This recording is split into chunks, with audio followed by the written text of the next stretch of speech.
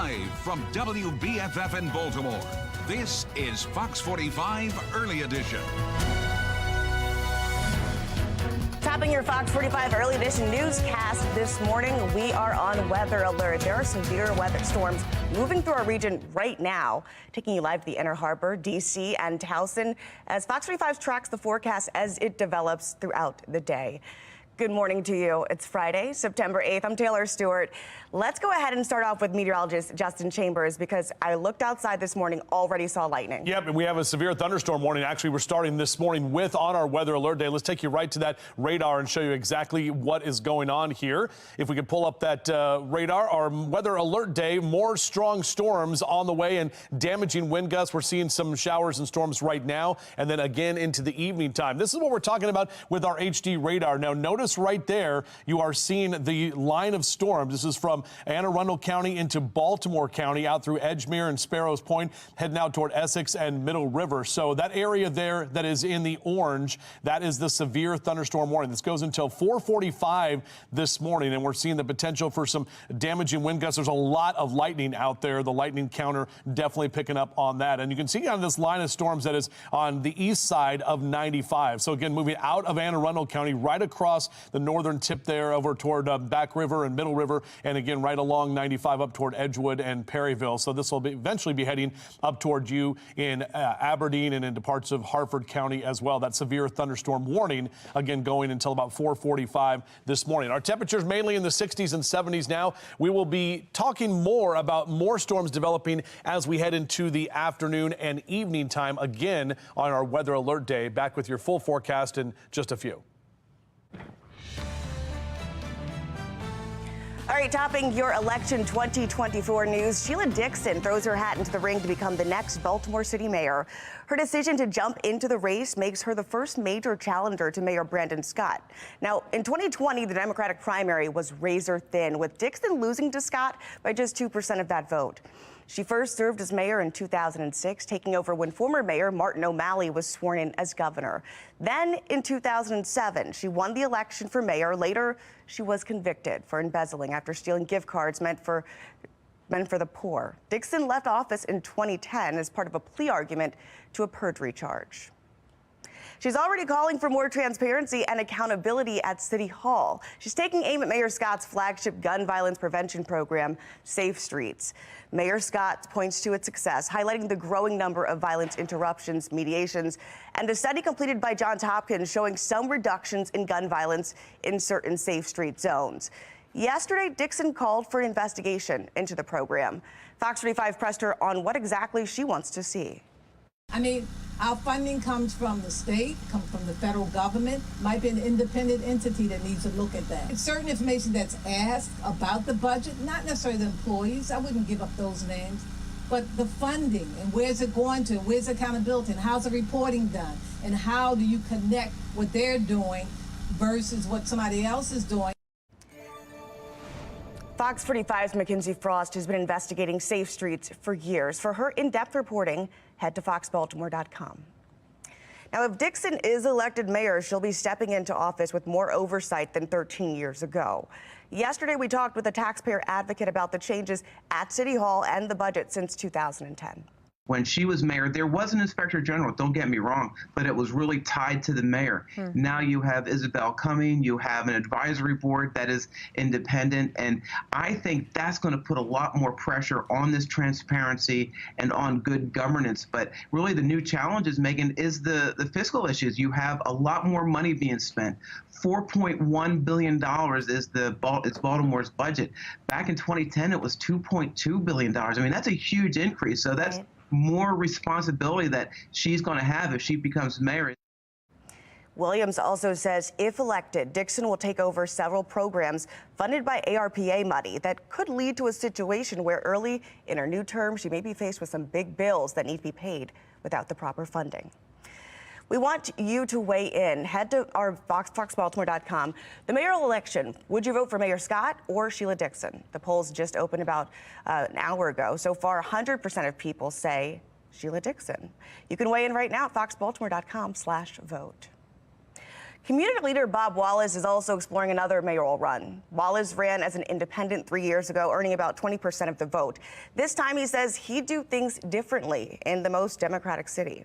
I think running as an independent, I think there were situations where people could not hear my message. And I felt that it was important to remove all the barriers so that the voters of Baltimore could hear my ideas and could hear the vision that I have for the city. Fox 45 News will be monitoring the mayoral race closely as it continues to develop. For more complete coverage, head to foxbaltimore.com. The Baltimore City Board of Ethics is being ordered to release the names of those who donated to the legal fund of City Council President Nick Mosby and his wife, former City State's Attorney Marilyn Mosby. The fund was launched to help pay her legal fees for the couple who has announced they will now be divorcing. The Compliance Board found the Board of Ethics violated the state's Public Information Act by redacting the names of more than 100 donors when it released the list to two separate news outlets. The Ethics Board claims names were redacted to protect financial information. An expert tells Fox 45 News this saga has further eroded trust and transparency in city government. People need to have all this information at their fingertips, and especially when you have people that are under investigation. It is critical that everyone sees who's donating to a fund and just to have all this information available. And there should have been no back and forth. There should have been no reviewing this. This is information that should have been published at the very beginning of this process. Back in January of 2022, Marilyn Mosby was federally indicted on charges of perjury and making a false statement on a loan application. Nick Mosby has not been charged in that case. Severe thunderstorm warnings right now. We're on weather alert today. Meteorologist Justin Chambers is tracking those storms right after the break. But first, a live look at those roads this morning thanks to the Lynn Stoller Traffic Network. Everything moving clearly. We'll keep you updated here on Fox 45 News. You're watching Fox 45 Early Edition. All local, all morning.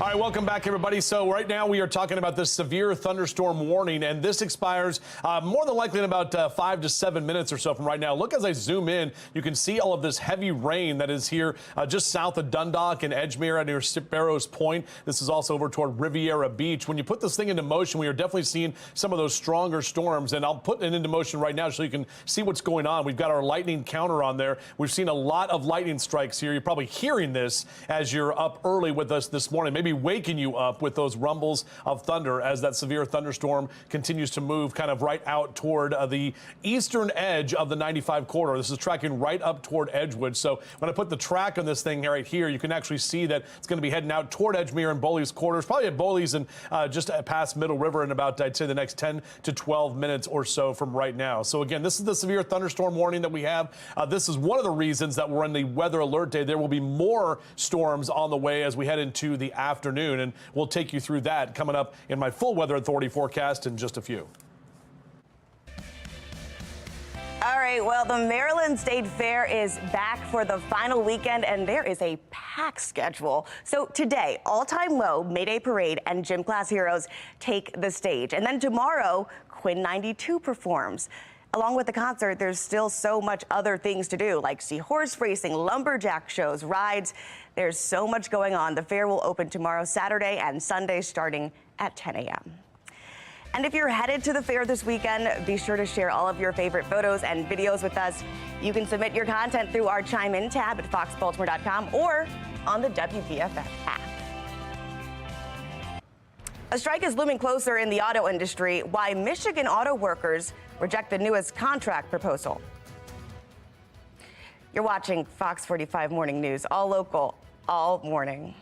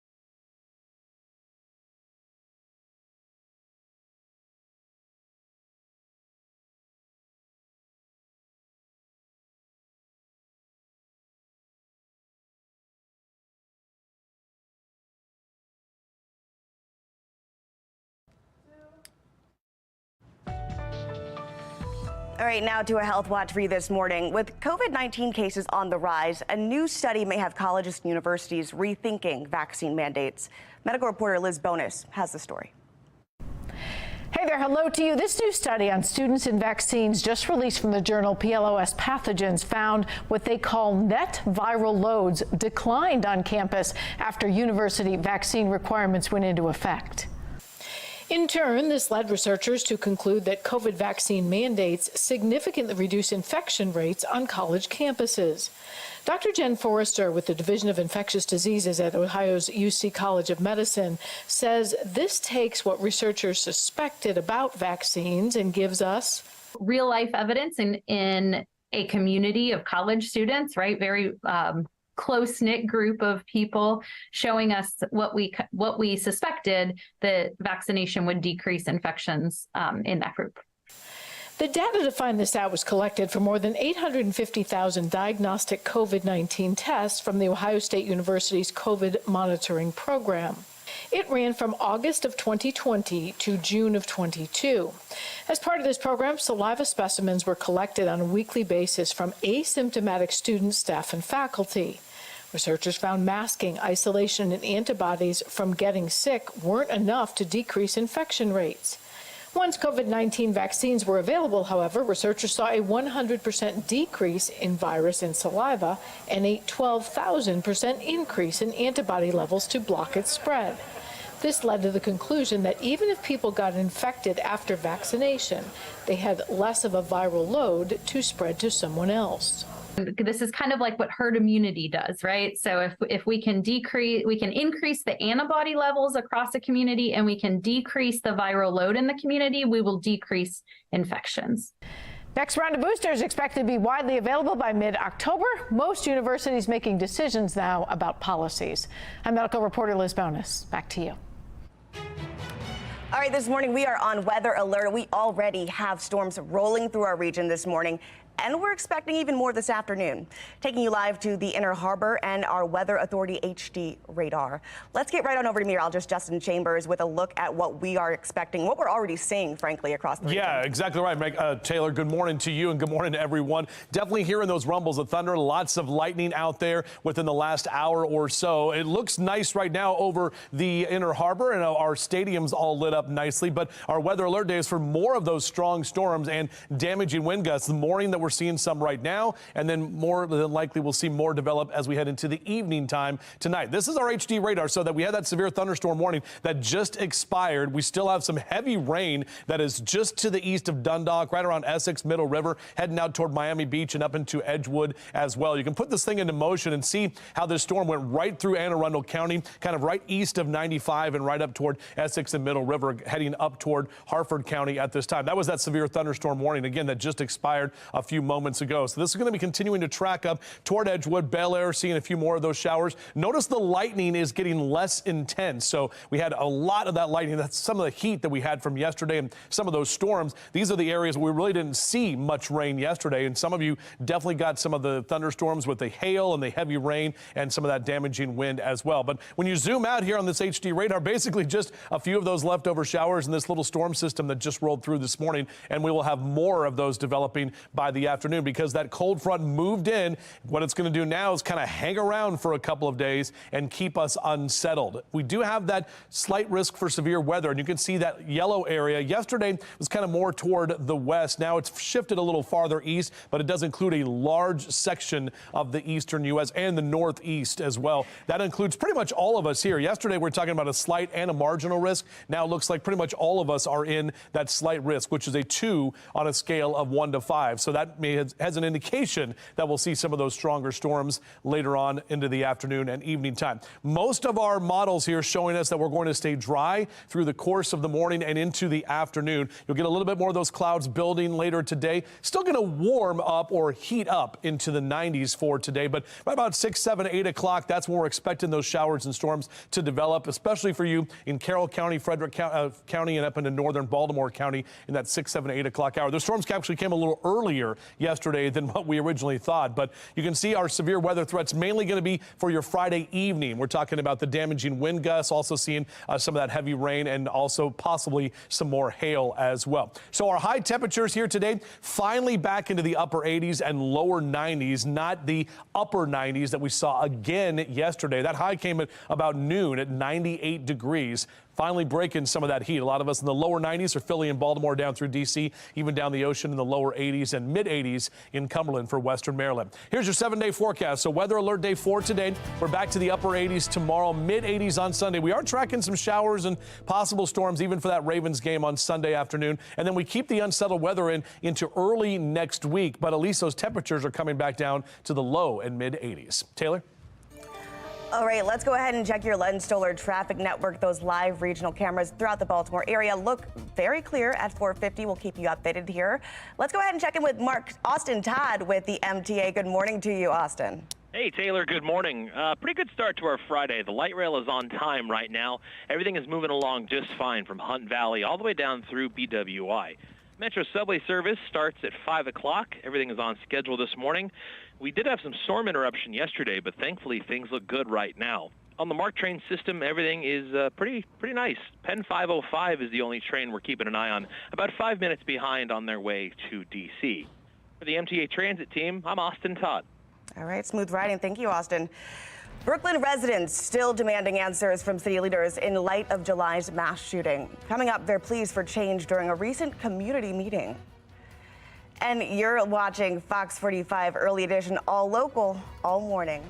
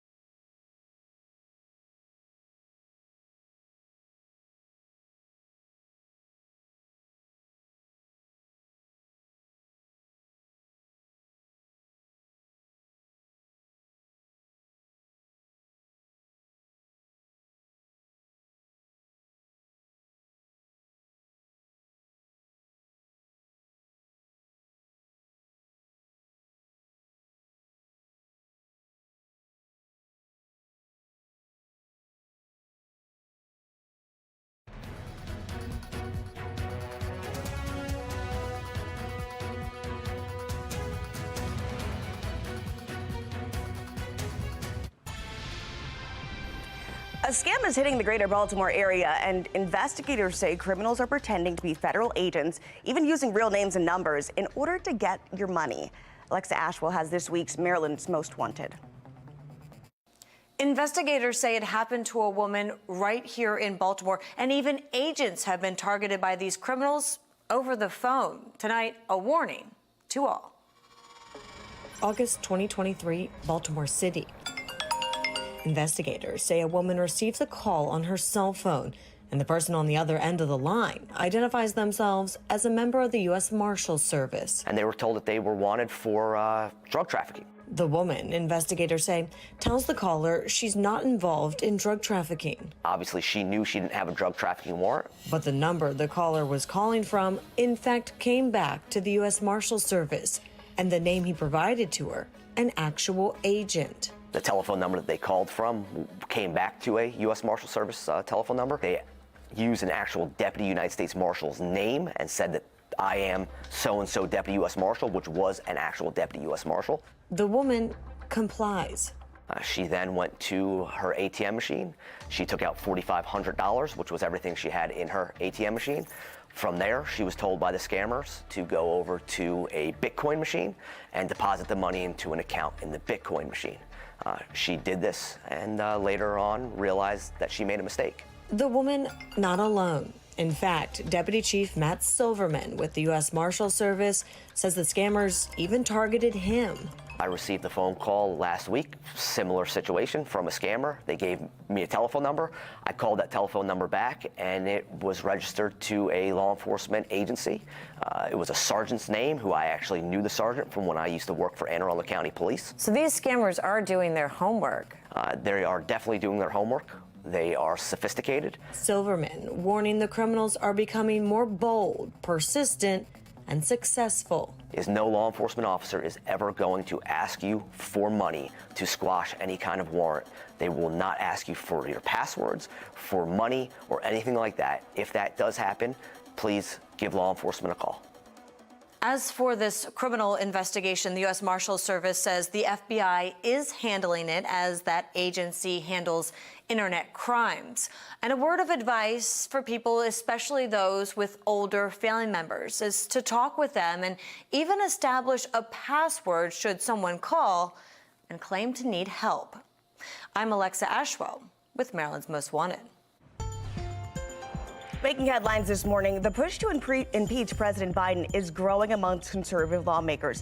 That is in the House, though. It's hitting a wall in the Senate. House Freedom Caucus member Matt Yates is pressing the issue. He says House Speaker Kevin McCarthy's leadership job is at stake if an inquiry does not move forward. Yet some of Yates' fellow members are not enthusiastic about impeachment at this moment. We have 3 committees that are working very hard on uncovering evidence of Hunter Biden's wrongdoing. They are looking to see if there is a connection with Joe Biden. If they reach that point where they can find evidence of a connection, fine. I think the Republicans will move forward with an impeachment inquiry. Right now, I'm not convinced that that evidence exists. Now, Republican senators are similarly skeptical. Some believe there's simply no evidence Biden acted illegally with regard to his son's financial dealings, while others don't want to go through another impeachment process. A jury began weighing contempt of Congress charges against former President Donald Trump. Now, advisor Peter Navarro today for his failure to comply with a subpoena from the January 6th committee. Navarro, a former trade advisor, faces 2 charges, one for failing to produce documents and a second for failing to sit for a deposition. Prosecutors argue he chose allegiance to former President Trump. Navarro believes the case is not about him. It's a part of a net to attack the former president and those close to him. He spoke outside the courthouse yesterday. Remember what's going on here. Remember how this started. This started with a weaponized House of Representatives and a partisan effort to put Trump and people who support him behind bars. If convicted, Navarro faces up to a year behind bars on each count. He's the second Trump aide to be charged with contempt of Congress after former White House advisor Steve Bannon. Mayoral candidate Sheila Dixon is calling for an investigation into the Safe Streets program. Just ahead, what she says she would do different than the current leadership. Our temperatures are not too bad right now. We're tracking some showers and even storms this morning, but weather alert day for more storms this afternoon. We'll break it down coming up. Live from WBFF in Baltimore, this is Fox 45 Early Edition. All right, right, you are waking up on weather alert. We are tracking severe storms in our region right now. Taking you live to the roads as well as the Inner Harbor, Towson, as we track that thunderstorm with our Weather Authority team. We're going to track it all day long. Let's go ahead and get over to meteorologist Justin Chambers in just a bit here, but good morning. Yeah, thanks for waking up with us. It is Friday, September 8th. I'm Megan Gilland. I'm Taylor Stewart. And I saw lightning driving in this way. Yep.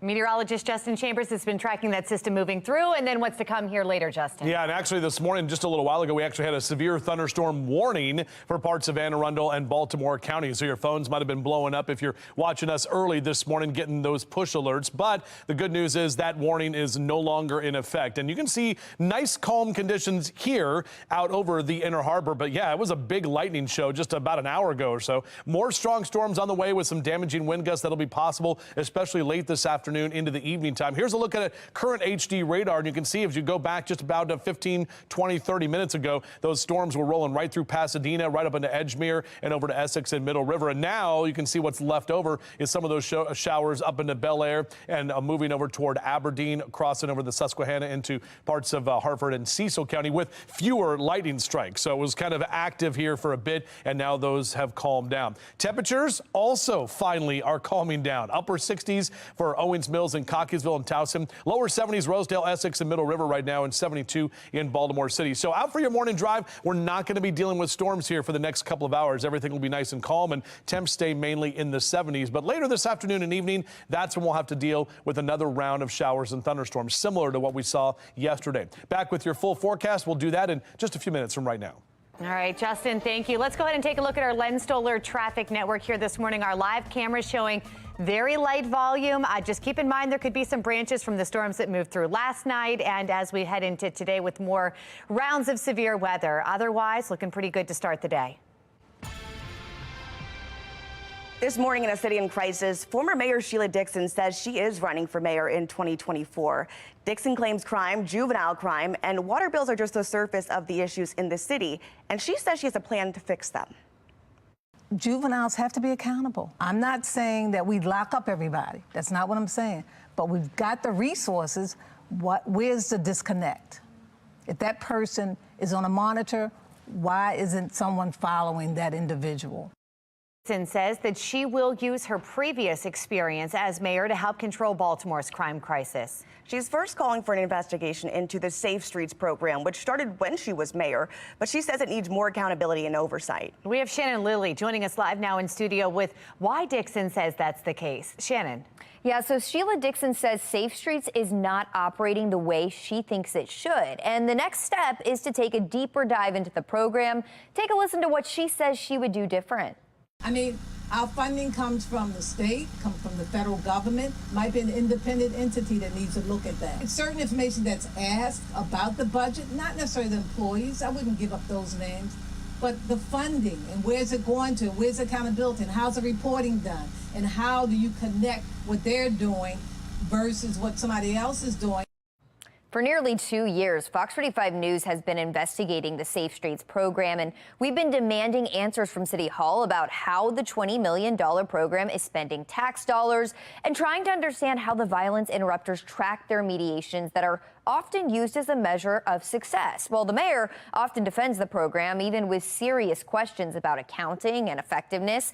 In fact, on Wednesday afternoon, there was another shooting in the Brooklyn community. This time, 3 people were shot just steps away from the Safe Streets site and in the Safe Streets zone. This after questions continue over Safe Streets' handling of conflicts before the Brooklyn Block Party mass shooting. 4 Safe Streets workers mediated conflicts deemed successful just hours before the chaotic and deadly scene played out.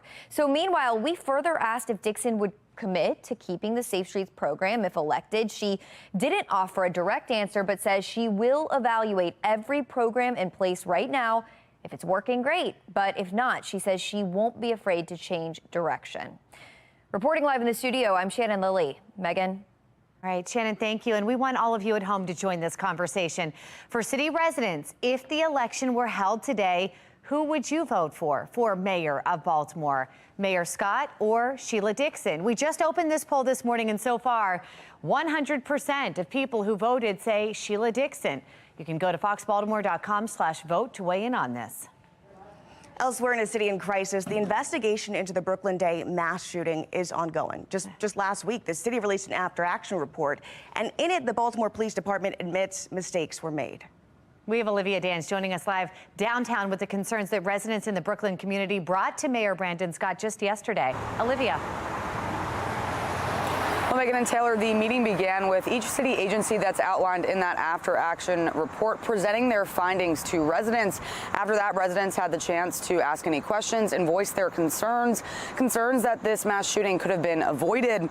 Other residents also concerned that the killers could still be out there since police haven't arrested anyone directly charged with the homicides. Now, before the meeting started, we were allowed to have our cameras on, but once the meeting started, cameras were turned off to give residents privacy and make them feel more comfortable. So far, police have made 4 arrests, including a 14-year-old suspect arrested at school. But again, none of the suspects arrested so far are directly charged with the 2 murders. Now, the shooting killed 2 people and injured 28 others. And Mayor Scott says the meeting is the first step towards healing and accountability following the mass shooting. For now, reporting live in Baltimore, I'm Olivia Dance, Fox 45, Early Edition. All right, Olivia, thank you. When the after-action report was released last week, the acting police commissioner admitted the department made mistakes. Richard Worley says leadership didn't know about the party until the day of. The mayor blamed officers who responded to the block party and the Southern District Command. Now, critics say leadership missed the signs, too. Fox 45 News has found multiple social media videos showing the Brooklyn Day block party has always happened around July 4th. Some of those videos show people with guns and drugs at past parties. There were also advertisements about that party on social media. During the last city council hearing on the shooting, Councilwoman Felicia Porter showed one of those advertisements on her phone. I just pulled up Brooklyn Day on my Instagram right now. We have an entire unit associated with this, and they didn't pick that up. Well, the police department's after-action report details the city's deployment plan for last year's block party. Then the city warned officers about the party's connection to drug dealers and illegal guns. City officials said the party was financially supported by individuals living in the community who have historical connections to the sale of controlled dangerous substances. We also know Fox 45 News confirmed an accused drug dealer drove a U-Haul to Brooklyn homes and unloaded party supplies for this year's event. There was no deployment plan for this year's party. Fox 45 News also sent questions to the mayor's office asking, has Mayor Scott or anyone else in the Scott administration instructed the Baltimore Police Department to not be present at community events? Did Mayor Scott or anyone else in the Scott administration instruct the Baltimore Police Department not be present at July's Brooklyn Day event?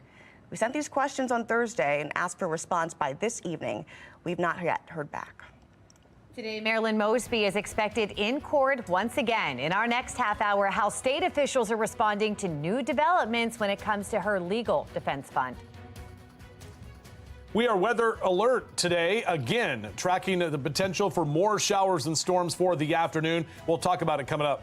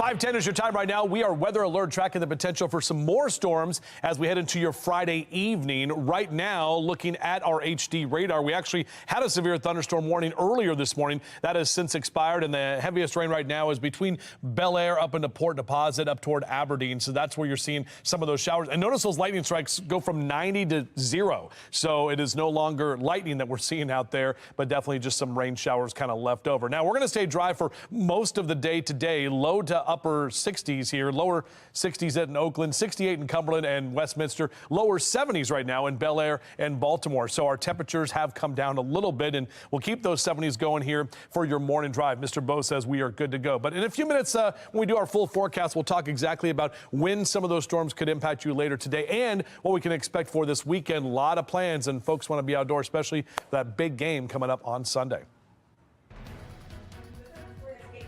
Washington, D.C. After this break, we're going to tell you the events leading up to his escape and how this search is developing. And this morning, the Department of Juvenile Services is under more scrutiny. In our next half hour, the threatening video surfacing from the walls of a juvenile lockup. It's 5:11. You're watching Fox 45 Early Edition, all local, all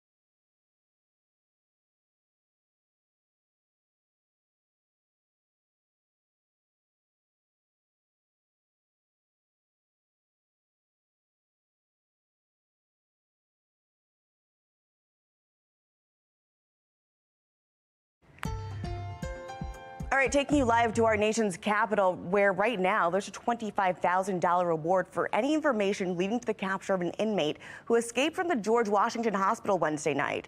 30-year-old Christopher Haynes had been taken to the emergency room for foot pain shortly after being booked on murder charges. The Metro Police Chief says he assaulted the officer who was changing his handcuffs before he was hooked to the gurney. Now, Haynes is accused of shooting 2 people last month. One was treated for life-threatening injuries, and the other one died at the scene. Now taking you live to Philadelphia, where just outside the city here, police are reporting another sighting of that convicted murderer who broke out of prison last week. According to Pennsylvania State Police, Danilo Cavalcanti was spotted by a citizen just before noon yesterday, and this is now the 8th sighting since he disappeared from Chester County Prison last Thursday. Cavalcanti received a life sentence last month for killing his former girlfriend in 2021. This morning, we are on a weather alert. Severe thunderstorms are already moving into our region with more planned this afternoon. You're taking a live look here at the Inner Harbor, Columbia, and Towson, as well as our weather HD radar. We'll develop this. As this develops, we'll be tracking it throughout the day. Well, 5:15 now. We do want to see the timing of all of this as, of course, it's a Friday night. There's a lot going on. There is. And meteorologist Justin Chambers has that time for us. This morning, we've already seen. Well, yeah, and then no longer severe thunderstorm warning. Okay. So let's just make sure we'll update that so that's not incorrect information that we're putting out there. But this morning, we are talking about the potential of seeing more storms develop for the afternoon. So you can see our live cam right here, and the stadium's not looking too bad. Lit up nicely for Camden Yards, of course, M&T Bank Stadium. We know it's a Purple Friday, and we'll be going at it or hanging out at that at the stadium on Sunday for the Ravens home opener, which is why we're all wearing our purple. So 72 your temp right now at BWI. Finally, a little bit of a cooler start to the morning, just a wee bit, but our dew point still hanging out about 68 degrees. Now, our weather alert day, more strong storms, damaging wind gusts that will be possible hail again later on into the afternoon and into the evening time. This is the HD radar that shows some of those showers that are right over the Bel Air region, just past Bel Air over to Aberdeen. You're seeing a little bit up toward Darlington and up toward Rising Sun, but notice the total strikes and the lightning is back down to about 0. So just some leftover showers, but it was very active here about 3:30 this morning until just about the last 20 or 30 minutes when we had that severe thunderstorm warning right there, but that is no longer an issue. And as we pull back a little bit farther, you can see this frontal boundary. So that cold front is what moved in yesterday. It's going to turn into more of a stationary front, meaning it's not going to move much and kind of sit right on top of us for the next few days, which is going to bring us that unsettled weather. Now, in terms of the threat for severe weather and why we're weather alert, look at this from the Storm Prediction Center all the way down to Charlottesville and all the way up to Portland, Maine, the areas there in yellow under that slight risk for severe weather, which is a 2 on a scale of 1 to 5. And yesterday we were in the slight risk as well. So we're going to do this all over again today with some of those storms developing by the afternoon into the evening time. All of us here in central Maryland under that now slight risk for severe weather. This is our hourly future scan. So even though we've had some showers earlier this morning, we'll dry out and heat up again into the early part of the afternoon. You can see on our future scan a couple of those clouds building and starting to see a few more of those showers and storms developing probably after about 5-6 p.m. into that 7 and 8 o'clock hour, similar to where we saw it yesterday. Howard County up into Carroll County and northern Baltimore County about 8-9 o'clock. So this will be more of a Friday evening or Friday night event when we'll see the best chance for some of those storms. So wind, heavy rain, hail, all on the table. Not necessarily a tornadic threat here, and really that wind is probably going to be the biggest thing that we'll see. We did have a lot of damage reports. We had a lot of trees that were down. We had a lot of great video and pictures of hail from yesterday as well. We could see all of that again today, which is why we're weather alert. As the kids get out to the bus stop, beep, beep, we're talking about lower 70s here in the next couple of hours, upper 80s through about noontime. The good news is today we're not going to be as hot. We'll keep the cloud cover around at least for the morning time. We'll get that sun to break out a bit, and temperatures still are going to climb into the upper 80s and lower 90s. But we hit 98 degrees yesterday, so that was 5 days in a row of 98 or above for our highs. So that's the heat wave.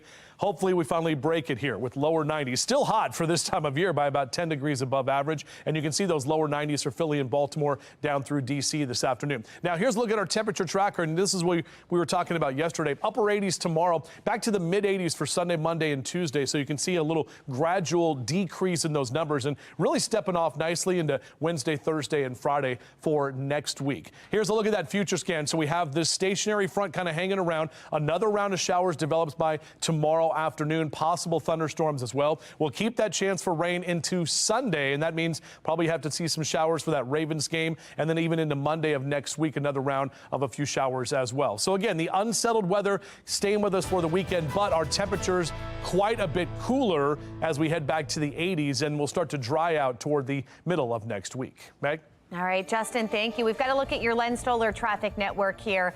Taking a look at the roads, as Justin mentioned, it looks like in all of these live cameras here, that system has moved through. No rain in these shots. We've got light volume, perfect time to get up and head out.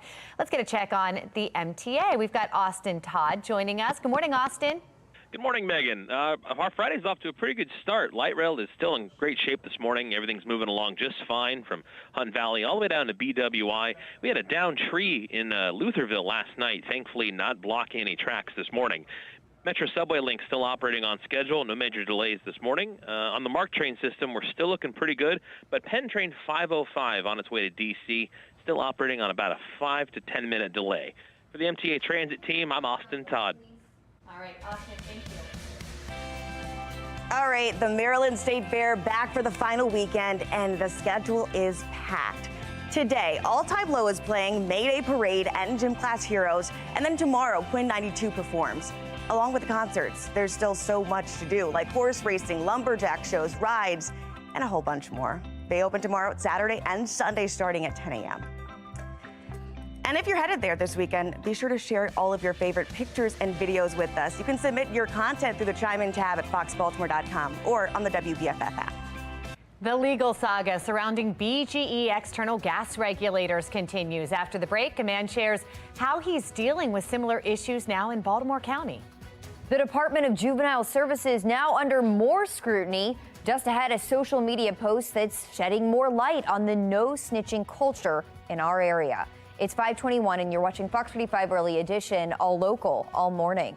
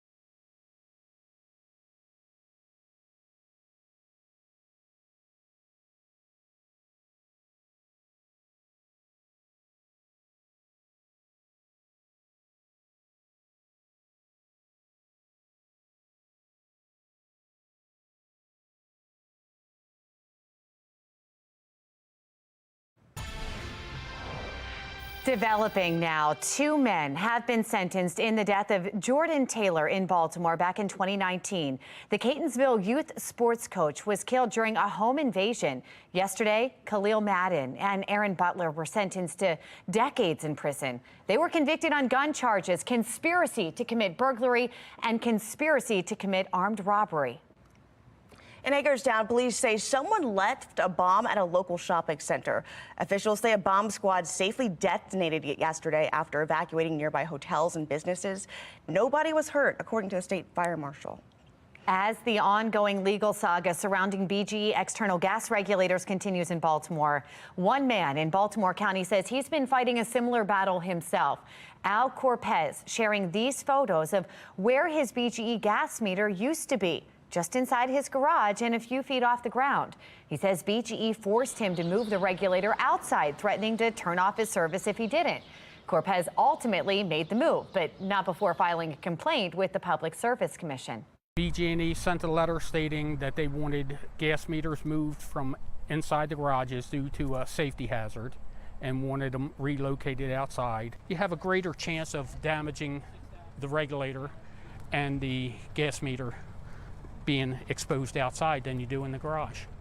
BGE says it relocated thousands of garage gas meters in recent years after a customer accidentally struck their meter, leading to an explosion at a Columbia home. More strong storms possible this afternoon. Coming up, meteorologist Justin Chambers is tracking our weather alert day.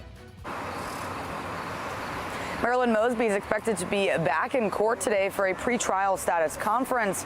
I'm Olivia Danson. Coming up next, all the details on what Mosby's team is requesting. You're watching Fox 45 Early Edition.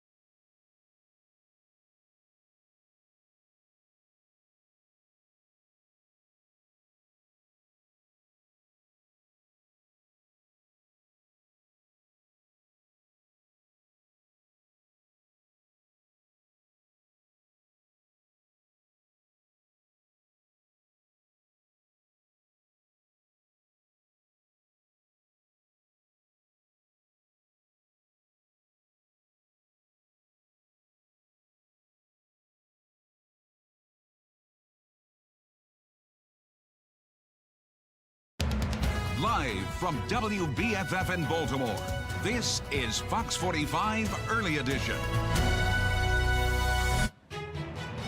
Welcome back to Fox 45 Early Edition on this Weather Alert Friday. It's September 8th. I'm Megan Gilland. I'm Taylor Stewart.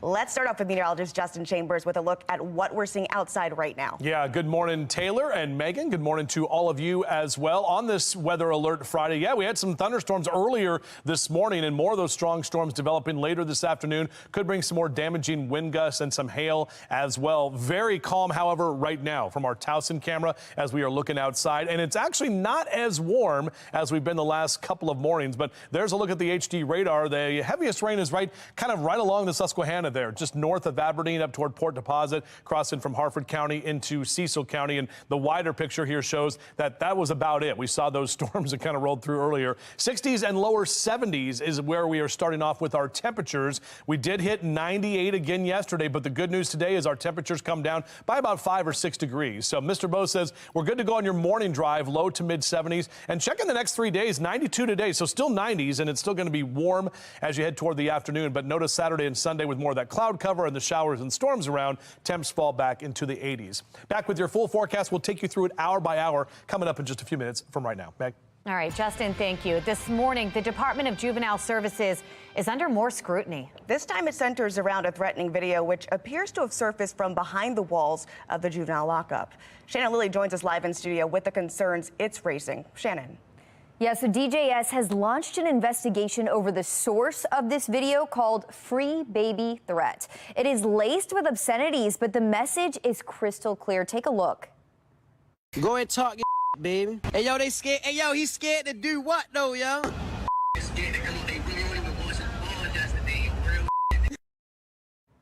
The call is believed to have originated from a caseworker's cell phone. It was posted to Instagram Saturday by a self-proclaimed Baltimore rapper and is believed to be between that individual and a teen who appears to be in state custody.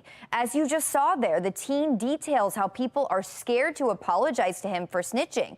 The term is commonly used to describe when a witness cooperates with law enforcement. And now this is shedding more light on the depths of the no-snitching culture in our area. In fact, for more than 20 years, lawmakers have attempted to stop the threats and intimidation, which first quieted potential witnesses in adult court. If we do not have witness and victim stepping up, we will not solve the crime. We will not hold individual accountable. And if they're doing that in the adult system, do you not think they're going to do it in the juvenile system? Meanwhile, the Department of Juvenile Services is responding to this video in a statement that we have received. They write that it just became aware of the video, and then they go on to say that, quote, while we can't comment on individual cases because of state confidentiality laws, we can say that our Office of the Inspector General is conducting an investigation. So, of course, we'll continue to follow this closely. Reporting live in the studio, I'm Shannon Lilly. Taylor? Well, right now, City State Attorney Ivan Bates is weighing in on the state's juvenile justice laws. He tells Fox 45 News he had a conversation with House Speaker Adrian Jones and Senate President Bill Ferguson about changing them. Our Mackenzie Frost sat down with Bates about what he wants to see from lawmakers. I think everybody recognizes that we need to do something, that everybody's going to realize all hands on deck, and we're going to work collaboratively together to make sure we can resolve this. Have they made any commitments to you about potential changes, specific changes that might come up during the session in January? They haven't made any commitments, but you know, one of the things I do recognize is that they want to hear from everybody.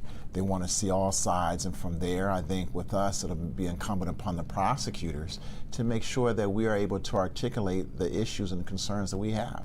And so even though they've made the commitment to make sure they look at this and do what they can. If we don't do something to hold these young people accountable, they will continue to run and almost have lawlessness in our cities. And we can't have that. Well, the City Council will hold a second hearing on the Brooklyn Day mass shooting response next week, and it's happening on Wednesday, and that's the same day state lawmakers will be meeting in Annapolis to discuss juvenile crime. It's not a special session, and that means that lawmakers can't create new laws or change any existing ones. Former City State Attorney Marilyn Mosby is expected back in court later this morning. This is for her pre-trial status conference in the federal case against her. She's facing 4 federal charges, 2 for perjury, 2 for making false statements on a loan application. A judge will also hear from both sides about whether or not to move this case out of Baltimore's system. Mosby's team is requesting the trial be held in Greenbelt, claiming it would be impossible to find an impartial jury in Baltimore because of media coverage of the former city state attorney and her case. It comes as the Maryland Compliance Board orders the city's Board of Ethics to release the names of those who donated to the Legal Defense Fund established in her name and in the name of her husband, City Council President Nick Mosby. Olivia Dance joining us live now outside the courthouse with a closer look at the order. Olivia. Well, Megan, that's exactly right. Marilyn Mosby is expected to be back in court at 9:30 this morning for a pretrial status conference right here at the federal courthouse. Now, as you mentioned, that will include a hearing on her team's request to move the case out of Baltimore. As far as the Legal Defense Fund, it's been a source of controversy since we found out it existed back in July 2021. The fund was launched to offset legal costs for the city's former power couple Nick and Marilyn Mosby, who have since announced divorce. Months after the fund's creation, Marilyn Mosby, the former city state's attorney, was federally indicted. Now, the Maryland Public Information Act Compliance Board is ordering the Baltimore City Board of Ethics to release the list of those who donated. The Compliance Board finding the Board of Ethics violated the state's Public Information Act by redacting the names of more than 100 donors when it released the list. The Ethics Board argued the names included financial information and would not shed light on the activities or workings of the Board of Ethics. But according to the Compliance Board, campaign finance activity is not ordinarily protected financial information. And in their decision, they say, quote, the donations are relevant to understanding who might be seeking to curry favor with powerful elected officials, end quote.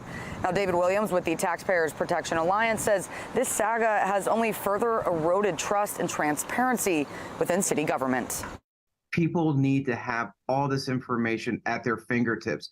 And especially when you have people that are under investigation, it is critical that everyone sees who's donating to a fund and just to have all this information available.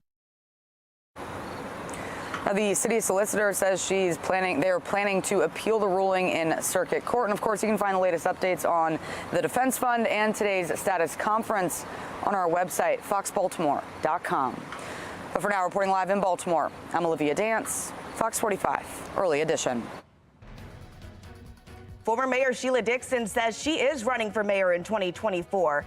In our next half hour, how she plans to address Baltimore's crime crisis. And this morning, we are on weather alert. Coming up, meteorologist Justin Chambers is tracking how this next weather maker holds up. It's 5:36 now, and you're watching Fox 45 Early Edition, all local, all morning.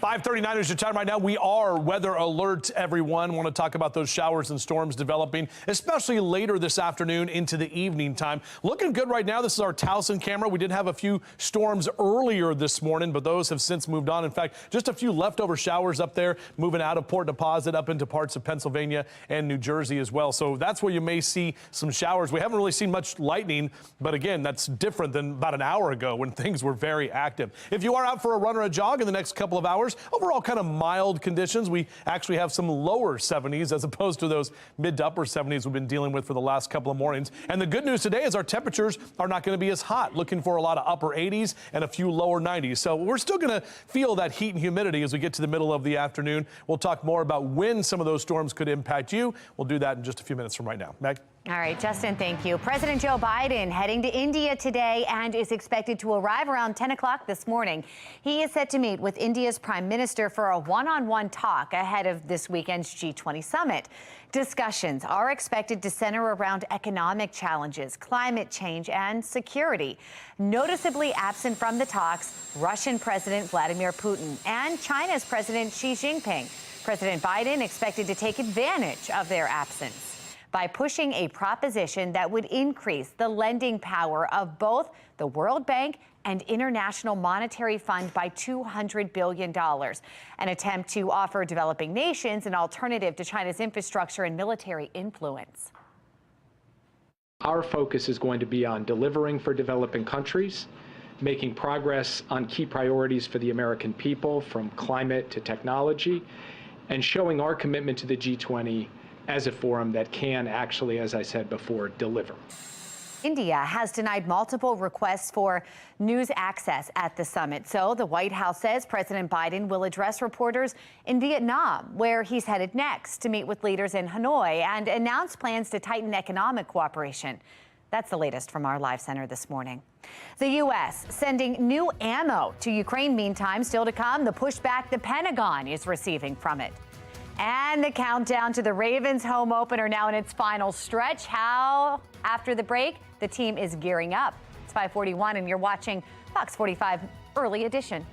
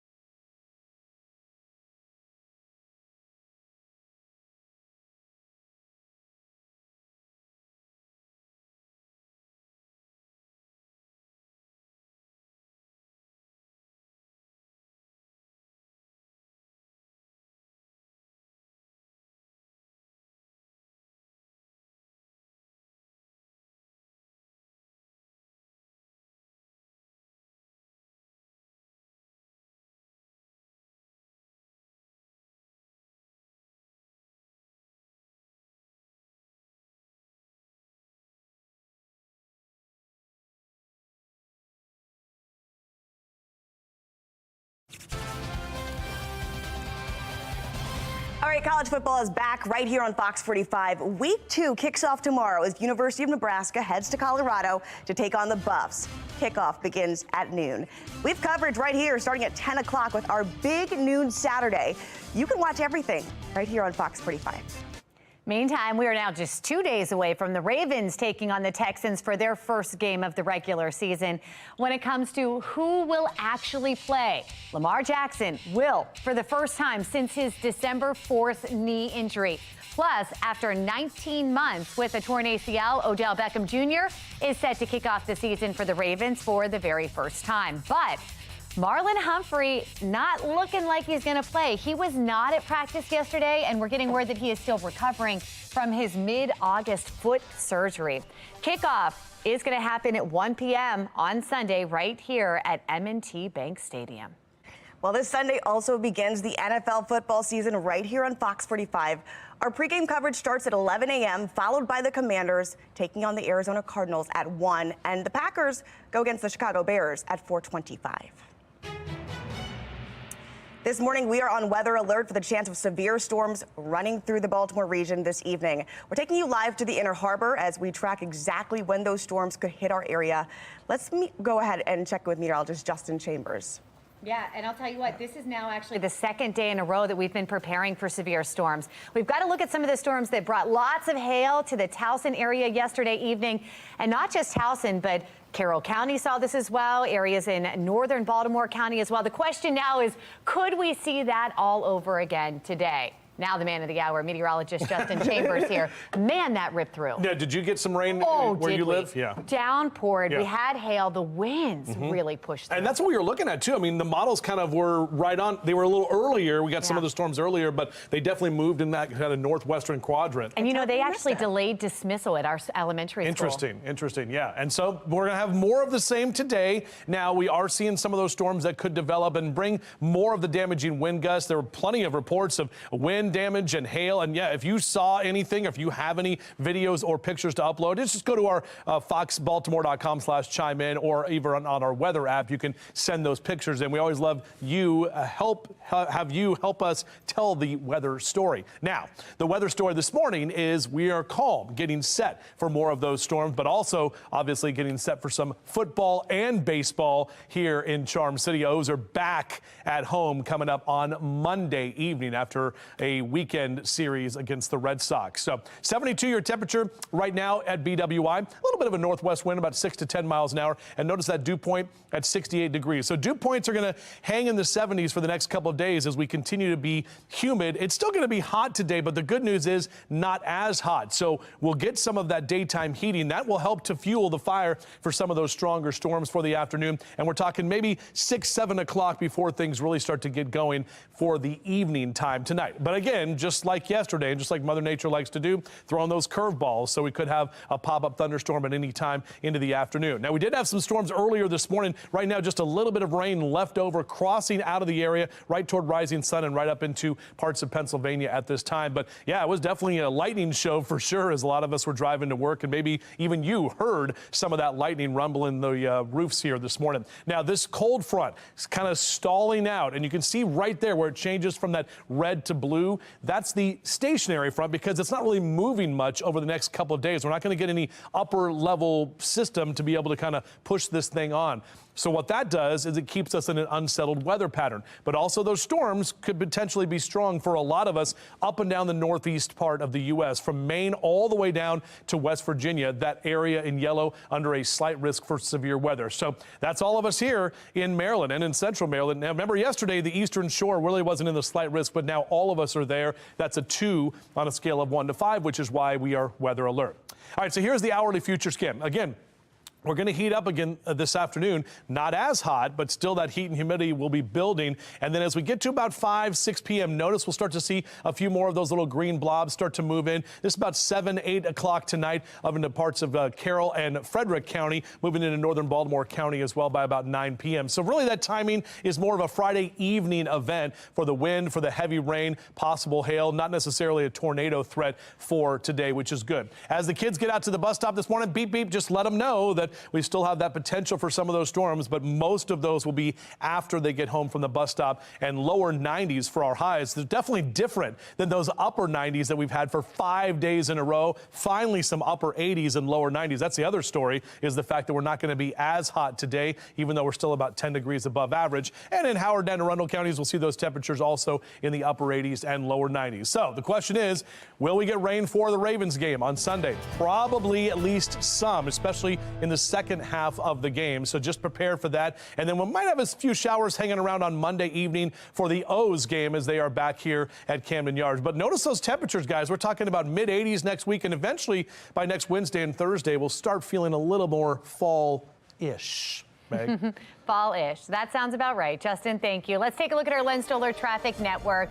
Looking pretty good at this early hour, guys. It's 5:49. We've got light traffic, no major issues to report. Roads looking dry here at this hour as well. Let's go ahead and get a check on mass transit, see if they're in a similar situation. Austin Todd with the MTA joining us. How's it going for you guys, Austin? Hey, good morning. Our Friday's off to a great start. Really looking good on the light rail right now. No major delays. Everything is clear from Hunt Valley all the way down to BWI. Metro Subway is still operating on schedule as well. No delays on the Metro Subway. The MARC train system, we're still watching Penn Train 505 on its way to D.C. That's about 5 to 10 minutes behind. Penn Train 511 is on time. For the MTA Transit team, I'm Austin Todd. Thank you, Austin. Brooklyn residents demanding more answers from city leaders in light of July's mass shooting. Coming up, their pleas for change during a most recent community meeting. President Biden cutting off oil drilling in a part of Alaska. I'm Atrell Nashar with whether or not it will impact gas prices where you live. It is 5:51. You're watching Fox 45 Early Edition, all local, all morning.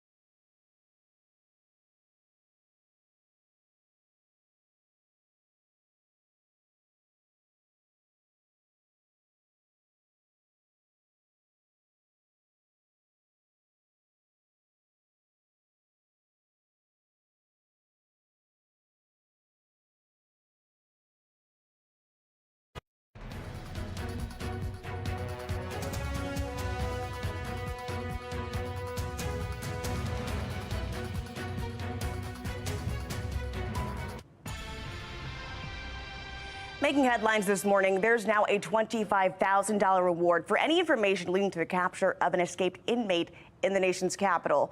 30-year-old Christopher Haynes had been taken to the emergency room on Wednesday for foot pain. He was shortly booked thereafter on murder charges. The Metro Police Chief say he assaulted an officer who was changing his handcuffs. 2 officers ran after him. A local college was told to shelter in place. Haynes is accused of shooting 2 people last month. One was treated for life-threatening injuries. The other died at the scene.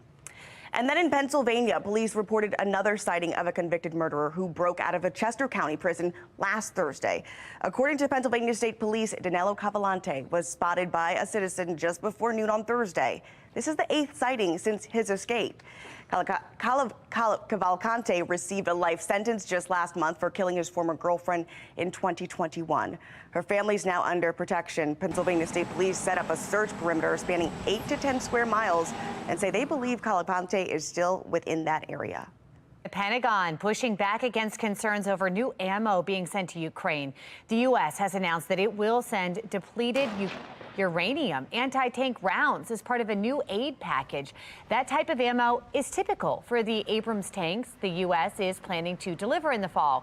The rounds still have some radioactive properties, but they can't generate a nuclear reaction. Russia calling the move very bad news, claiming use of similar rounds in what was once Yugoslavia led to a major increase in cancers and other illnesses. The Pentagon says that's not the case. Here, the CDC has stated that there is no evidence that the depleted uranium rounds cause cancer.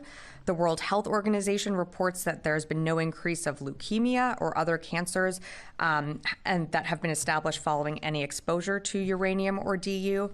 The Pentagon says they are standard issue rounds and will be the most effective in helping Ukraine counter those Russian tanks. Earlier this year, Russia responded to Britain, sending similar weapons to Ukraine, saying it opens the door to further escalation. The Biden administration has announced it's canceling a batch of controversial oil and gas leases in Alaska's Arctic National Wildlife Refuge. That move is being celebrated by environmentalists and criticized by Republicans who claim that it will discourage domestic oil production and increase gas prices. We have national correspondent Atra Al-Nashar with more from Washington. More than 400,000 acres in a wildlife refuge in northeastern Alaska will be protected from oil and gas drilling, at least for now. The Biden administration's announcement this week that it's canceling 7 open Trump-era drilling leases is drawing praise from those who want to protect habitat for wildlife and disapproval from Alaska's Republican lawmakers. Senator Dan Sullivan claims the president is targeting his state, Senator Lisa Murkowski calling it unconscionable. The Energy Word's Dan Dicker is doubtful it will have any real impact on oil prices, largely because the leases did not prompt much drilling in the first place. It's not really been a tremendous boon in terms of either production or revenues for either the oil companies or for Alaska, unfortunately. Major oil companies passed on the opportunity to bid on the leases when they came on the market at the end of the Trump administration. Dicker says environmental protection concerns are just one reason many have gotten out of the Arctic altogether. Another is melting ice. It actually makes it more difficult to solidify, to kind of anchor those rigs and get them in there. On the other side of the world, a separate development that's much more likely to cause pain at the pump. Saudi Arabia and Russia announced they're extending oil production cuts of 1.3 million barrels per day through the end of the year. Average gas prices in the U.S. have been hovering around $3.80 per gallon for the past month. Gas prices, they are ridiculous. I think you'll see, again, triple-digit prices in oil and, $5.5 gasoline by the second quarter of 24. Those kinds of price jumps could certainly make energy costs a central issue in the 2024 election, which could hurt President Biden. More broadly, a new CNN poll finds 64% believe his policies have failed to improve the economy. In Washington, I'm Atra Al-Nashar. The city handled the shooting. It's been just over 2 months since the Brooklyn Homes mass shooting. Coming up next, the concerns residents have with how the city handled the shooting. Mayoral candidate Sheila Dixon is calling for an investigation into the Safe Streets program. Just ahead, what she says she would do different than the current administration. And we are weather alert today, tracking the potential for more showers and thunderstorms for the afternoon and evening. We'll break it down for you right here on Fox 45 Morning News. Let's go. Live from WBFF in Baltimore, this is Fox 45 Morning News. Good morning, everyone. Thank you for waking up with us on this Friday morning, September 8th. I'm Megan Gilland. I'm Taylor Stewart. And as you see, we're on weather alert. Let's go ahead and check with meteorologist Justin Chambers to see why and when those thunderstorms are rolling back. Yeah, and the good news here, besides the weather alert that's happening with more of those storms this afternoon, is we will finally have a day where we're not going to be in the upper 90s. We had 5 days in a row. Yay is right. Yeah, sound the applause. Let's ring the bells, all that good stuff. All right, so here's our downtown Baltimore camera where we are seeing the stadiums lit up. Just a little while ago, they actually had the lights on in Camden Yards. I was interested in that because the O's are not back here until Monday. A hot and humid day, more strong storms for us for the afternoon and evening. Really, after about 6, 7 o'clock is when things will start to fire up once again. Now, notice our temperatures statewide in the 60s in western Maryland, upper 60s in Bel Air and Elkton, right about 72 in Baltimore City and 75 for you in Annapolis this hour. Morning drive, Mr. Bo says we're good to go. We'll keep those lower 70s around for the next couple of hours, and we'll top out today at 92, so about 6 or 7 degrees cooler than yesterday. So we'll go with slightly cooler in terms of our temperatures. However, we do have to track some of those storms. We'll break that down for you coming up hour by hour in our forecast over there on that big green wall in just a few. Taylor? All right, let's go ahead and check your Lynn Stoller traffic network. Looking live at those Baltimore regional cameras, everything is moving smoothly. I'm not saying that we lock up everybody. That's not what I'm saying. But we've got the resources. Where's the disconnect? Former Mayor Sheila Dixon just announced that she's running for mayor in 2024. One thing she's focusing on is the city's crime issues. She says she's going to use her previous experience as mayor to help control crime in the city. She's first calling for an investigation into the Safe Streets program, which started when she was mayor, but says that it needs accountability and oversight. We have Shannon Lilly joining us live here in studio with why Dixon says that's the case. Shannon. Yeah, Sheila Dixon says Safe Streets is not operating the way she thinks it should. And the next step is to take a deeper dive into the program. Take a listen to what she says she would do different. I think Safe Streets needs to be investigated. It's certain information that's asked about the budget, not necessarily the employees. I wouldn't give up those names. But the funding and where's it going to, where's accountability, and how's the reporting done, and how do you connect what they're doing versus what somebody else is doing.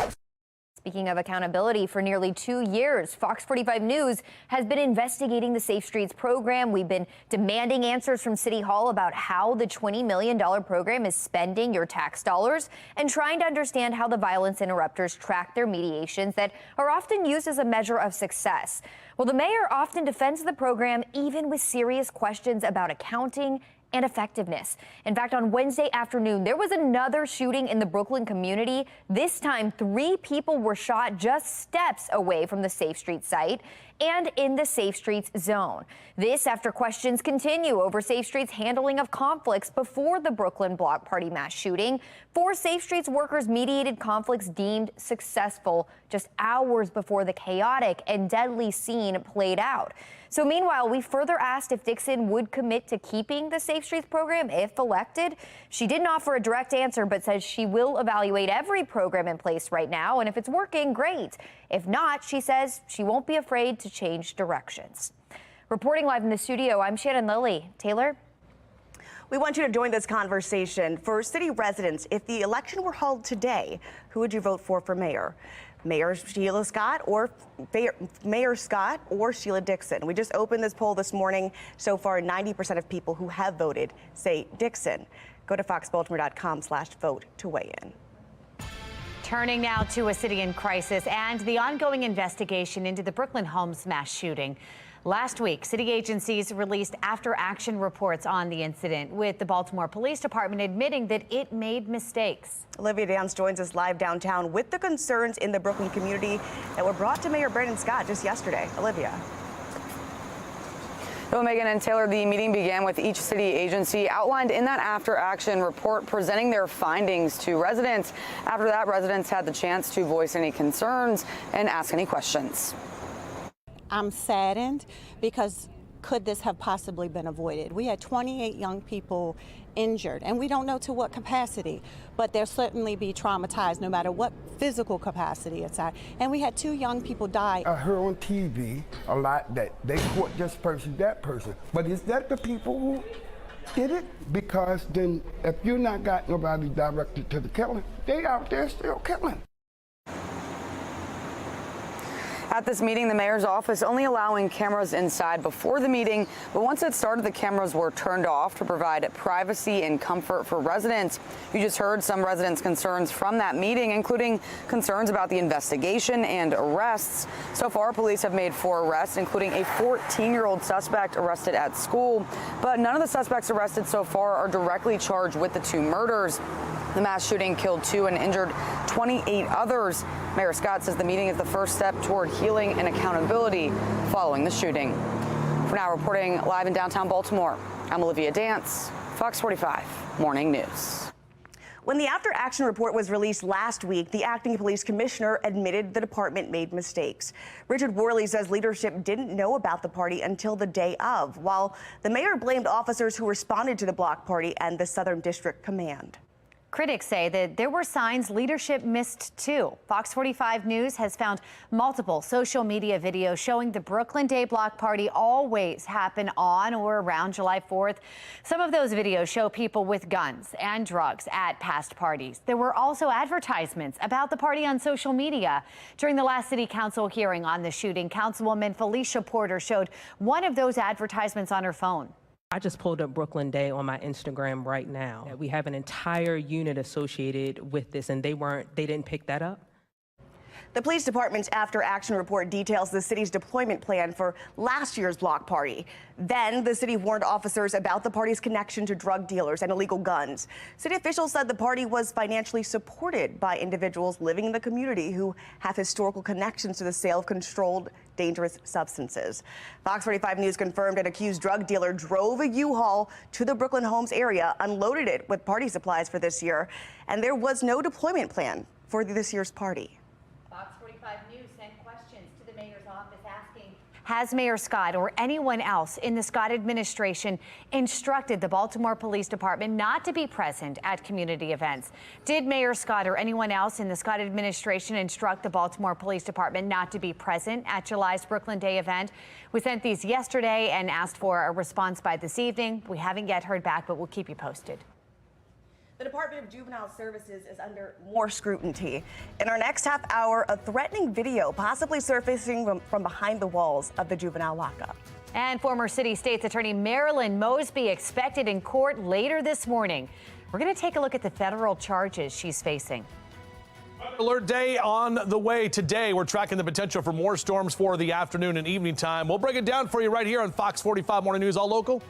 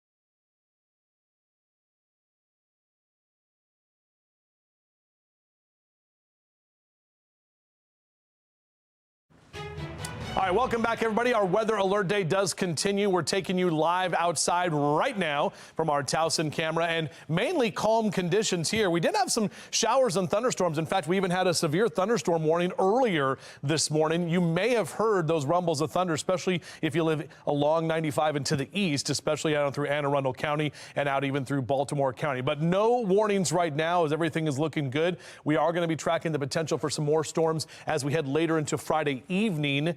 And also some unsettled weather for this upcoming weekend. And we know we got a big game coming up on Sunday with the Ravens home opener. We'll be talking about that in just a few minutes from right now. All right, Justin, thank you. Sheila Dixon announcing she's running for mayor. That's right. Up next, political commentator Armstrong Williams joins us live with who he thinks will come out on top. And City State's Attorney Ivan Bates weighing in on the state's juvenile justice laws. In our next half hour, the changes he wants to see from lawmakers. It is 6:10, and you're watching Fox 45 Morning News, all local, all morning.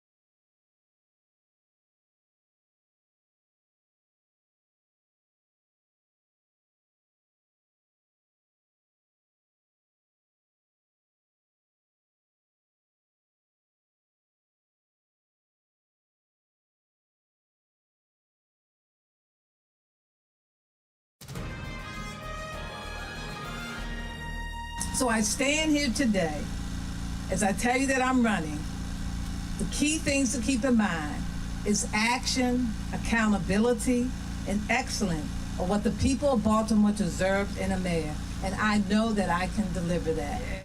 Former Mayor Sheila Dixon there announcing she is running for mayor of Baltimore again. And this is shaping up to be a rematch between her and Mayor Brandon Scott. We want to bring in our political commentator this morning, Armstrong Williams, joining us live to weigh in on the race so far. Armstrong, good morning. Thanks for joining us. Good morning. It's my pleasure. You know, we put up a poll early this morning asking our viewers if the election were held today, who they would vote for. Taking a look at the results coming in, Armstrong, in 3 hours that this has been up, 100% of our viewers that have voted say former Mayor Sheila Dixon would have their vote. What do you think that says? Megan, the question that they're asking themselves is simply, what has happened to Baltimore over the last 3 years? Safe streets are not safe. You can't pick up the trash. Carjackings are almost reaching 7,000 and 8,000, Megan. 7,000, 8,000. You can't fix the potholes. You can't prosecute a whole squeegee kids accountable. You can't hold juveniles accountable. They're running rampant. Crime is literally out of control. And the only reason why crime is dropping is because of Eric Barons and Ivan Bates, okay? This city is dirty, ranks among the dirtiest in the country. Think about this, Megan.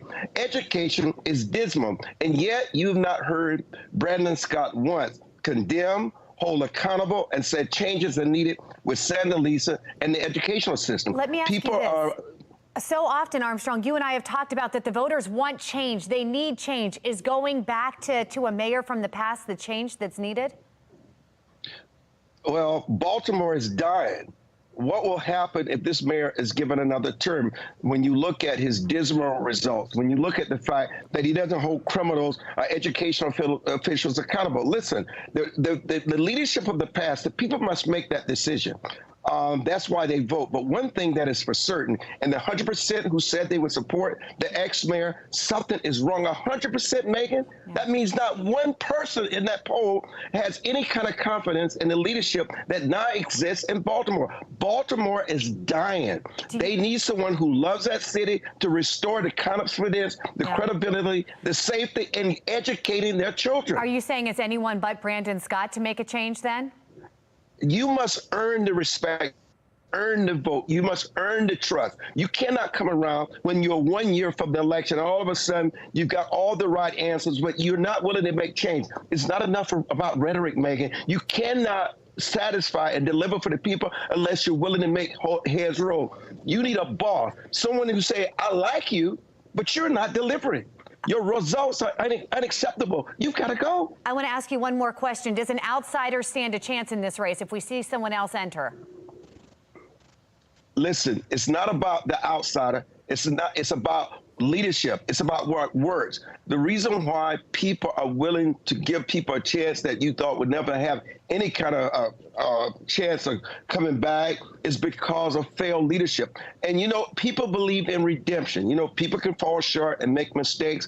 People have given Brandon Scott so many chances over and over again, and yet his leadership continues to fail. Baltimoreans are saying, and that 100% poll, Megan, it is time for that change, and that change is now. How many more people will die? How many more kids will be uneducated? How much more can you empower criminals to loot, to steal, destroy our Baltimore City's way of life before change is made? They're saying that change is now. 100%, I don't think you have to figure it out. They have answered the clarion call. They want change and leadership, and it not only starts with the mayor, anybody else who's governing at the time, who's willing to take a stand and deliver for the people. That's what they want. They want their lives back to normal. They don't need anybody perfect, but show us that you care about us and that you can protect us and educate us. And they don't have that confidence in the current leadership that is mayor. They just don't have it. Interesting. That's where we stand here in September of 2023. We'll see what happens come 2024. Armstrong, thanks for weighing in.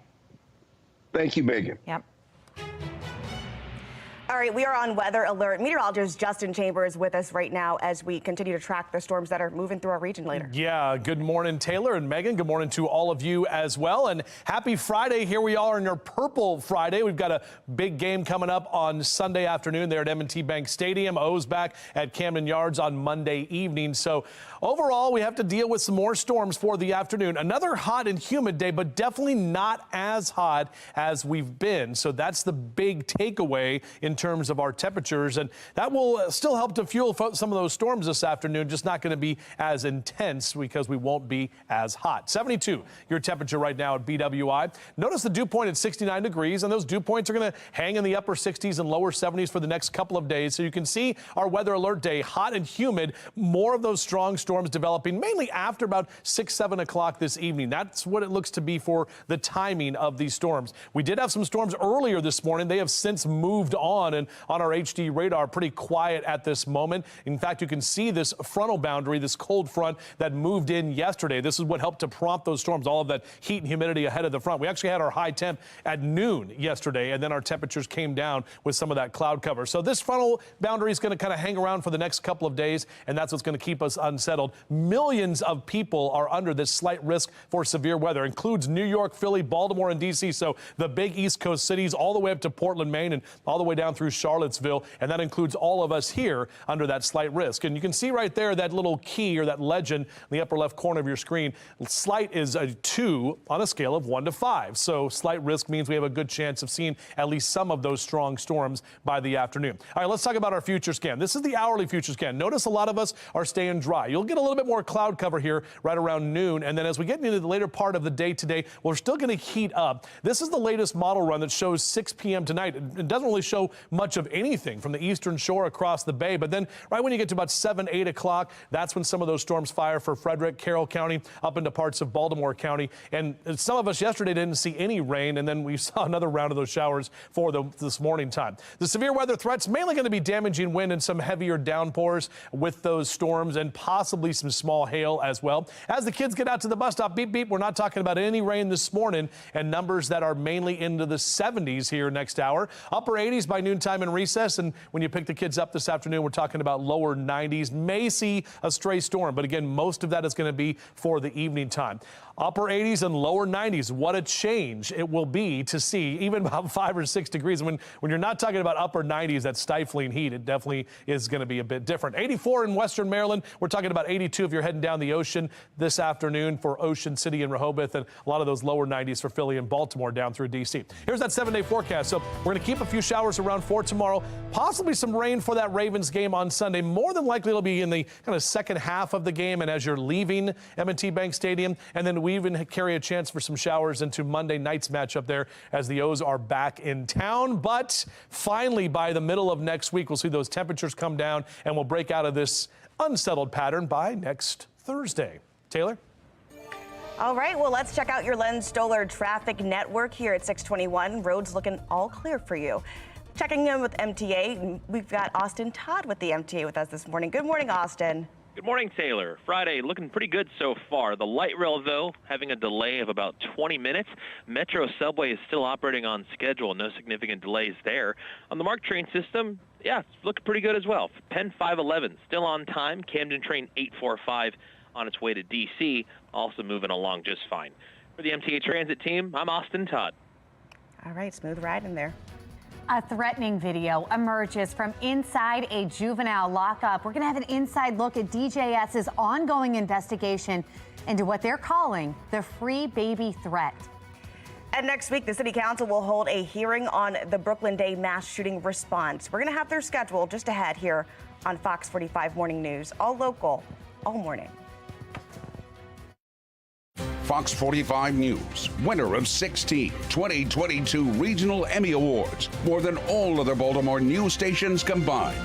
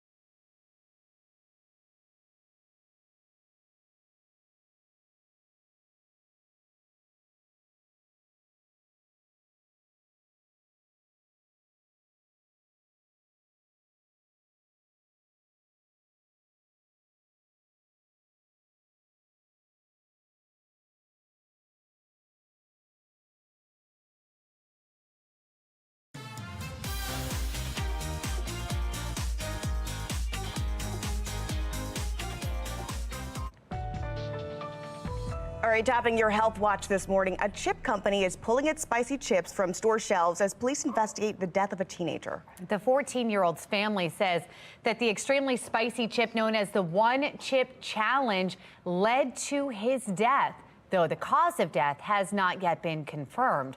A warning on the product and on the company's website states the chip is intended for adults only.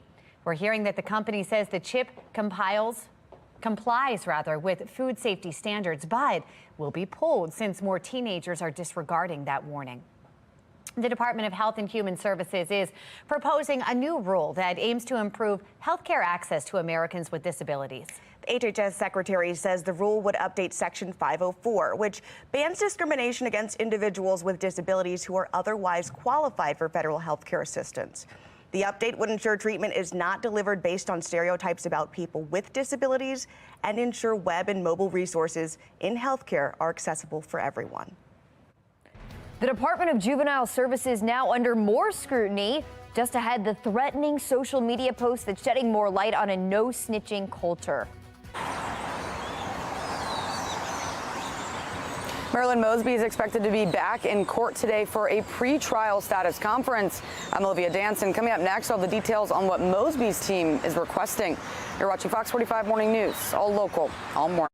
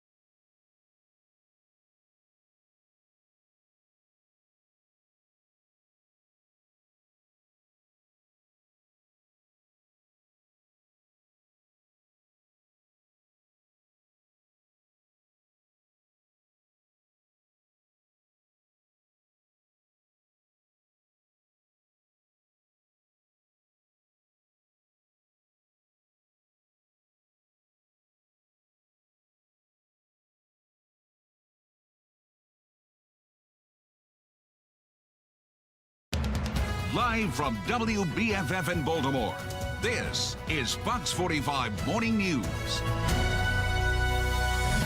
Welcome back to Fox 45 Morning News. We are Weather Alert on this Friday, September 8th. I'm Megan Gilland. I'm Taylor Stewart. Let's go ahead and start off with meteorologist Justin Chambers so we can time this all out. It's Friday. There's a lot going on well, today. And you guys, you mentioned Friday, but look, you two are in purple. I have the Ravens tie. It's a purple Friday. On. It's our first purple Friday of the year. And yes, we are Weather Alert. So we do have to track some of those storms. Good news is by the time we get to Sunday's game, Probably going to be storm-free, but still have to deal with at least some rain showers, as we'll talk about here in a little bit. Towson looking good right now, right down York Road. The State Fair back at it again this morning at 10 o'clock, and we've got the last weekend, actually, of the State Fair. Lots of good stuff going on there. But it will be another hot and humid day, not as hot as we've been. We're tracking some more strong storms, mainly after about 6, 7 o'clock this evening, and then the 9 and 10 o'clock hour tonight. So this will be more Friday evening when those storms will be the strongest. Upper 60s for a lot of us here. Owings Mills, Cockeysville, and Towson. 72 Baltimore City and Dundalk. 72 your temp right now in Brooklyn Park. So already those numbers a little bit cooler.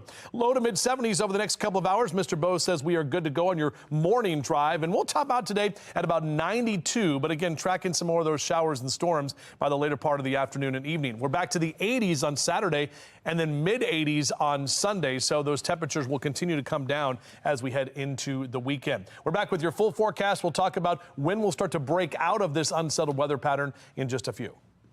All right, Justin, thank you. We've got your Len Stoller traffic network now to get you started. As the sun starts to come up, we're seeing a little more cars out there in the road, but fortunately, everyone's moving. That's the good news. No major issues to report.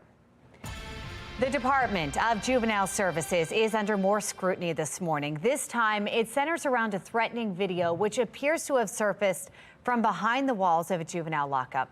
Let's get right over to Shannon Lilly in the studio with that video and the concerns it's raising. Shannon. Yeah, Taylor and Megan, DJS has now launched an investigation over the source of this video, which is called Free Baby Threat. It's laced with obscenities, but the message is crystal clear. Take a look. Go ahead, talk your baby. Hey, yo, they scared. Hey, yo, he's scared to do what, though, yo?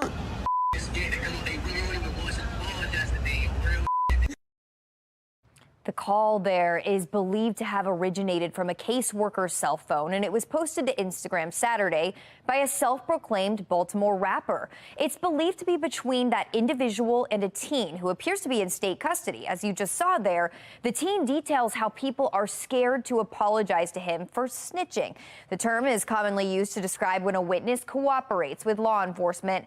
And now this is just shedding more light on the depths of the no snitching culture in our area. In fact, for more than 20 years, lawmakers have attempted to stop the threats and intimidation, which first quieted potential witnesses in adult court. If we do not have witness and victim stepping up, we will not solve the crime. We will not hold individual accountable. And if they're doing that in the adult system, do you not think they're going to do it in the juvenile system? Now, the Department of Juvenile Services is responding to this video in a statement. In fact, we have that statement right here.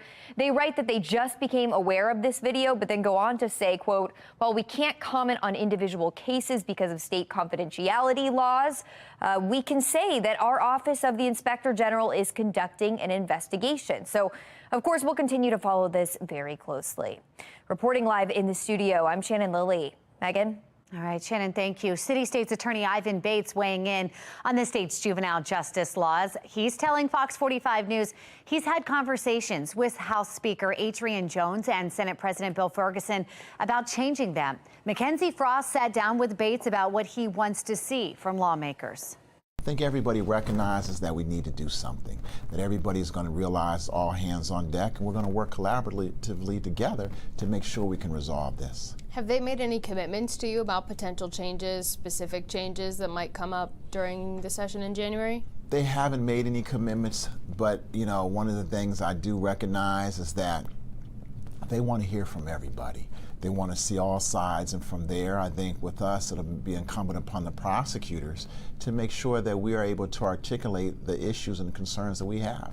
And so even though they've made the commitment to make sure they look at this and do what they can. If we don't do something to hold these young people accountable, they will continue to run and almost have lawlessness in our cities. And we can't have that.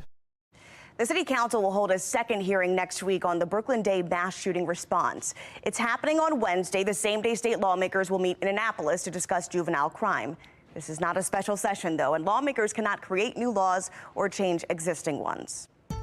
Former City State's Attorney Marilyn Mosby is expected in court later this morning for her pre-trial status conference in the federal case against her. She is facing 4 federal charges, 2 for perjury and 2 for making false statements on a loan application.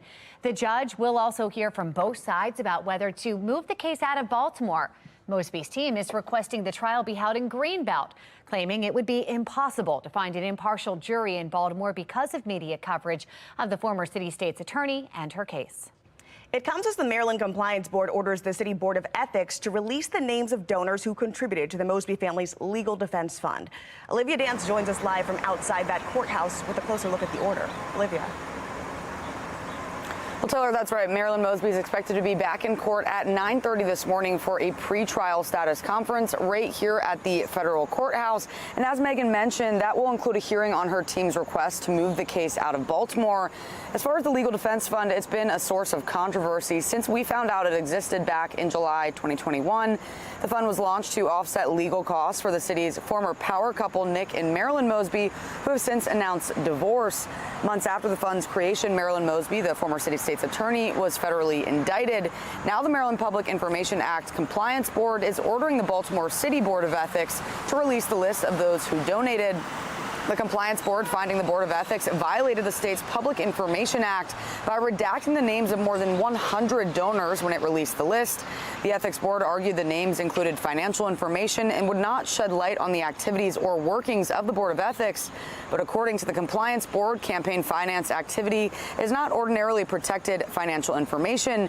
And in their decision, they say, quote, the donations are relevant to understanding who might be seeking to curry favor with powerful elected officials. End quote. Now, David Williams with the Taxpayers Protection Alliance says this saga has only further eroded trust and transparency within city government. People need to have all this information at their fingertips. And especially when you have people that are under investigation, it is critical that everyone sees who's donating to a fund and just to have all this information available. The city solicitor says they plan to appeal the ruling in circuit court. And of course, you can get the latest updates on the defense fund and today's status conference on our website, foxbaltimore.com. But for now, reporting live in Baltimore, I'm Olivia Dance, Fox 45 Morning News. All right, Olivia, thank you. Mayoral candidate Sheila Dixon calling for an investigation into the Safe Streets program. Just ahead, what she says she would do different than current leadership. And BPD has admitted mistakes were made in their response to the Brooklyn Day mass shooting. We'll break down the after-action report just ahead. And we are weather alert with more strong storms possible this afternoon into the evening coming up. Meteorologist Justin Chambers tracking if the storms will impact your evening commute. Time now 6:37. You're watching Fox 45 Morning News, all local, all morning. Weather Window, presented by the National Weather Desk. Severe weather moved through the Washington, D.C. and Baltimore areas Thursday, putting a damper on September's sizzling temperatures. The harsh weather did not blanket the entire area. Fallen trees and power lines reported in some places, while others were spared around D.C. Closer to Baltimore, some were pelted with hail up to the size of silver dollars. For more content like this, like the National Weather Desk on Facebook.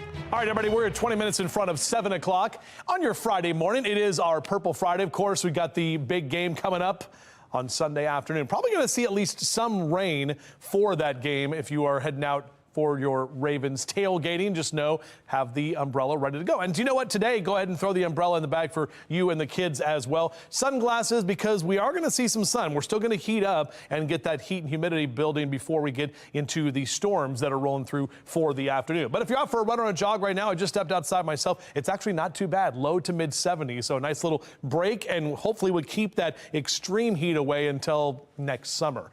Back with your full forecast coming up in a few. All right, college football is back, and we've got all the coverage right here on Fox 45.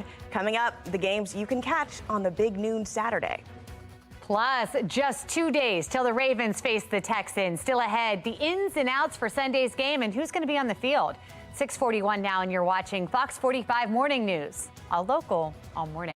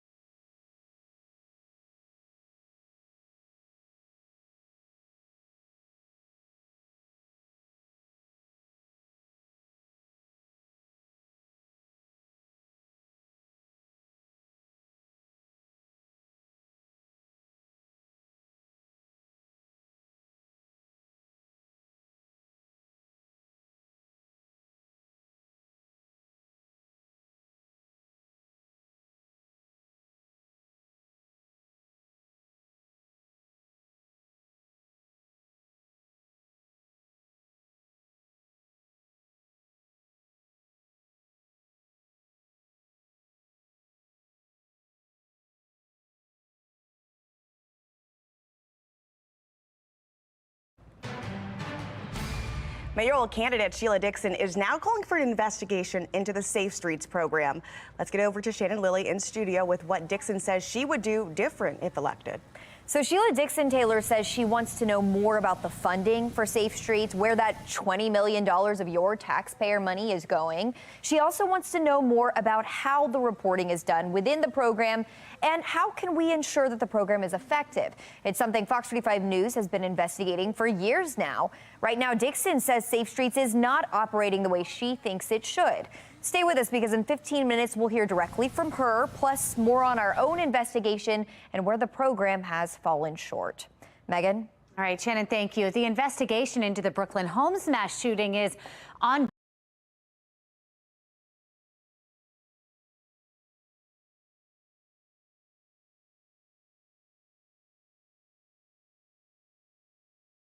Last week, the city releasing an after-action report from the incident.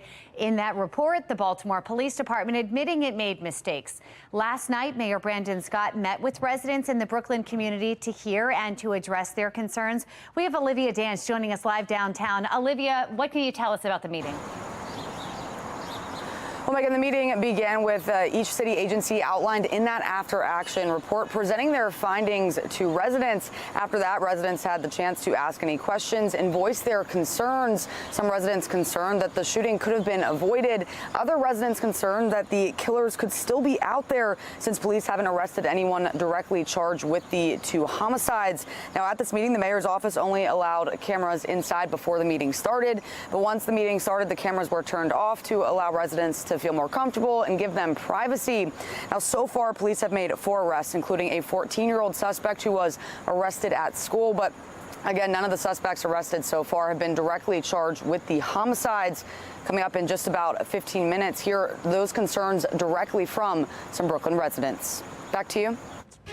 All right, Olivia, thank you. We are weather alert on this Friday morning. That's right. Let's talk to meteorologist Justin Chambers because I need to understand, when is this rain falling tonight? Yeah, well, it's going to be probably after about 6, 7 o'clock when the strongest storms are going to come in, ladies. But the good news today, cooler. You could tell. Just a little bit. It's not those upper 90s and triple digits we've had for it's kind of nice. 5 days in a row. I mean, that's just a little much when, we talk about a heat wave. But look at this cool shot. Everyone, if you have a moment, take a look at your TV screen real quick. Look at this. Beautiful. So can anybody tell me what that is? We're looking to the east. Come on. I've been talking about what? Jupiter. No, the clouds. Oh. What is that cloud? Come on. You know it. You know it. I talk about it. Storms. Starts with cumulo, ends in nimbus. Cumulonimbus. Cumulonimbus cloud. The anvil shape is what we see, and that's a beautiful shot of that right there. We're looking off toward the east. Jupiter?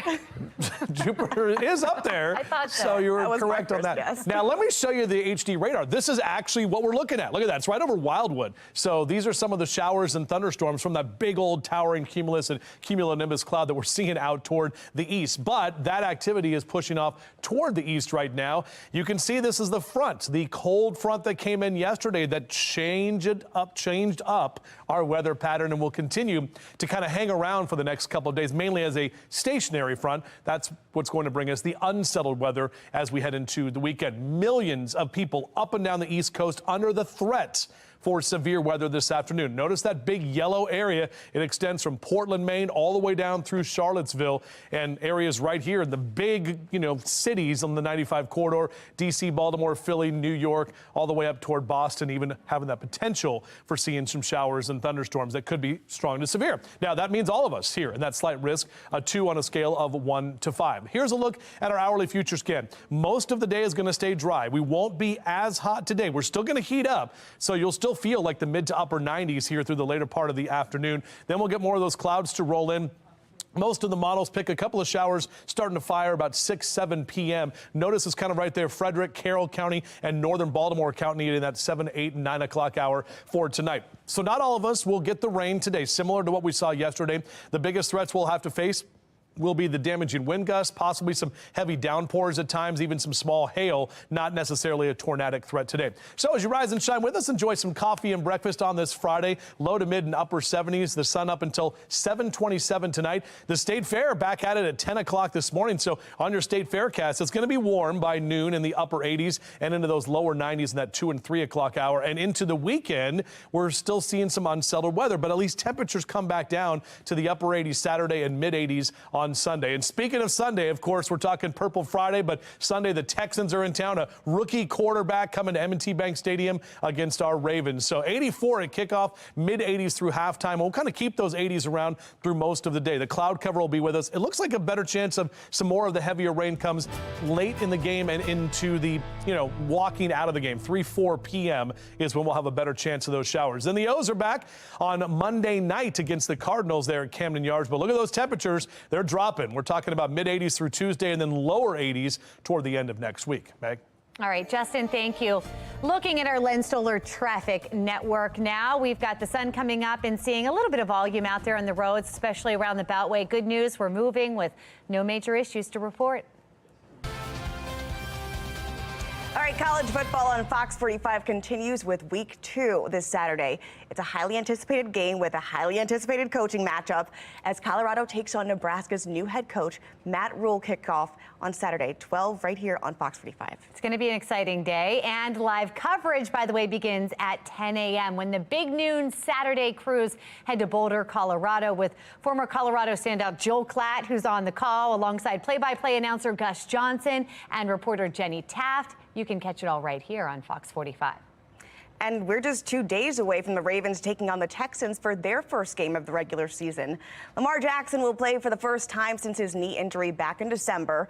Plus, after 19 months with a torn ACL, Odell Beckham Jr. is set to kick off the season with the Ravens for the first time.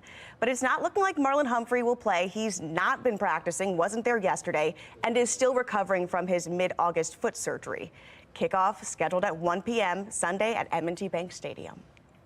You can also catch NFL football right here on Fox 45. Our pregame coverage begins at 11 a.m., followed by the Commanders versus the Arizona Cardinals at 1, and the Packers versus the Chicago Bears at 4:25. If you play fantasy football, get your lineup set. Mahomes made me very sad last night. Yep. Did not do well for me. I love that the Chiefs lost because 1 point. Not a Chiefs fan, but I like the Lions. You know, look, da-na-na, da-na-na, da-na-na, da-na-na. I mean, NFL, and we got the Commanders here on Sunday at home, so right here on Fox 45. Yep. My family's going to that game. That's great. Yeah, That's they're great. excited. Yeah, it's good and stuff. Ravens at home then too. A lot of folks heading to that game. What do you think? Lamar back on the field. Look, we need to go all the way. We've got the lineup this year. Lamar's back, Odell Beckham. Yeah.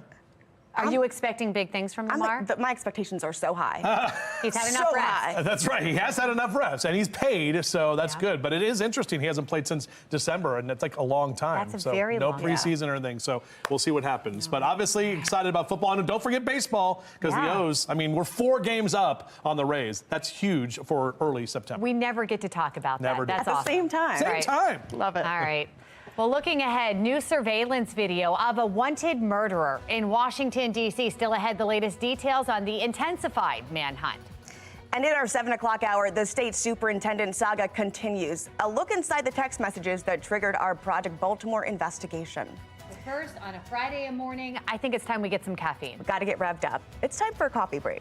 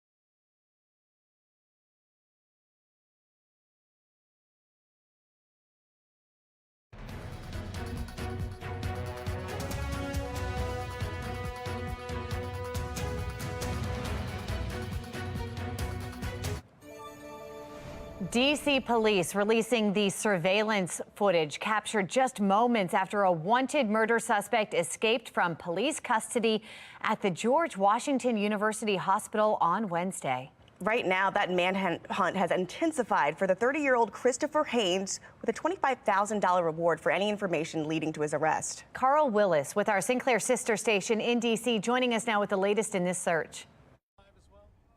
Police swarming the George Washington University Hospital, where a man arrested for murder managed to slip out of police custody. David Sin's father was being treated on the same floor where that suspect was being held. He was literally like two doors down, and we saw cops sitting in front, and the day my dad had to move a different room, it was all hectic. He escaped, so it's kind of crazy. Soon after, the alerts started going out, and the manhunt started for 30-year-old Christopher Haynes. Outside of the hospital, vendors at the Fresh Farm Farmers Market were told to clear out. We just got an alert from our market managers that everyone was to shut down as quickly as possible, and everyone started getting out of here as quickly as they could. I literally got a call from my friend telling me, hey, don't stay at the hospital too late. There's an escaped criminal. Police say Haynes escaped while wearing a white jumpsuit with red shoes. Those shoes appear to have been recovered as evidence. And police later posted this picture of Haynes out of the white jumpsuit and shoeless. They say he still had black handcuffs hanging from his right wrist. Officers were also seen conducting stops on the Key Bridge and going car to car in Georgetown. Besides that circling chopper throughout the day, parts of GW campus and nearby were blocked off for active police scenes. On top of that, students had to shelter in place in class or in their dorms. When I was in class, I received the email, but everyone seemed to just stay quiet about it. And then when I exited class, there were posters on the TVs. Everyone was just a bit confused, though, because we weren't sure if classes were canceled. Classes and all evening events were later canceled at GW as a precaution. I think this is what comes with city life and a campus in the city. And, just everyone has to be aware of their surroundings at all times. In Philadelphia, police are responding to 8 possible sightings of the convicted murderer who broke out of a Pennsylvania prison just last Thursday. The story's just incredible. According to Pennsylvania State Police, say that Danilo Cavalcanti was spotted by a citizen just before noon yesterday. Cavalcanti received a life sentence last month for killing his former girlfriend in 2021. The Chester County District Attorney says the woman's family is now receiving protection rights. They are terrified. They haven't left their home. They're barricaded inside and very concerned about their safety. We do have police detail around them 24 hours a day, but I know they're very, very worried. Officials did set up a search perimeter spanning 8 to 10 square miles. Pennsylvania State Police say they believe Cavalcanti is still within that search area. But I love the people and I love this city. And right now we need accountability. Sheila Dixon announcing she is running for mayor in 2024. How she plans to hold city agencies like Safe Streets accountable if elected. It's been just over 2 months since the Brooklyn Homes mass shooting. Coming up next, here are the concerns that residents have with how city agencies handled the shooting. And we continue our weather alert day, tracking the potential for some strong storms. Calm for now, but we'll let you know when those storms could impact you. It's all coming up on Fox 45 Morning News. Let's go. Live from WBFF in Baltimore, this is Fox 45 Morning News.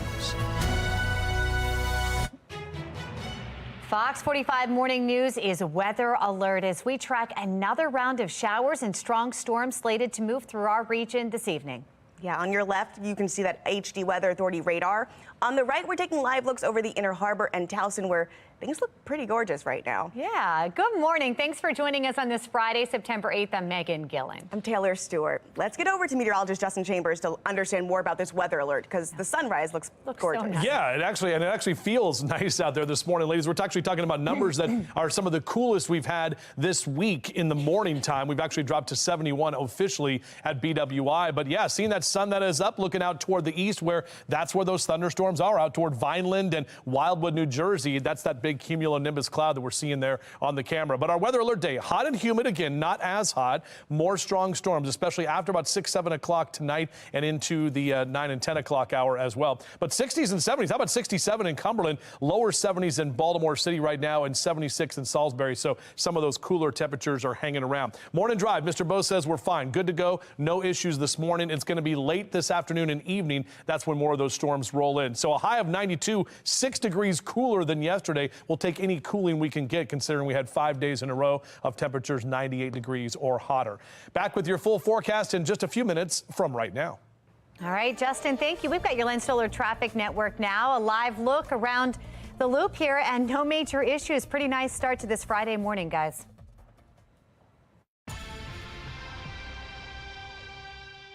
To be honest with you, the way I see it now as well, it needs to be assessed because I'm not sure the direction of what Safe Streets has become. Former Mayor Sheila Dixon is running for mayor in 2024. One major issue she's focusing on is the city's crime problem. Dixon says she'll use her previous experience as mayor to help control the crime in Baltimore. In order to do so, she calls an investigation into the Safe Streets program, which started when she was mayor. Now, Dixon says the program needs more accountability and oversight. We have Shannon Lilly joining us live right here in studio with why Dixon says that's the case. Shannon. Well, Sheila Dixon says Safe Streets, guys, is not operating the way she thinks it should. And the next step here is to take a deeper dive into the program. Take a listen to what she says she would do different. I think Safe Streets needs to be investigated. It's certain information that's asked about the budget, not necessarily the employees. I wouldn't give up those names. But the funding and where's it going to, where's accountability, and how's the reporting done, and how do you connect what they're doing versus what somebody else is doing. Well, for nearly 2 years, Fox 45 News has been investigating the Safe Streets program. We have been demanding answers from City Hall about how the $20 million program is spending your tax dollars. And we've been trying to understand how the violence interrupters track their mediations that are often used as a measure of success. The mayor often defends the program, even with serious questions about accounting and effectiveness. In fact, on Wednesday afternoon, there was another shooting in the Brooklyn community. This time, 3 people were shot just steps away from the Safe Streets site and in the Safe Streets zone. This after questions continue over Safe Streets' handling of conflicts before the Brooklyn block party mass shooting. You'll remember 4 Safe Streets workers mediated conflicts that were deemed successful just hours before the chaotic and deadly scene played out. And so meanwhile, we further asked if Dixon would commit to keeping the Safe Streets program if elected. She didn't offer a direct answer there, but she says she will evaluate every program that's in place right now. If it's working, great. But if not, she says she will not be afraid to change directions. Reporting live in the studio, I'm Shannon Lilly. Megan? All right, Shannon, thank you. Sheila Dixon is the first major challenger to incumbent Brandon Scott. We are taking a look at some of the issues that could come up for him on the campaign trail. The mayor and the Board of Estimates that all mayors appoint approved a controversial BGE conduit deal earlier this year. It gives broad control of the city's underground infrastructure to the company. The city's comptroller and council president sat out of the meeting to try and stop the vote. Critics said the deal was rushed and questioned the legality of it. And then late last year, the mayor raised some eyebrows when he accepted a $5,000 campaign donation from longtime city contractor J.P. Grant. Days after the contribution, the Board of Estimates approved a $12 million contract with a company connected to Grant. Fox 45 News has had a hard time getting straight answers from Mayor Scott during his term. He often shuts down our reporters or even walks away. But why make it? Next. Mayor Scott, how do you plan to delineate, I guess, the squeegee kids? I'm going to delineate by telling you when we put out the strategy, as we just talked about before. You're not going to get a different answer. We have a process. We're sticking to it. Watch your back. Don't walk into the truck. If you have a process, why was it leaked to WBAL? See you later. Next question. Anybody else? I have one more. Thank you, everybody. We want you to join the conversation. For city residents, if the election were held today, who would you vote for mayor of Baltimore? Mayor Scott or Sheila Dixon? The poll opened up this morning. So far, 100% of people who have voted say Dixon. Go to foxbaltimore.com/vote to weigh in. Elsewhere in a city in crisis, we continue our coverage on the ongoing investigation into the Brooklyn Homes mass shooting. Last week, city agencies released after-action reports on the incident, with the Baltimore Police Department admitting it made mistakes. Olivia Dance joins us live downtown with the concerns in the Brooklyn community that were brought to Mayor Scott's attention just yesterday. Olivia. Well, Megan and Taylor, the meeting began with each city agency outlined in that after-action report presenting their findings to residents. After that, residents had the chance to voice their concerns and ask any questions. I'm saddened because could this have possibly been avoided? We had 28 young people injured, and we don't know to what capacity, but they'll certainly be traumatized no matter what physical capacity it's at. And we had 2 young people die. I heard on TV a lot that they caught this person, that person, but is that the people who did it? Because then if you're not got nobody directed to the killing, they out there still killing. At this meeting, the mayor's office only allowing cameras inside before the meeting, but once it started, the cameras were turned off to provide privacy and comfort for residents. You just heard some residents' concerns from that meeting, including concerns about the investigation and arrests. So far, police have made 4 arrests, including a 14-year-old suspect arrested at school, but none of the suspects arrested so far are directly charged with the 2 murders. The mass shooting killed 2 and injured 28 others. And Mayor Scott says the meeting is the first step towards healing and accountability following the shooting. For now, reporting live in Baltimore, I'm Olivia Dance, Fox 45 Morning News. All right, Olivia, thank you. When that after-action report was released last week, the acting police commissioner admitted that the department made mistakes. Richard Worley says leadership didn't know about the party until the day of, while the mayor blamed officers who responded to the block party and the Southern District Command. Now, critics say there were signs of leadership missed, too. Fox 45 News has found multiple social media videos showing the Brooklyn Day Block Party always happens around July 4th. Some of those videos show people with guns and drugs at past parties. There were also advertisements about the party on social media. During the last city council hearing on the shooting, Councilwoman Felicia Porter showed one of those advertisements on her phone. I just pulled up Brooklyn Day on my Instagram right now. We have an entire unit associated with this, and they didn't pick that up. Well, the police department's after-action report details the city's deployment plan for last year's block party. Then the city warned officers about the party's connection to drug dealers and illegal guns. City officials said the party was financially supported by individuals living in the community who have historical connections to the sale of controlled, dangerous substances. Fox 45 News confirmed an accused drug dealer drove a U-Haul to Brooklyn Homes and unloaded party supplies for this year's event. There was no deployment plan for this year's party. Former Baltimore City State Attorney Marilyn Mosby is expected in court later this morning. It's for her pre-trial status conference in the federal case against her. She's facing 4 federal charges, 2 for perjury, 2 for making false statements on a loan application. A judge will also hear from both sides about whether or not to move this case out of Baltimore. Mosby's team is requesting the trial be held in Greenbelt, claiming it would be impossible to find an impartial jury in the city because of media coverage of the former city state attorney and her case. It comes as Maryland's Compliance Board is ordering the City Board of Ethics to release the names of donors who contributed to the Legal Defense Fund established for the Mosby family.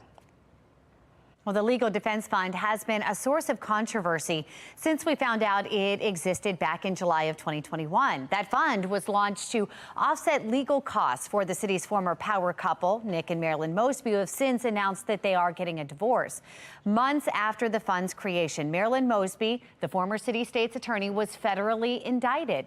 Now, the Maryland Public Information Act Compliance Board is ordering the Baltimore City Board of Ethics to release the list of those who donated. The Compliance Board finds the Board of Ethics violated the state's Public Information Act by redacting the names of more than 100 donors when it released the list. The Ethics Board claims that names were redacted to protect financial information. However, according to the Compliance Board, campaign finance activity is not ordinarily protected financial information. And the decision is theirs. They quote, "The donations are relevant to understanding who might be seeing a curry favor with powerful elected officials," end quote. David Williams of the Taxpayer Protection Alliance says this saga has only further eroded trust and transparency within city government. People need to have all this information at their fingertips. And especially when you have people that are under investigation, it is critical that everyone sees who's donating to a fund and just to have all this information available. And there should have been no back and forth. There should have been no reviewing this. This is information that should have been published at the very beginning of this process. Well, the city solicitor says they plan to appeal the ruling in circuit court. You can find the latest updates on this case and today's status conference on the federal case on our website, foxbaltimore.com. All right, we are on weather alert mode this morning. Our weather authority team is tracking another round of showers and storms heading to our region later this afternoon. Let's get one more check of your forecast as that cumulus nimbus cloud, Justin, stretches across the skies, right? So close. I'm impressed. Cumulonimbus. Oh. Close, though. I mean, I like it. I love the effort, too. By the way, yeah, and that's exactly right. That's what we're seeing with some of those storms that are well to the east of us. We actually had some storms earlier this morning that prompted a early morning severe thunderstorm warning, but no watches or warnings right now. These are the temperatures right now. Upper 60s and lower 70s at Owens Mills and Cockeysville, 69 in Rosedale, 70 in Essex and Middle River, 71 in Brooklyn Park. So as you head out the door, yeah, you'll need your sunglasses because we're still going to be hot and humid, but have the umbrella just in case you encounter some of those storms. Most of those storms don't start to get going until after about 5 or 6 p.m. So you can get that yard work and gardening done. I hope you got some rain from the storms yesterday and even from earlier this morning. Lower 90s is where we'll end up into that 2 and 3 o'clock hour this afternoon. So actually a bit cooler. Back with your full forecast. Lots of things happening this weekend. Lots of things we want to do outside. I'll talk about how that weather could impact any of those plans. Sounds good. Justin, thank you. Here's a look at the stories making headlines at this hour. How can crimes be solved in the city if witnesses are too afraid to tell police what they know? We're going to take a closer look at the stop snitching culture preventing Baltimore from becoming a safer place. And former Mayor Sheila Dixon shaking things up and throwing her hat into the ring for the 2024 Baltimore mayor race. After the break, we'll look at the 3 biggest issues she would face in office. You're watching Fox 45 Morning News, all local, all morning.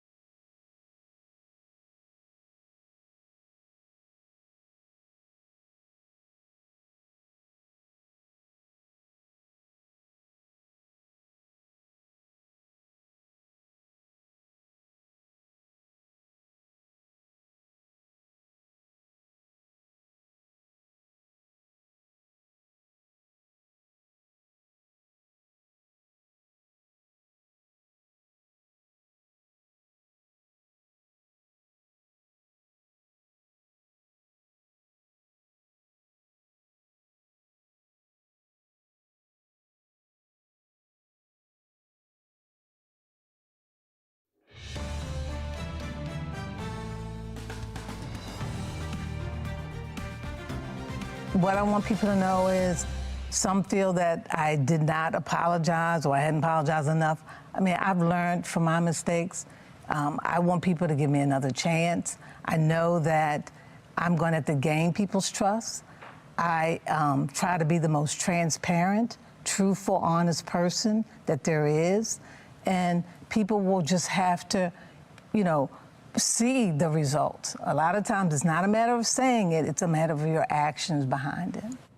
And a lot to see here. Former Mayor Sheila Dixon officially in the race for mayor. Dixon, first elected in 2007 with strong ties to Baltimore's business community, is considered to be Mayor Scott's first major challenger.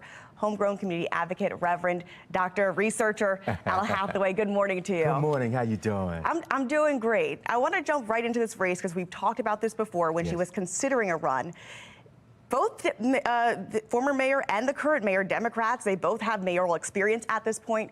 How does Dixon differentiate herself this time around? You know, amazing is that for those of us who may be sports aficionados, this is the Ali Frazier rematch. I mean, it has all of the pieces, but when you look at it, they both have the same amount of experience as mayor. And so you can really compare this administration against that administration. But one of the things that is really unique about Sheila Dixon was that she was at a time where people were very friendly, user-friendly. You could call, there was somebody to talk to. In terms of Scott, he has a time where you got apps, you got going to websites, which is really different. So what is going to be government? Is it going to be user-friendly or is it going to be automated? So it's interesting you say that because there is a generational difference maybe in what folks want to see. But I think across the board, people want to make sure their schools are good. There's commerce, there's retail. And when you look at Scott's record on any of those aspects, schools per se, do you think this positions Dixon better in this race? You know, one of the things, as you know, Sheila Dixon comes out of education. So she has a real focus on what is necessary to educate children and communities. I think also when you look at Scott, who comes from a different perspective, he may not really fully understand that you've got to really hold the school board accountable. You really have to hold the school administrators accountable because the children of our city are the ones that attend the schools. So that's going to be really a dynamic when you look at her experience in terms of education, his experience in kind of a handoff kind of a perspective. And I think one and the same, education and crime, they come together. Oh, it's no question. There's no question, truly. And when you think about crime, we've seen a reduction in violent crime. Juvenile crime, though, has spiked. That is something parents, people who live here, just want to see come down. They want to see it get a handle on it. Who do you think has a message that is going to actually carry voters to the polls to really see that reduction? I mean, whose message can we get behind? I think when you look at Sheila Dixon, one of the things that you've got to say about her is that she understands how you rebound from a knockdown. And so many people have to say, well, look at this this person, she rebound. Now, what does she do? One, she understands that the role of the faith community. She understands also very intimately how you use community leaders. I think that's something that you see Mayor Scott starting to learn, but she understands it. She's done it. She knows it. So that's how you really get at these juveniles. You got to get them through the communities, through recreation, through programs, through those kinds of processes that get them engaged and get them involved. All right, we'll leave it right there. Thank you so much, Reverend Al Hathaway.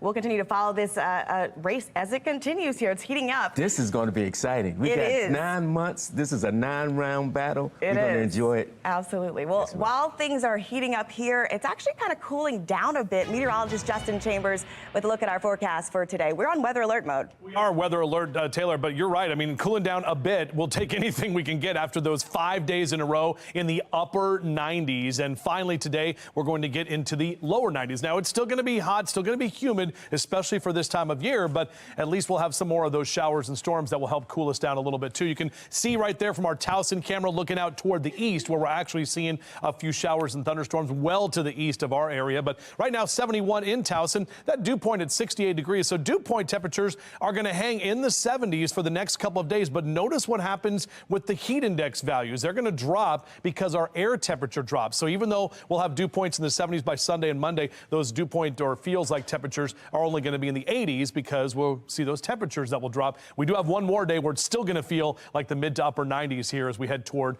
the middle part of the afternoon. Notice on our HD radar, pretty quiet right now. Those are some of the thunderstorms we just saw over Wildwood, continuing to kind of fizzle out a bit there. We definitely have this cold front that moved in yesterday, and that is what's helping to prompt some of those storms, but it's kind of stalling out, so it's not going to move much. It will become more of a stationary front as we head into the weekend, and that's what's going to give us those chances for showers and storms throughout most of the weekend and even into early next week. We haven't seen rain in a while. Now, I know some of you got some good rain yesterday and even got some of that hail. The Storm Prediction Center, millions of people up and down the East Coast and the Northeast under that slight risk for severe weather. So that is 2 on a scale of 1 to 5, and that's why we remain weather alert for all of us here under that slight risk. Remember yesterday, it was just kind of along 95 and to the west, but now it includes pretty much the entire viewing area. So here's a look at our future scan with temperatures added in there. By noon, we'll stay mainly dry and those temperatures climbing quickly into the lower 90s. Some of us will try to sneak into the mid 90s as well, but about 5, 6 p.m. is when you'll start to see those towering cumulus clouds. And then as we get to about 8 o'clock tonight, that's going to be a better chance for some of those storms to develop. Similar area to yesterday, Carroll County, Howard County, northern Baltimore County, and then moving through the area by about between 8 and 11 o'clock this evening into the overnight hours. Then tomorrow, we'll have a better chance of a few more scattered showers, a couple of pop-up storms, but temperatures definitely coming back down into the 80s for your weekend. So the severe weather threat's going to be the same as what we saw yesterday. The damaging wind, small hail will be possible, some heavy downpours, not necessarily a tornadic threat here for us for today. As the kids head out to the bus stop, beep, beep, temperatures are going to stay in the 70s this hour and into the mid to upper 80s through noontime and recess. We'll be in the lower 90s in that 2 and 3 o'clock hour for this afternoon. So there's our cooler numbers. And if you're heading out to the State Fair, it opens at 10 o'clock. The gates do today and will be open all weekend long. 70s and 80s. Just again, watch for some of those pop-up storms later in the afternoon and evening time in the midway. And same thing for this weekend. We'll keep the unsettled weather around. A few showers around on Saturday and Sunday as well, but temperatures sliding back to the 80s. And that is going to include the Ravens game on Sunday. So just have your Ravens rain gear just in case. As we head into Monday, still a few leftover showers, but by the time we get into Monday evening, as the O's come back to Camden Yards, hopefully that rain will be okay to get the games in. And then finally, some cooler numbers toward the end of next week. All right. Thank you, Justin. The Ravens kicking off their season this Sunday against the Texans, and it's happening right here at M&T Bank Stadium. Still ahead, how members of the flock are showing their purple pride ahead of the big matchup. What a way to kick off the weekend. Comic-Con is in Baltimore. A lot of celebrities, a lot of outfits, a lot of excitement, a lot of comics. If you just love off-the-chain energy, Comic-Con's your space. We'll tell you all about it coming up on Fox 45 Morning News, all local, all morning long.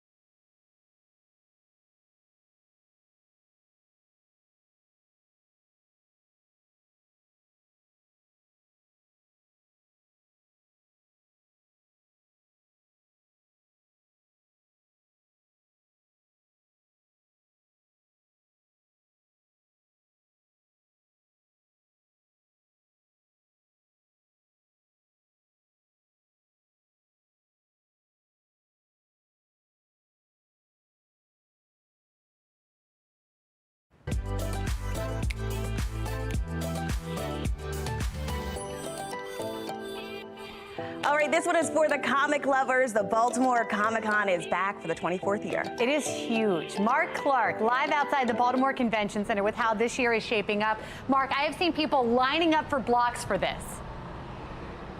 That's right. People lined up for blocks, ready to go in costumes. The head honcho, the top dog, the booger with the sugar, the man in charge. What's your name, sir? Brad Tree. Now, this is Brad when he doesn't have his outfit on. When he has his outfit on, you won't recognize him. But if you see Thanos, it's going to be him. So, Brad, tell us about this amazing weekend that you've crafted. Well, thank you very much. The team and I, a whole group of us, got together, and this is our 24th year in Baltimore.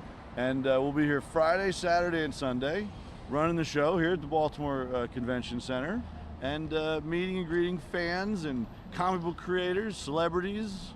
We've got Samantha Elaine, the first female stormtrooper. Wow. From the last 5 movies, and Andor is here with us today and Saturday, Sunday.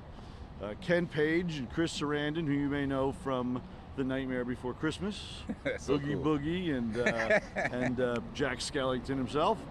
And then Matthew Lewis, who played Neville Longbottom in every Harry Potter movie. I love it. I love it. So those are our celebrities.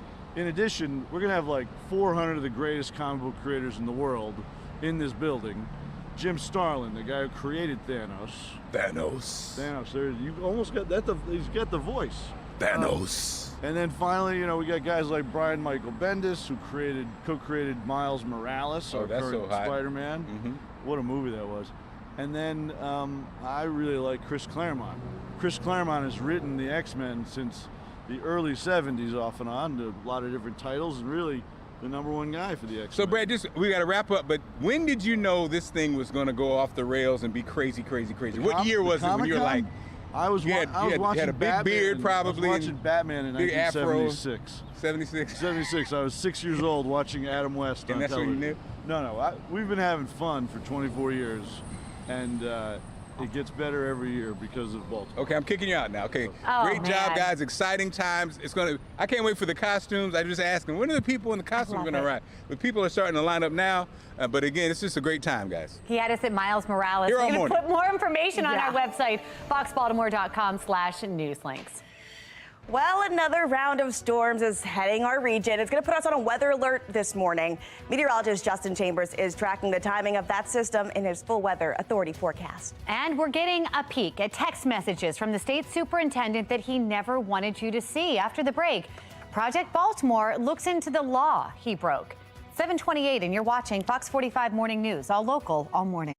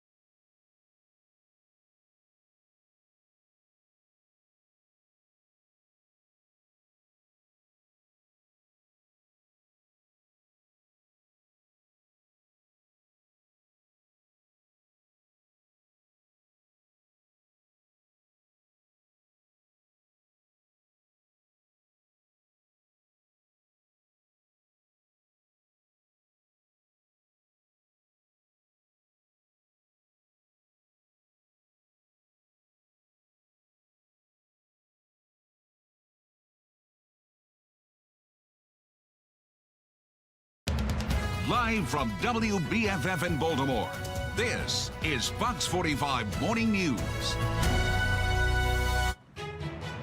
Welcome back to Fox 45 Morning News on this Friday, September 8th. I'm Megan Gilland. I'm Taylor Stewart. Let's start off with meteorologist Justin Chambers because it's weather alert, but it looks nice outside. Sure right does, now. yeah, and real nice right now, guys, but we are talking about more storms this afternoon and evening. That's why we're in weather alert mode, and we're already seeing a little bit of that humidity build out there, but our Mile 1 Auto Group cam not looking too bad. It will be hot and humid again today. More strong storms on the way for the afternoon. Really, after about 6, 7 o'clock is when things look to start to get going. 60s in western Maryland, even some upper 60s here in Westminster and Bel Air, so it's one of the coolest mornings we've had in a while. We'll keep those lower 70s for the next couple of hours in your morning drive. Mr. Bo says we're good to go. Back with your full forecast in just a few.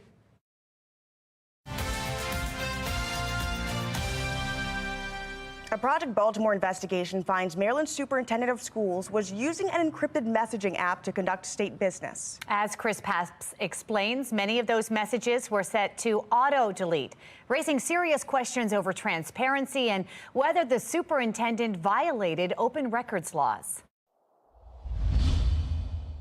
These messages were sent between Maryland Superintendent Mohammed Chaudhry and high-ranking employees within the Maryland State Department of Education. Each one a conversation about work, everything from teacher assignments and state grants to government contracts, and each one sent through Signal. It matters because government accountability matters, right? That is the core of this country. Tina Williams-Karoma, founder and CEO of T-Secure, a Baltimore cybersecurity company. There's a big concern around privacy. Signal is an encrypted messaging app which allows users to set a timer to automatically delete messages. It's marketed as having privacy at its core. But when apps like Signal are used for government business, privacy comes at a cost. There needs to be appropriate government oversight. Mr. Superintendent, have you ever used the Signal application in commission of your job? I have no comment. Thank you much. Appreciate it. Thank you. For my job? Well, Project Baltimore obtained these screenshots of multiple Signal messages sent between late 2021 and 2022. They were sent by Mohammed Chaudhry to at least one high-level employee at the Maryland State Department of Education. We are concealing their name. But when we questioned Chaudhry about it at a recent state board meeting, he told us he never used Signal for work. You've never used Signal for your job? No. Thank you. On August 3rd, Project Baltimore filed a public records request for Signal app data on the cell phone of Mohammed Chaudhry. MSDE replied, "There are no documents or records responsive to your request." That's probably because the Signal app is not on his state-issued phone. This is his personal phone number, and in most cases, the public does not have a right to see what the superintendent is doing on his personal cell phone. Does it concern you that the highest-ranking public education official in the state is using Signal to conduct state business? Yeah, I think it's concerning to me that some of the information and records may not be accessible and discoverable. Even if the superintendent were using Signal on his state-issued cell phone, the messages are encrypted, meaning only the people involved in the conversation can read them. And if those messages are set to disappear, they can't be accessed under open records law. Parents and taxpayers cannot see what is being said by their state superintendent about public schools. Communication or means that makes those records potentially inaccessible. In a statement this week, Chaudhry told Fox 45 he used a Signal app to communicate personal messages with one senior member of his team whom he says was directed not to send work-related matters through Signal. But Project Baltimore obtained screenshots that show Chaudhry was regularly communicating with multiple MSDE employees in Signal group chats. There are state laws regarding record retention, and using apps like Signal could lead to potential violations. Yes. Which is why Williams-Karoma says government organizations need clear policies on how employees communicate about taxpayer business. I think it's incumbent upon the organization to outline what is acceptable and what's not. Leaders don't just get to act independent of oversight, like the public are the watchers of the watchers. Project Baltimore reached out to Governor Wes Moore and other lawmakers, asking if they have concerns over Choudhury's leadership amid our recent reporting that certainly raises serious questions about transparency. We're still waiting to hear back, but keep in mind, Choudhury is fighting for his job. The State Board of Education is set to vote by the end of this month on whether to offer him a new contract. And we will be staying on this story. I'm Chris Pabst, and this is Project Baltimore. It's been just over 2 months since the Brooklyn Homes mass shooting. Coming up next, hear the residents' concerns with how city agencies handled the shooting. And our weather alert day coverage continues. Still ahead, when we could see potentially strong storms move through our region and when things will dry out. You're watching Fox 45 Morning News, all local, all morning.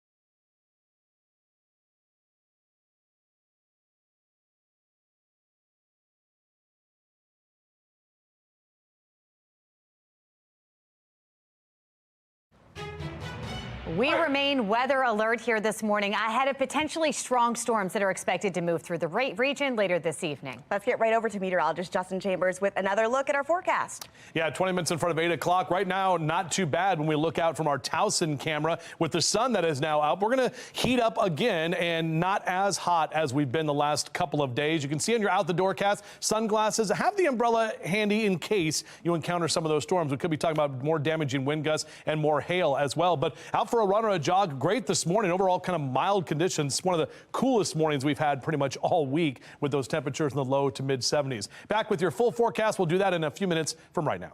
All right, Justin, thank you. Baltimore City being ordered to show you the names of the people that donated to the Mosby Legal Defense Fund. We're going to take a closer look at the legal battle that's brewing right now. And Jimmy Buffett's death is shining a light on a rare type of skin cancer. After the break, how you can detect it, plus when the best time to get checked by your dermatologist is. You're watching Fox 45 Morning News, all local.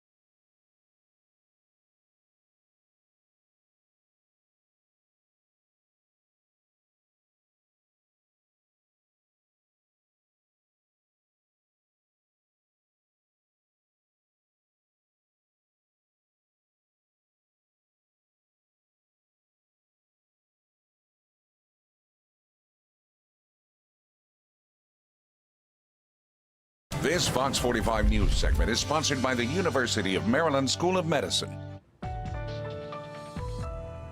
Jimmy Buffett's death from a rare skin cancer is raising awareness about the importance of early detection. And this morning, Dr.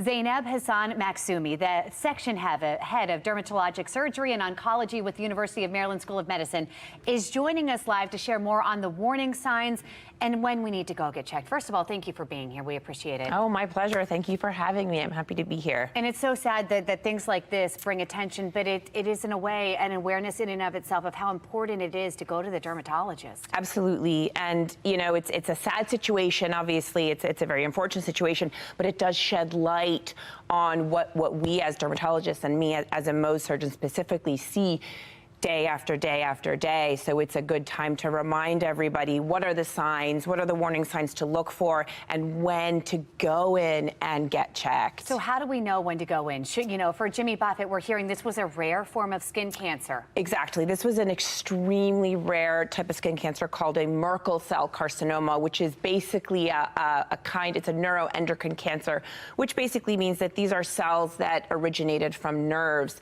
And just to give you a sense of how rare this is, there's less than 3,000 cases a year in the U.S. You contrast that to basal cell skin cancer, we're talking 3-4 million cases. So wow. This is a rare disease. It's not one that typically gets a lot of attention, but it is an extremely aggressive skin cancer. Usually about 40% of people who receive this diagnosis they will die of their disease. Is this one that, had he gone to a dermatologist and had an early detection, that you could have treated? Yeah, that's a great question. Merkel cell carcinoma, which is the type of skin cancer Jimmy Buffett had, is asymptomatic, which is terrifying. 88% of Merkel cell carcinomas have absolutely no pain, no bleeding. It's just a little purple lump that grows. And so even with early detection and treatment by a dermatologist or by a head and neck surgeon, unfortunately, this is one that tends to recur. But the lion's share of skin cancer is one that if you present early to a dermatologist, you get that biopsy, you get the treatment needed. You're talking cure rates are 99.2, 99.3%. So most skin cancer is very treatable. You just need to catch it early enough. How often does it spread to other areas of the body? Yeah, Merkel cell carcinoma spreads to the brain, the bones, the lungs, the liver, unfortunately, very, very commonly because it's so aggressive. Wow. Melanoma is another one that receives a lot of attention because it's so aggressive. And are they caused by sun exposure? Is this hereditary? Is it the combo? What can we do? Absolutely, yeah. The major risk factor for most skin cancers, including the kind that Jimmy Buffett died from, is ultraviolet exposure. So absolutely there are things that you can do. Cover up. If you're going to be outside in peak sun hours, make sure you're wearing a wide-brimmed hat. Make sure you're covering up if you can, and sunscreen. You know, typically, you know, patients, they focus on the number. What number should I wear? SPF, is it 50, 60, 70? Yeah. I say it just, as long as it's above 30, wear it and apply and reapply every 2 hours. And just one more question, too. How often should we be going to the dermatologist, and at what age? Is there a certain point in your life that you need to start this? That's a great question, and I usually tell people, if you're low risk, if you haven't had skin cancer, if you don't have a heavy family history, once a year, get to a board-certified dermatologist, get checked, usually starting in your 20s or 30s. If you're someone who has a family history, who has had skin cancer, I have patients who come see me every 3 to 4 months. Okay. Thank you. This is certainly drawing attention, drawing awareness. We appreciate it. My pleasure. Thank you for having me. Mm-hmm. All right, switching gears here, we are on weather alert mode, tracking another round of showers and strong storms slated to move through our region this afternoon.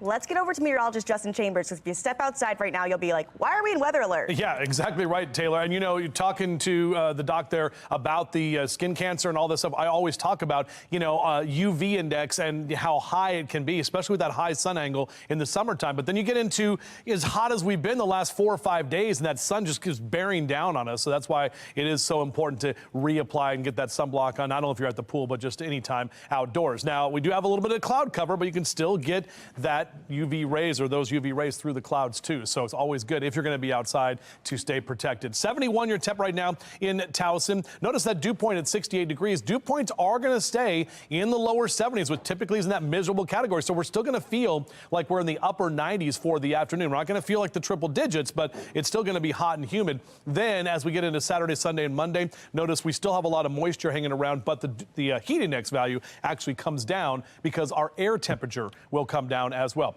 HD radar is pretty quiet. We had a couple of thunderstorms popped up earlier this morning. In fact, even prompted a severe thunderstorm warning. A couple of those storms are out near Wildwood, New Jersey just a little while ago, but right now things are a bit calmer. We've got this front, the cold front, and then you can see right there around Richmond where it gets that little red bump. That's the stationary front, which means basically is hanging out. And that's what's going to happen over the next couple of days. That's why we'll have the unsettled weather. We're not looking at the severe threat into the weekend. Still some storms around, but the severe threat today, millions of Americans and right along the entire 95 corridor, all the big cities, D.C., Baltimore, Philly, New York, all the way up to Boston, all under that slight risk for severe weather for later this afternoon. And again, that puts all of us here in that 2 out of 5 category in terms of your Storm Prediction Center outlook. All right, so here's our hourly future scan. As I mentioned, we're going to stay dry through the day. We're going to heat up again through noontime. Notice we get some clouds start building in later into the afternoon. About 5, 6 p.m. is when the models want to start to bring in a few of those showers and storms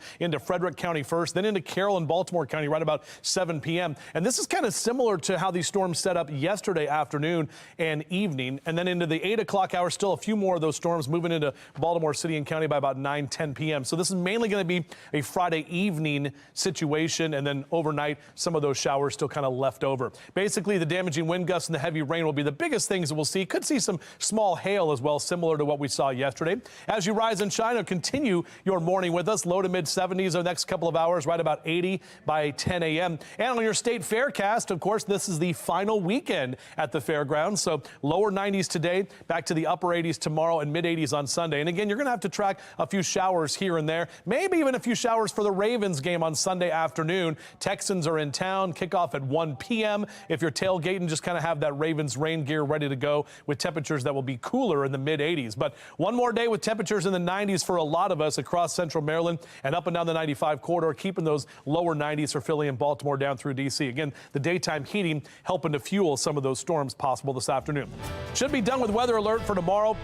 As I mentioned, Sunday and Monday will be a little bit cooler with those mid 80s. Another round of showers and storms by next Wednesday. Then we finally break that pattern. We'll be cooler and drier as we head toward next weekend. Back to you. All right, let's check your Len Stoller traffic network. We are seeing a crash on the inner loop before Green Spring Avenue. Traffic there is starting to back up. You can kind of see it here as that volume develops, but we'll keep you updated. Let's give you a live look now from our traffic photojournalist in the area of Towson on the inner loop. Looking clear, looking clear. Well, grab that koozie and your face paint because college football is back. You can watch all the action right here on Fox 45 after the break. The game's happening tomorrow on Big Noon Saturday. And Ravens Nation getting a head start on showing off their purple pride before this Sunday's match against the Texans. But we're showing our pride right now. Right now. And you know what the best way to show your pride is? What's that? To have a glass of coffee. Okay, let's take a coffee break. Take a coffee Cheers break. to that.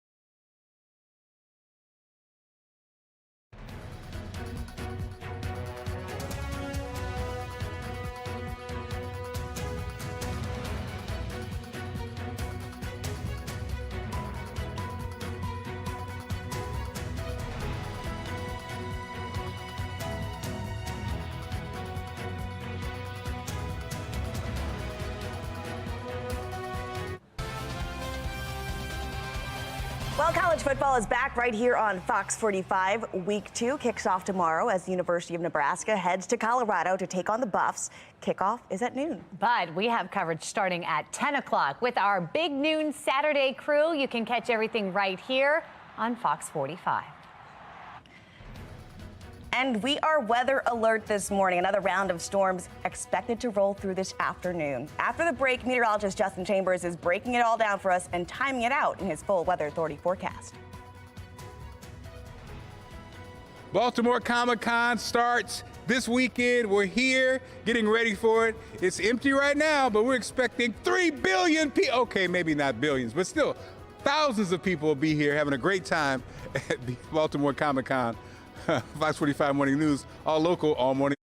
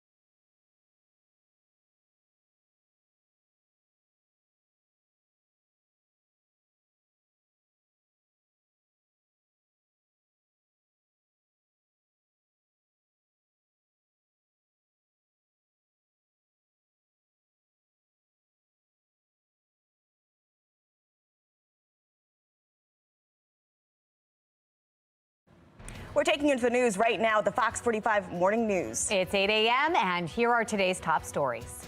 Mayoral candidate Sheila Dixon calling for an investigation into the Safe Streets program. Just ahead, what she says she would do differently than current leadership. Plus, Brooklyn residents are demanding more answers from city leaders in light of July's mass shooting.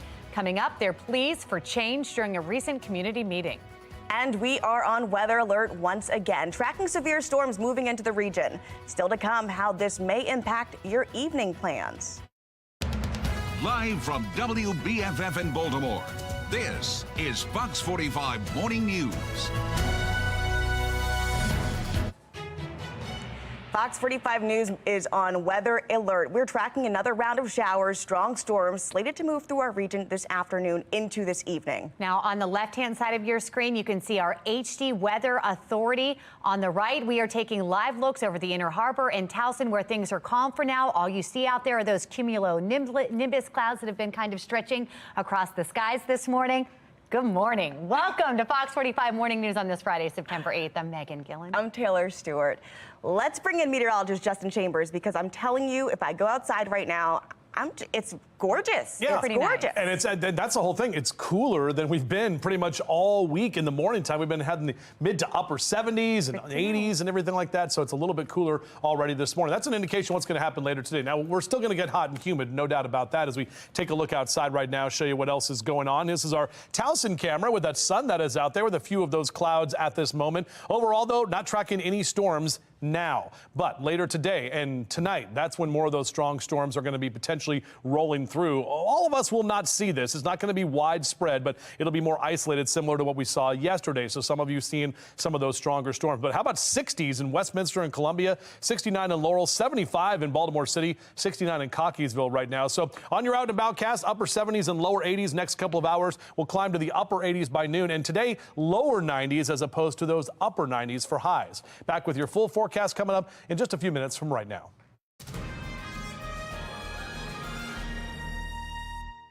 And right now, we need accountability, we need leadership, we need management.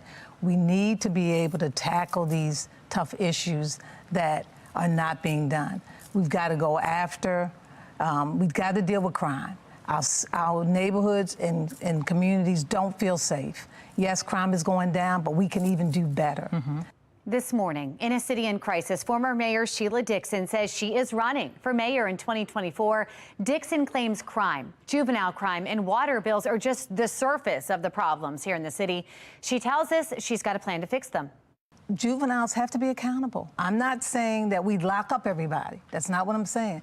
But we've got the resources. Where's the disconnect? If that person is on a monitor, why isn't someone following that individual? Former Mayor Sheila Dixon has announced she is running for mayor in 2024. One of the things she's focusing on is the city's crime issues. Dixon says she'll use her previous experience as mayor to help control crime in Baltimore. She's first calling for an investigation into the Safe Streets program, which started when she was mayor, but she says it needs more accountability and oversight. Shannon Lilly joining us live in studio with why Dixon says that's the case. Shannon. So Sheila Dixon, guys, says Safe Streets is not operating the way she thinks it should. And the next step here is to take a deeper dive into the program. In fact, take a listen to what she says she would do different. I think Safe Streets needs to be investigated. It's certain information that's asked about the budget, not necessarily the employees. I wouldn't give up those names.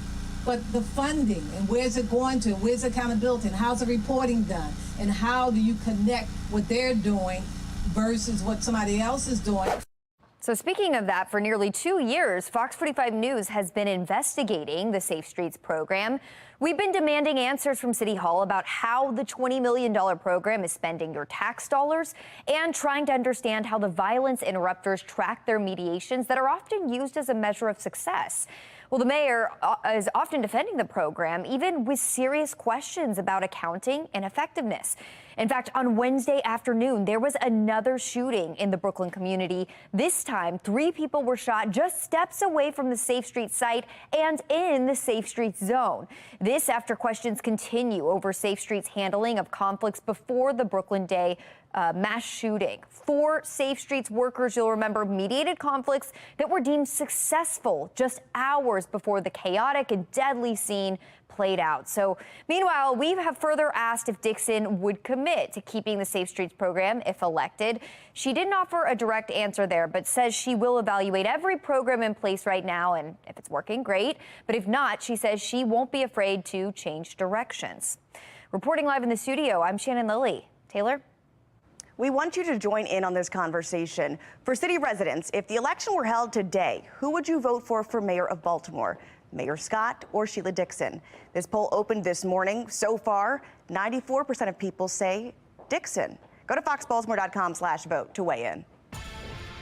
Turning now to a city in crisis. The investigation into the Brooklyn Homes mass shooting is ongoing. Last week, the city released an after-action report, and in it, the Baltimore Police Department admitted it made mistakes. Olivia Dance joins us live downtown with the concerns residents in the Brooklyn community brought to Mayor Brandon Scott just yesterday. Olivia.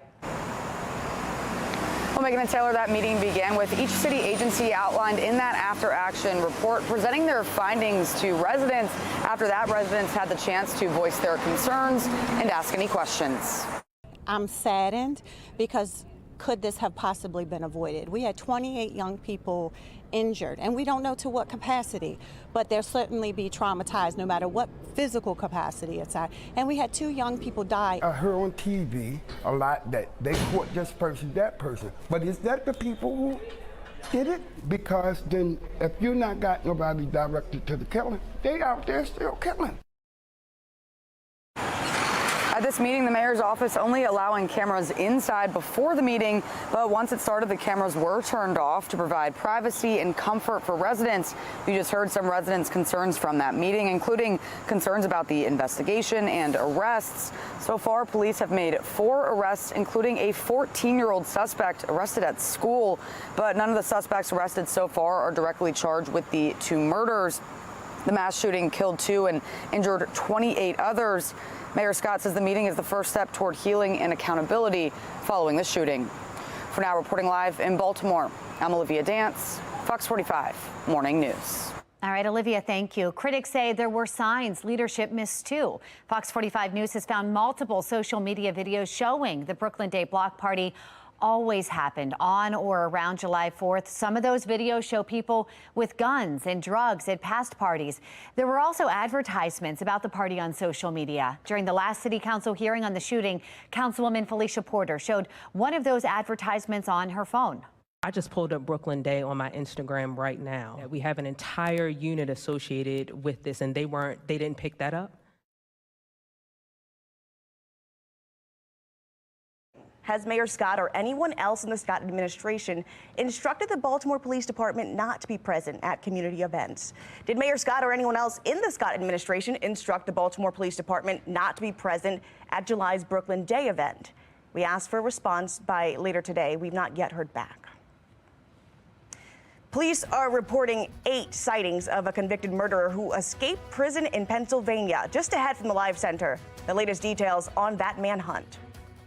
And in your local news today, Marilyn Mosby is expected in court once again. In our next half hour, how state officials are responding to new developments when it comes to her legal defense fund. Calm conditions right now, but we are weather alert for this afternoon and evening where we're tracking more strong storms. We'll let you know all about that, plus what the weather's going to be like for the Ravens home opener on Sunday. It's coming up on Fox 45 Morning News, all local, all morning.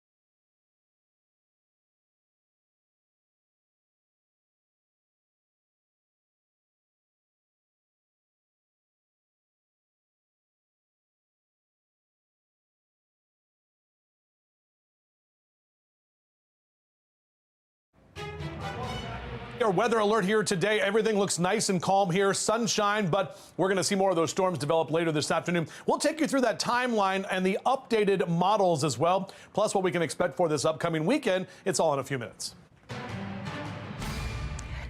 It's now been more than a week since convicted killer Danilo Cavalcanti escaped a Pennsylvania prison, igniting a high-profile manhunt. The search is keeping the Chester community on high alert. Now, Thursday, Cavalcanti was spotted for a second time on surveillance video along a local walking trail called Longwood Garden. They're now closed until further notice as police search the garden's hundreds of acres. Some residents say they're frustrated he has not yet been captured, and that he was even able to escape in the first place. Take a look at this. Another look at this stunning video of Cavalcanti escaping a Chester County prison, a move that mirrored previous inmates' escapes back in May. Now, Thursday, Chester County District Attorney said her attention is on the manhunt and the family of the woman Cavalcanti killed, Deborah Brando. Investigators still believe he's within their search perimeter. They're keeping a close eye on the developing situation in Pennsylvania. We will too here at the Live Center. Back to you. Taylor, thank you. New video sparking concerns over stop snitching culture. In our next half hour, the calls for DJS to hold juveniles accountable. But first, Sheila Dixon officially throwing her hat in the race for mayor. After the break, if elected, the issues she believes needs to take priority. It's 8:11. You're watching Fox 45 Morning News, all local.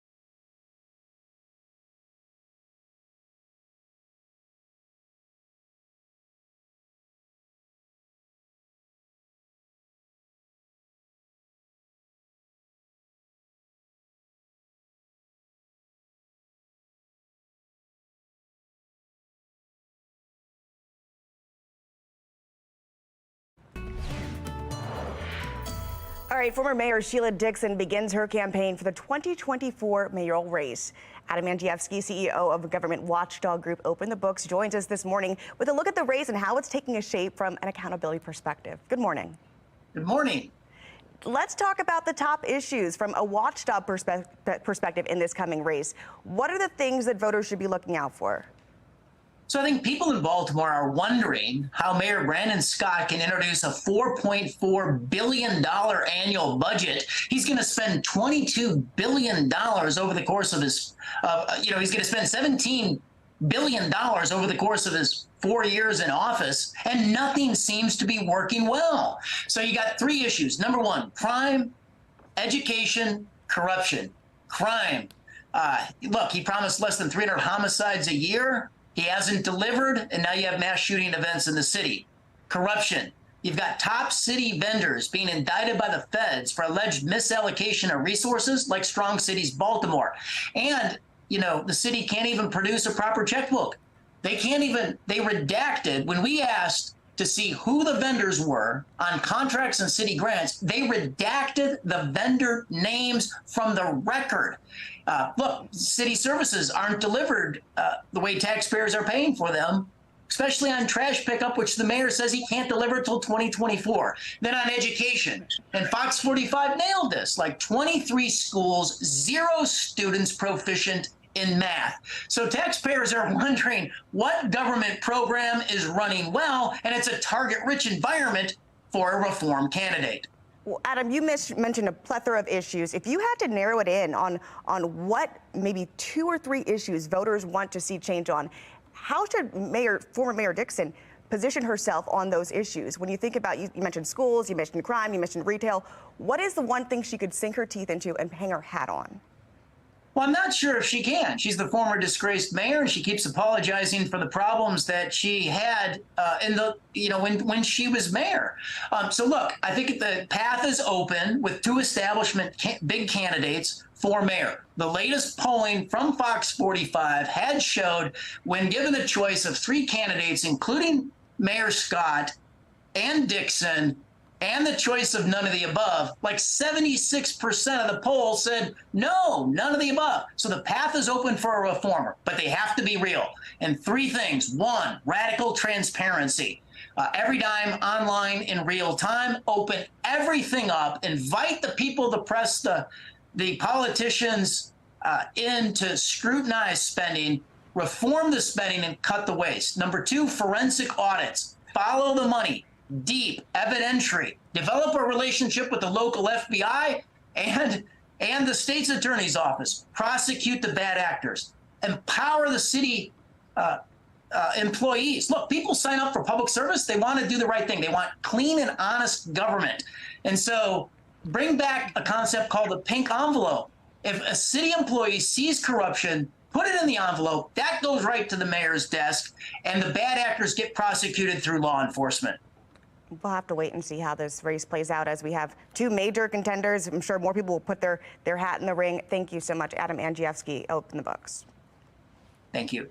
This morning, we are on weather alert for the chance of severe storms to hit the Baltimore region this evening. We want to take you live to the Orioles Stadium at Camden Yards as we track when exactly those storms could hit with our Weather Authority HD radar that you saw on the right there. That's right. Let's get over to meteorologist Justin Chambers for a look at our full Weather Authority forecast. What time are we going to see some of that rain come through? Probably going to be after about 4 or 5 p.m. before anything gets going. And, you know, yesterday we were tracking those storms not starting until about 5 or 6, and they actually started firing up about 2 or 3 o'clock. So that's what happens when you get the heat and the humidity building. It will not be as hot as it was yesterday, but it's still going to be well above average, and we'll still have a lot of time for the ground to kind of warm up and get some of those clouds to start building and those storms to start building as well. Mid-70s, your temperature in Towson, 75 officially. Not much wind to speak of, and the dew point hanging at 70 degrees. So we're going to have dew points in the 70s for the next 3 or 4 days as this unsettled weather pattern sits here. And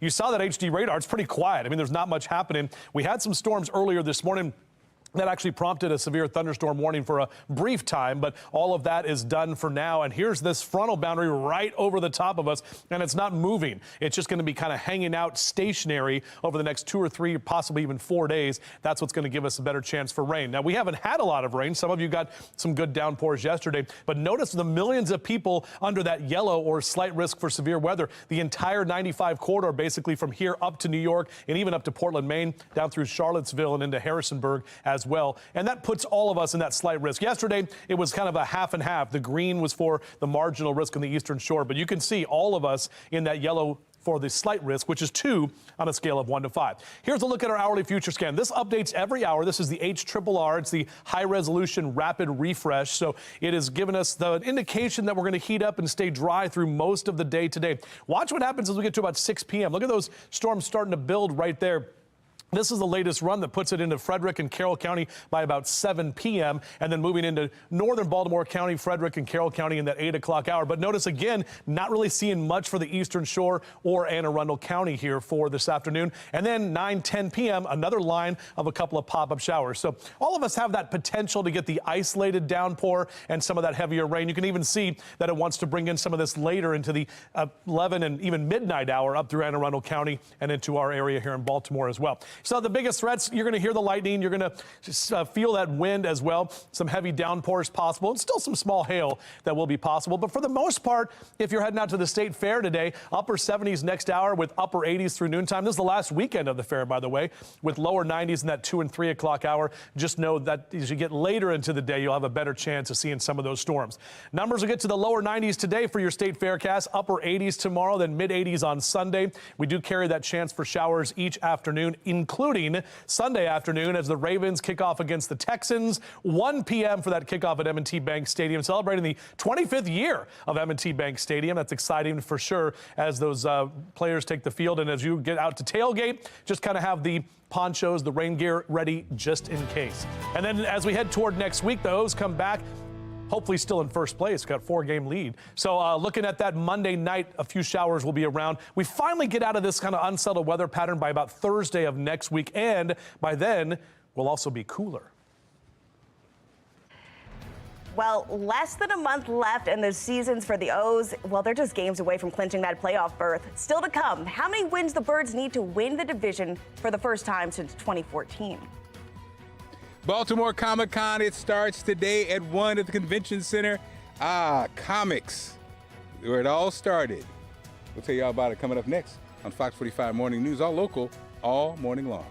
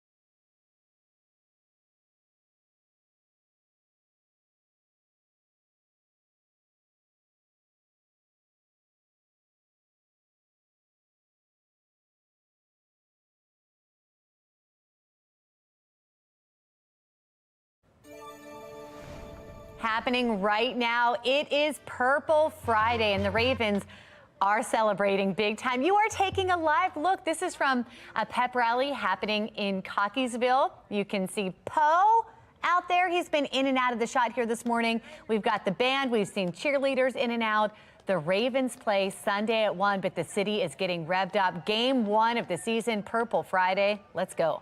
Coming in strong, man. Well, from X-Men to The Princess Bride to The Legend of Zelda, the Baltimore Comic-Con is back this weekend. And Mark Clark is live there at the Baltimore Convention Center with everything comic fans can expect for this weekend. That's right, guys. Brad is here again, and Brad, people are setting up. So 1 o'clock, the party kicks off, but we're down here getting ready. That's right. We're here on the showroom floor.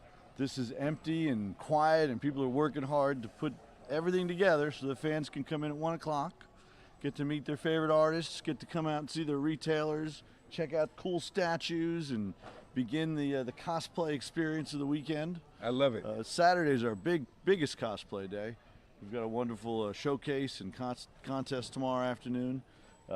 People are dressing in costume more and more to come to shows. Not a requirement, though. Not a requirement. Not a requirement. We'll find you something later, Mark. Okay, good. But good. no, it's a good time to come out and have some fun with the kids. We encourage children to come out. We're a family-oriented show, and it's time to come out and have some fun, meet some comic book creators, and relive some childhood dreams. So, Brad, I was talking to your son. He said, Brad is a true comic book guy. And so does it warm your heart to see from 80 to 8 months old people coming and being excited about it? Absolutely true. Absolutely true. For me, this is a family affair. I've been bringing him and his brother down here since they're 2 and 3, and now they help me organize travel, and they were at the airport all day working for me yesterday. I love it. And but at the show itself, we've seen full families in costume. We had a family from Illinois. They all dressed as Norse gods to come out and see Walter Simonson last year. I love it. We got to wrap up, Brad, but we'll see more with Brad. And coming up, I might even get into a costume, guys. Ooh, it's just neat hearing. You can't wait. I know. Reliving childhood dreams, but now families taking part Absolutely. in it, too. Well, that was a great tease. That's a reason to stick around for Mark Clark at a costume. Spider-Man, maybe? Absolutely. We're going to put more information on foxbaltimore.com/news links. Well, if you're a Terps fan, you were born to run to College Park. Still ahead, the great deal the University of Maryland is offering up for this Saturday's football game. And more strong storms possible this afternoon and into the evening, really. Coming up, meteorologist Justin Chambers is tracking our weather alert day. It's 8:27. I think a bird just flew by. You're watching Fox 45 Morning News, all local, all morning. Did you see that? Yeah.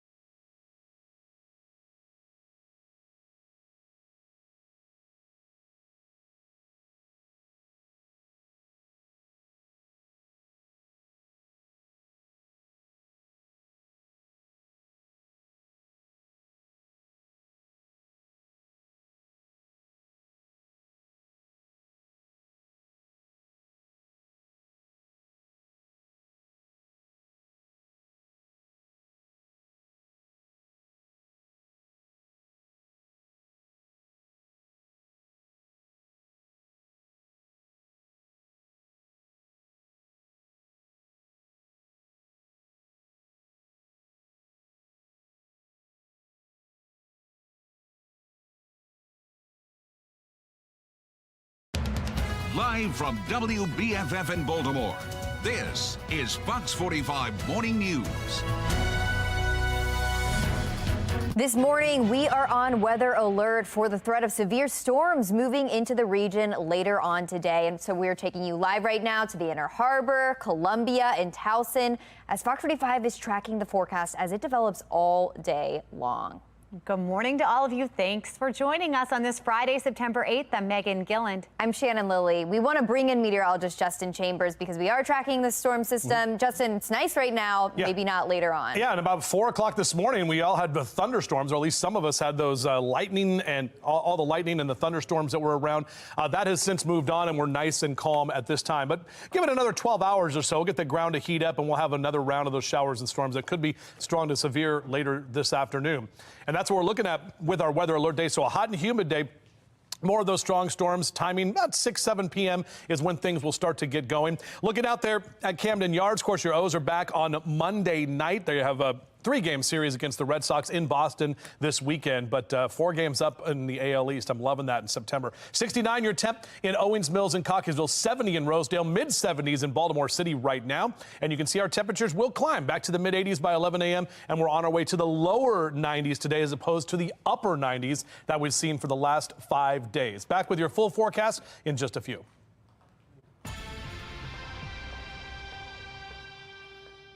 The Department of Juvenile Services is under more scrutiny. This time, it centers around a threatening video which appears to have surfaced from behind the walls of a juvenile lockup. And now, DJS has launched an investigation over the source of the video called Free Baby Threat. It's laced with obscenities, but the message is crystal clear. Take a look. Go ahead, talk your baby. Hey, yo, they scared. Hey, yo, he's scared to do what, though, yo?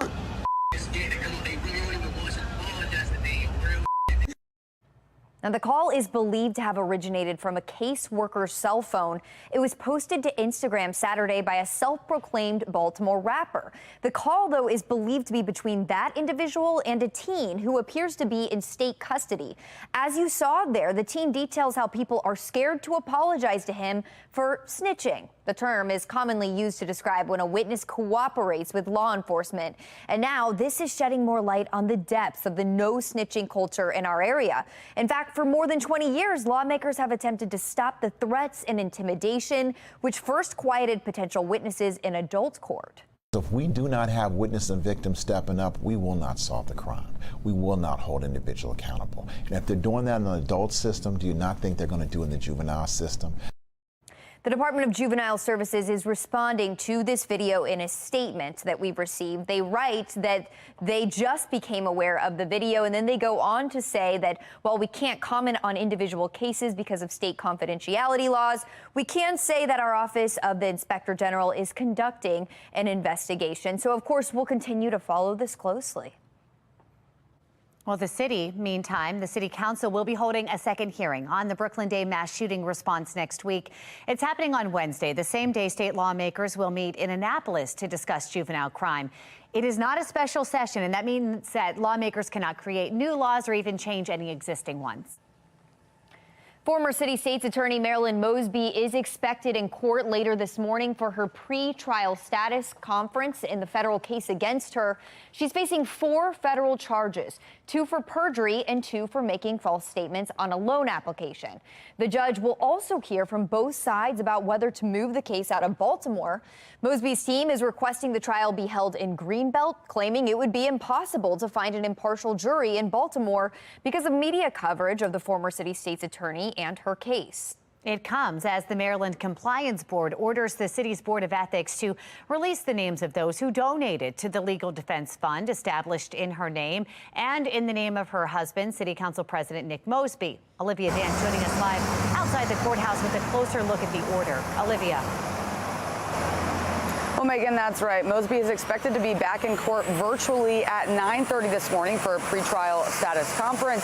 That's happening right here at the federal courthouse. Now, as you mentioned, that will include a hearing on her team's request to move the case out of Baltimore. As far as the Legal Defense Fund, it's been a source of controversy since we found out it existed back in July 2021. The fund was launched to offset legal costs for the city's former power couple, Nick and Marilyn Mosby, who have since announced divorce. Months after the fund's creation, Marilyn Mosby, the former city state's attorney, was federally indicted. Now the Maryland Public Information Act Compliance Board is ordering the Baltimore City Board of Ethics to release the list of those who donated. The Compliance Board finding the Board of Ethics violated the state's Public Information Act by redacting the names of more than 100 donors when it released the list. The Ethics Board argued the names included financial information and would not shed light on the activities or workings of the Board of Ethics. But according to the Compliance Board, campaign finance activity is not ordinarily protected financial information. And in their decision, they say, quote, the donations are relevant to understanding who might be seeking to curry favor with powerful elected officials, end quote. Now, David Williams with the Taxpayers Protection Alliance says this saga has only further eroded trust and transparency within city governments. People need to have all this information at their fingertips. And especially when you have people that are under investigation, it is critical that everyone sees who's donating to a fund and just to have all this information available.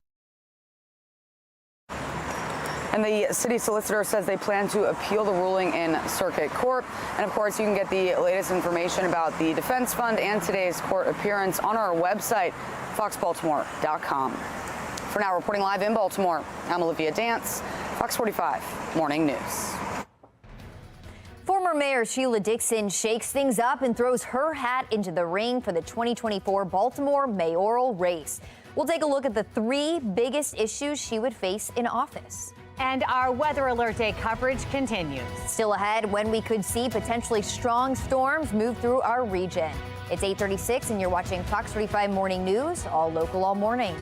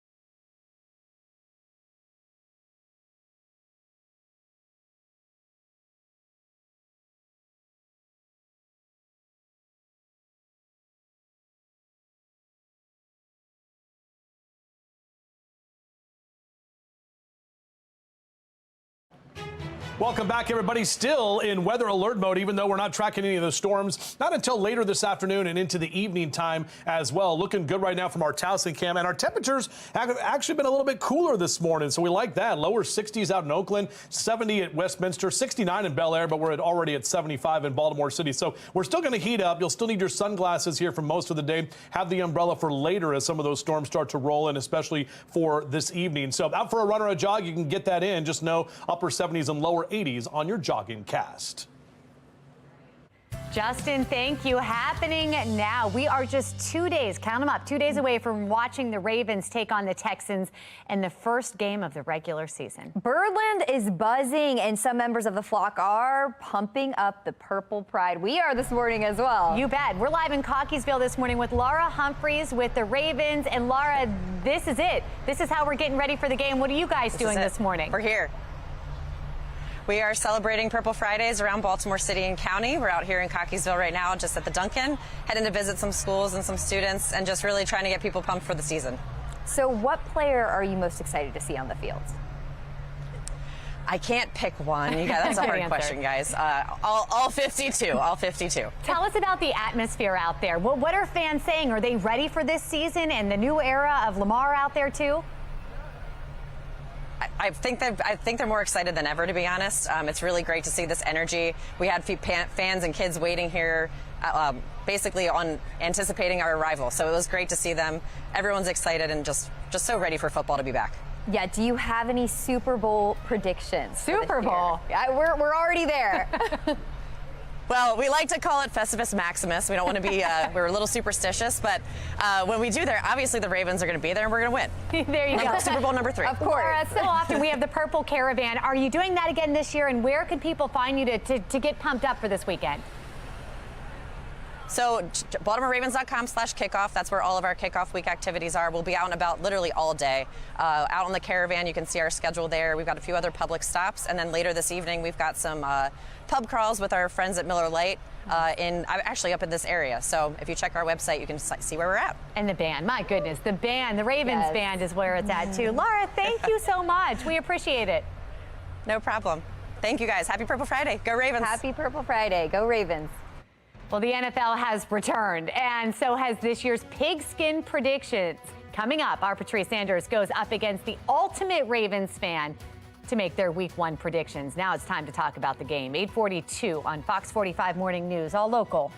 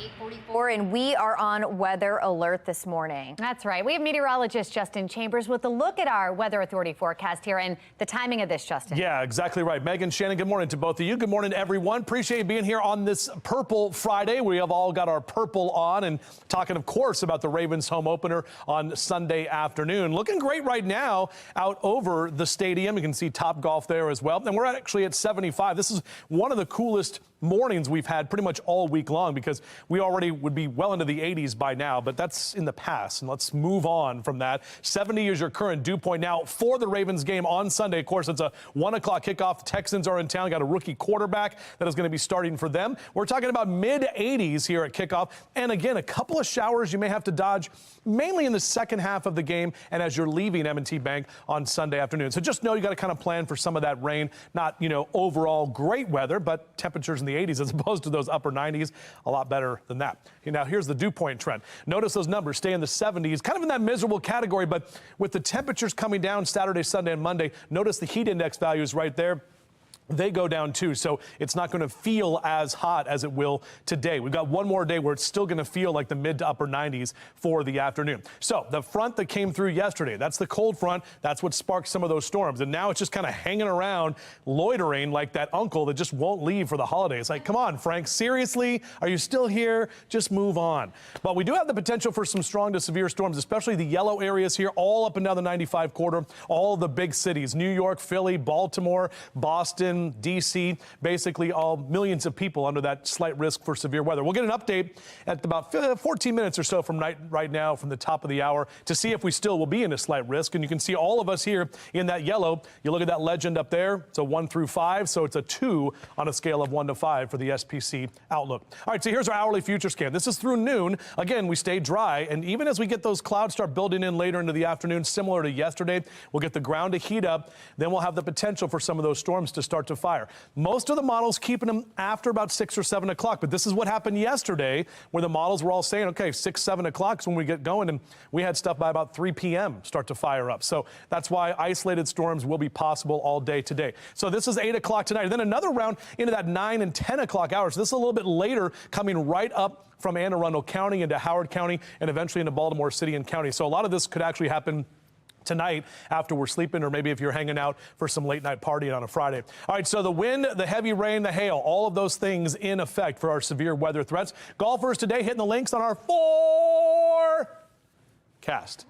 Yeah, I hit that one pretty far. I have to make sure that guy down there knew it was in his jugular. So 78, you put your thing down, flip it and reverse it. We'll go to 87 by noon today, and then we'll see those temperatures in the lower 90s in that 2 and 3 o'clock hour for this afternoon. And again, those storms really later in the afternoon and evening. We'll have showers on Saturday and Sunday, and even into Monday when the O's come back to town. Get a bit of a break on Tuesday, but another round of storms next Wednesday. By Thursday, guys, that's finally when we break out of this unsettled pattern, and we'll be cooler. Justin, thanks. Now to the Len Stoller Traffic Network. We are getting reports of a disabled vehicle on the outer loop. It's after 795.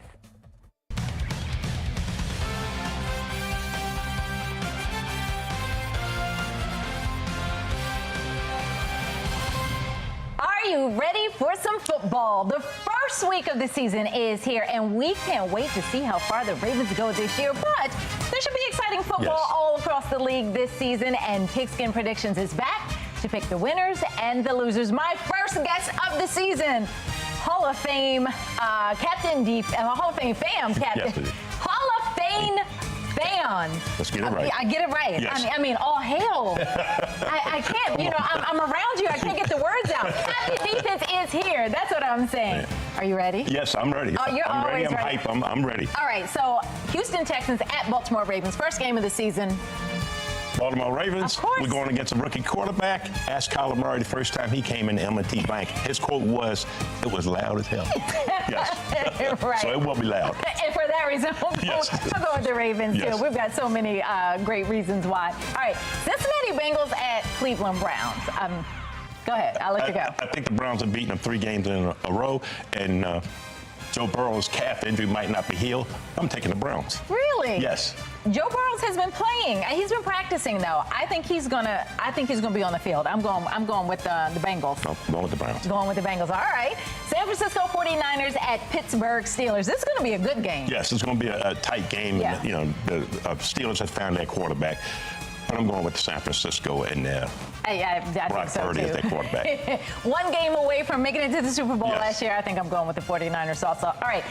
Arizona Cardinals at Washington Commanders, right down the road. A lot has been made about the Commanders and their, new owners, and they're getting ready to do renovations. They got a lot going on. Yes. Enough to go with the Commanders this Yes, they got Sam Howell as their quarterback. Arizona's in flux. They don't have their quarterback, and they got rid of Colt McCoy. I was going to say, aren't they down to like the third Yes, quarterback? they're down to the third string. I'm taking the Washington Commanders at home. Me too. I think the Commanders can beat the third string quarterback. I'm going to go with them as well. All right, here we go. Philadelphia Eagles, New England Patriots. You got Belichick. You got Super Bowl team. Philadelphia Eagles, I think Belichick, I read someplace, he wasn't sure who'd been his starting quarterback. But yes, I'm taking the Eagles, hands down. Yeah, I'm going to go with the Eagles there too. All right. Well, you can share your pigskin predictions with me each week. Just go to my Facebook page and leave me a post. All right, topping your Sports Unlimited news. Right now, the Birds have a 4-game lead in AL East standings. And this time next week, Tampa Bay comes into town. And the Birds have the chance to clinch their first division title since 2014 and first postseason appearance since 16. So let's break it down. As of today, the O's magic number is now 19. The Birds have 23 games left in the season. If they win 20 or the Rays lose 20 games, the O's can win the AL East. From baseball to football, we are now just 2 days away from the Ravens taking on the Texans for their first game of the regular season. When it comes to who's going to actually play, Lamar Jackson will, for the first time since his December 4th knee injury. Plus, after 19 months with a torn ACL, Odell Beckham Jr. is set to kick off the season with the Ravens for the first time. But Marlon Humphrey, not looking like he's going to play. He was not at practice yesterday, and we are being told that he is still recovering from his mid-August foot surgery.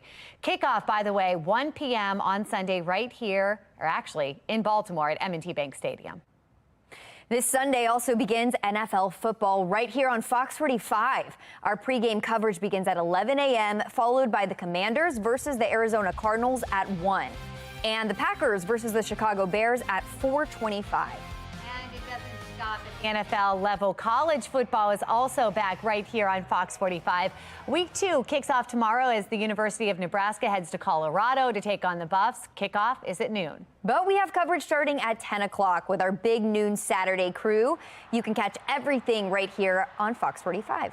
And speaking of college football, if you had tickets to this weekend's now postponed Bruce Springsteen concert, the University of Maryland may have a good alternative for you. Take a look at this. The university is offering $5 football tickets for Maryland's game against the Charlotte 49ers this Saturday to anyone who had tickets to the Bosses show. All you have to do is direct message a picture of your ticket to them on Twitter or Instagram, and you're going to get a special link to buy your discounted tickets. We are on weather alert with more storms possible this afternoon and evening. Coming up, meteorologist Justin Chambers is tracking if these storms may impact your evening commute.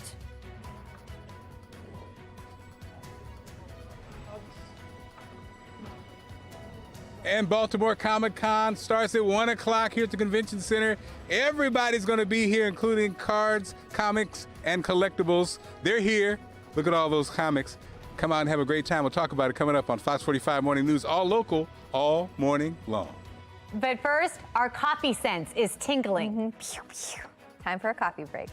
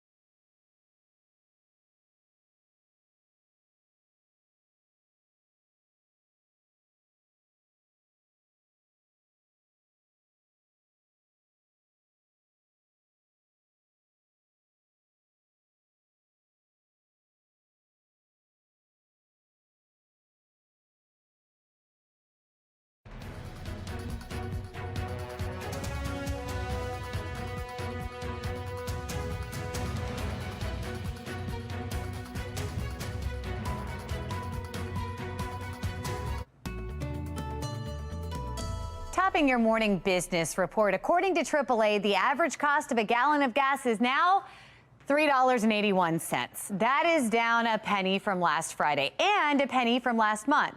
It's something. In Maryland, AAA is reporting the average price for a gallon of gas, $3.63. We got 2 cents lower than a week ago. And get this, 16 cents lower than a month ago. We got progress. Apple's new software update is protecting devices from potential security vulnerabilities. The update comes after a software flaw was discovered by researchers at the University of Toronto's Citizen Lab.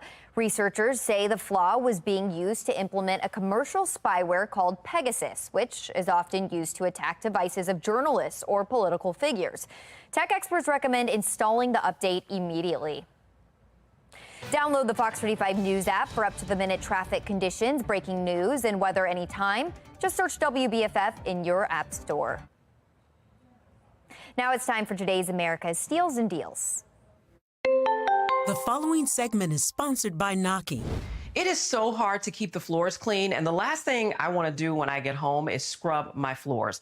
This has made a big difference for me. It's the Hover Scrubber Deluxe. It's not like other mops. You know what? I'm just going to show you how it works. Power it on, and look at that. You've got 2 microfiber pads on the bottom. The pads push the dirt in the center, and then, you know, the microfiber grabs the dirt. So I'll show you how dirty these are right there. But the cool thing is you also get 2 more pads. So you can throw these in the wash and just keep it moving around your house. This is a rechargeable battery, so you don't have any cords. You recharge it and you take it around the house and you're good to go. I like this too because it's adjustable for the height, so you can adjust it for different heights. It's great for maybe your parents, a little older, and they maybe have back problems, or if you have a back problem, you don't have to bend over. You just adjust it for your height, push it around, and keep going. And it doesn't just push the dirt into all the little cracks and crevices. It really pushes it into the center and picks it up. So you know how the bathroom and the kitchen can just be a little bit icky? This takes care of that. Right now, we are offering 32% off on the Hover Scrubber Deluxe. Just head over to asadeals.com for this exclusive offer.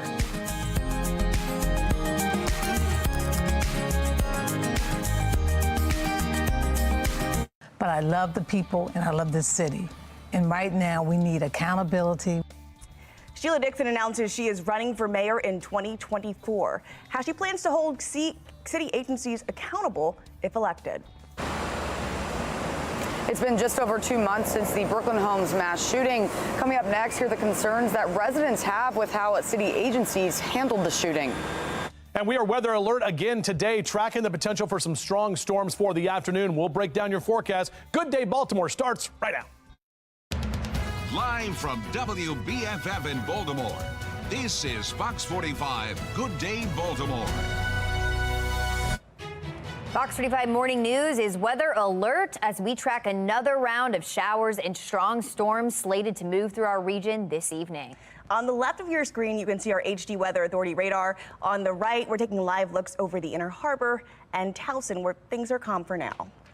Good morning to you. It is Friday, September 8th. I'm Taylor Stewart. I'm Shannon Lilly. We want to start with meteorologist Justin Chambers and a look at the forecast because things so nice right now, but maybe not so much later on. Yeah, and that's the whole thing, ladies, is we're talking about another round of those pop-up isolated storms. Some of us won't see any rain at all. Others will see those downpours and the hail that we saw. A lot of wind damage as well yesterday. A lot of trees and branches down across the counties in our viewing area. Right now, though, yeah, it looks a little hazy as we're going to continue to heat up. Now, we'll finally have a day where we won't be in the upper 90s. However, it will still feel like we're in the mid to upper 90s with that heat and humidity. More strong storms on the way that will be possible after about 5, 6 p.m. and then into the evening tonight and the overnight hours. That's when we're going to see the best chance for those storms to develop. But some of us still in the lower 70s for Cockeysville and Owings Mills. Bel Air at 69, 72 Joppatown, mid 70s your temp right now in Glen Burnie and Pasadena. If you want to get your yard work done and your gardening, go ahead and do that now and get the watering done in the morning or the evening. We're still going to be warm and even hot with highs in the lower 90s for the later part of the afternoon. Could get some rain from Mother Nature, though, with some of those storms, and we'll take a closer look at that updated model run and what we can see with those weather models in just a few. Thanks, Justin. Now to the Len Stoller Traffic Network. Here is a look at 95 this morning, where road construction is slowing things down a bit. You can see where there's that red change over to yellow. That means cars are moving slowly. There's some traffic buildup. This is near Bell Camp. Keep that. To be honest with you, the way I see it now as well, it needs to be assessed because I'm not sure the direction of what Safe Streets has become. Former Mayor Sheila Dixon is running for mayor in 2024. One major issue she's focusing on is the city's crime problem.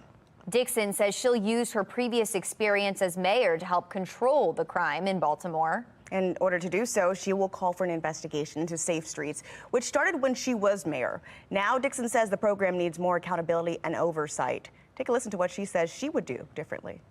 I think Safe Streets needs to be investigated. It's certain information that's asked about the budget, not necessarily the employees. I wouldn't give up those names. But the funding and where's it going to, where's accountability, and how's the reporting done, and how do you connect what they're doing versus what somebody else is doing.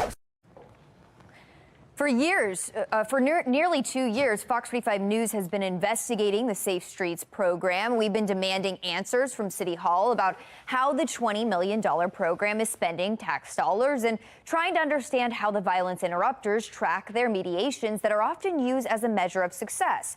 The mayor often defends the program, even with serious questions about accounting and effectiveness.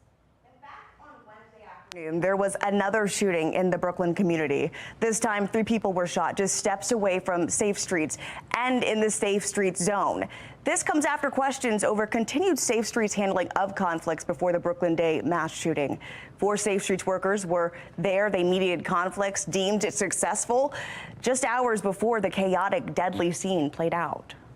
Meanwhile, we further asked if Dixon would commit to keeping the Safe Streets program if she's elected. She didn't offer a direct answer, but says she will evaluate every program in place right now. And if it's working, great. If not, she says she will not be afraid to change directions. Sheila Dixon is the first mayor challenger to incumbent Brandon Scott. We're taking a look at some of the issues that could come up for him on the campaign trail.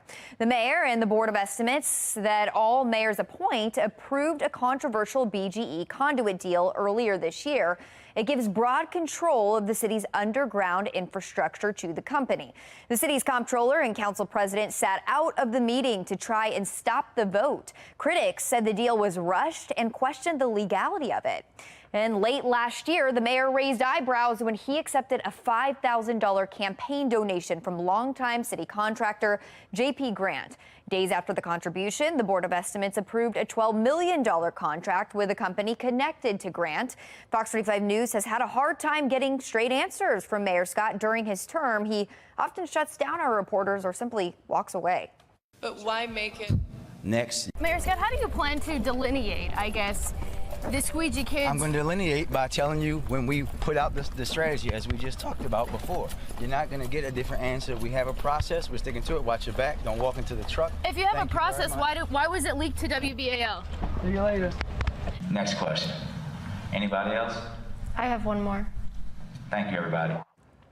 We want you to join in on this conversation. For city residents, if the election were held today, who would you vote for mayor of Baltimore? Mayor Scott or Sheila Dixon? The poll opened this morning, and so far 96% of people who have voted say Sheila Dixon. Go to foxbaltimore.com/vote to weigh in. Elsewhere in a city in crisis, we continue our coverage on the ongoing investigation into the Brooklyn Homes mass shooting.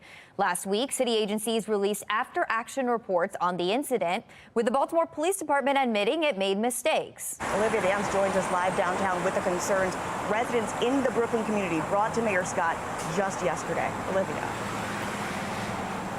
Well, the meeting began with each city agency outlined in that after-action report presenting their findings to residents. After that, residents had the chance to voice their concerns and ask any questions. I'm saddened because could this have possibly been avoided? We had 28 young people injured, and we don't know to what capacity, but they'll certainly be traumatized no matter what physical capacity it's at. And we had 2 young people die. I heard on TV a lot that they caught this person, that person, but is that the people who did it? Because then if you're not got nobody directed to the killing, they out there still killing. At this meeting, the mayor's office only allowing cameras inside before the meeting, but once it started, the cameras were turned off to provide privacy and comfort for residents. You just heard some residents' concerns from that meeting, including concerns about the investigation and arrests. So far, police have made 4 arrests, including a 14-year-old suspect arrested at school, but none of the suspects arrested so far are directly charged with the 2 murders. The mass shooting killed 2 and injured 28 others. Mayor Scott says the meeting is the first step toward healing and accountability following the shooting. For now, reporting live in Baltimore, I'm Olivia Dance, Fox 45.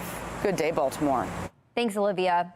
When the after-action report was released last week, the acting police commissioner admitted the department made mistakes. Richard Worley says leadership didn't know about the party until the day of, while the mayor blamed officers who responded to the block party in the Southern District Command. Now, critics say there were signs that leadership missed, too. Fox 45 News has found multiple social media videos showing the Brooklyn Day block party. It always happens on or around July 4th. Some of those videos show people with guns and drugs at previous parties. There were also advertisements about the block party on social media. During the council meeting on this hearing for the shooting, Councilwoman Felicia Porter showed one of those advertisements on her phone. I just pulled up Brooklyn Day on my Instagram right now. We have an entire unit associated with this, and they didn't pick that up. Department's after-action report details the city's deployment plan for last year's block party. Then the city warned officers about the party's connection to drug dealers and illegal guns. City officials said the party was financially supported by individuals living in the community who have historical connections to the sale of controlled dangerous substances. Fox 45 News confirmed an accused drug dealer drove a U-Haul to Brooklyn Homes and unloaded party supplies for this year's event.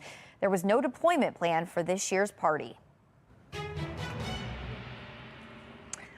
All right, you see it. We are on weather alert this morning. Our weather authority team is tracking another round of showers, strong storms moving in our region later today. Let's get another check, right? Yeah, we want to get over to meteorologist Justin Chambers because right now everything seems calm. Justin, we're finally getting a break from the heat and now more storms, though. Well, and the excessive heat, too. I mean, it's still going to be hot and humid. Yeah. We're still going to be in the 90s in September. That's what we have to deal with. Boop, there I am. And looking at our live cam in downtown Baltimore from our Toyota Inner Harbor Skycam, stadium's looking good. We know there's going to be a game there on Sunday at M&T Bank Stadium, and the O's are back at Camden Yards on Monday night. So excited for all of that great action. However, probably have to deal with some rain for Sunday's game with the Ravens taking on the Texans. Right now, though, our temperatures in the upper 60s and lower 70s for Columbia and Bel Air over to Cockeysville, 78 Baltimore City, 80 already in Annapolis. So again, we're still going to be warm or even hot today, just not nearly as hot as we've been pretty much all week. We're being right around that 100-degree mark.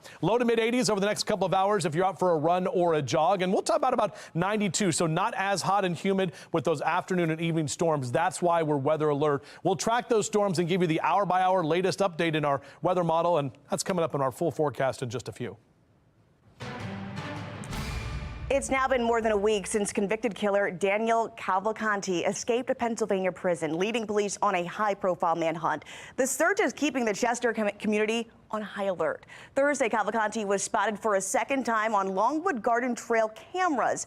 They're now closed until further notice, until police can search the hundreds of acres that this garden is on. Some of the residents who live there say they're frustrated he has not been captured and that he was even able to escape in the first place. Take a look at this. The stunning video of Cavalcanti escaping a Chester County prison, a move that mirrored previous inmates' escapes back in May.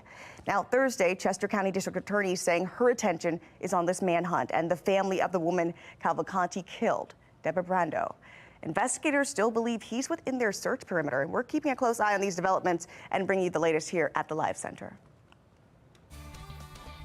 How can crimes be solved in the city if witnesses are too scared to tell police what they know? We'll take a closer look at the stop snitching culture preventing Baltimore from becoming a safer place. And up next, a battle brewing at Capitol Hill over aid money heading to Ukraine. While Ukraine's offense is receiving scrutiny in the meantime. You're watching Fox 45. Good day.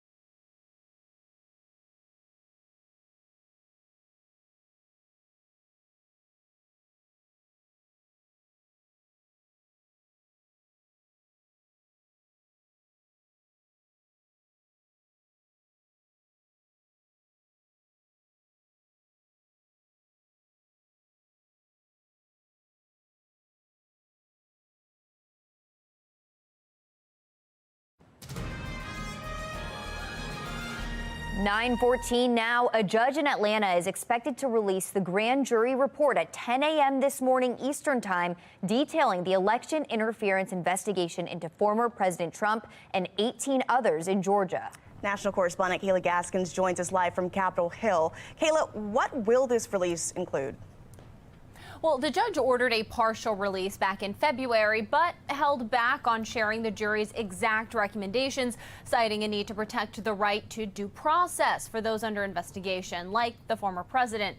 The jury's recommendations will be in this morning's release, and this will give us insight into how closely prosecutors followed the recommendations, which of the defendants jurors thought should be indicted, and if they also envisioned the wide-ranging conspiracy that prosecutors allege. Fulton County District Attorney Fonnie Willis is now asking a judge to restrict the release of any future jurors involved in the case after those on the grand jury had their personal information published on a website, leading to threats. All right, we'll keep watching. Also developing this morning, lawmakers have growing doubts over giving more funds for Ukraine's offensive against Russia because they say it's not working.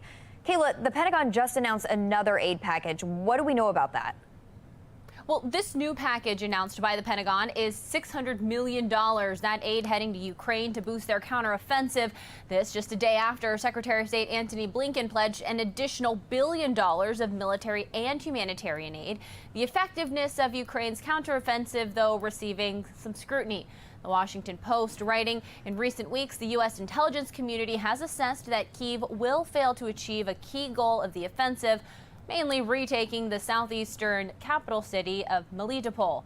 This newly announced aid comes from money already approved by Congress. President Biden has asked Congress for an additional $21 billion in military and humanitarian aid for Ukraine in the latter part of 2023, though it's not clear if that will get the green light from a Congress that's already pretty heavily at odds with spending negotiations. All right, we'll keep our eyes on those. National correspondent Kayla Gaskins live from Capitol Hill. Thanks.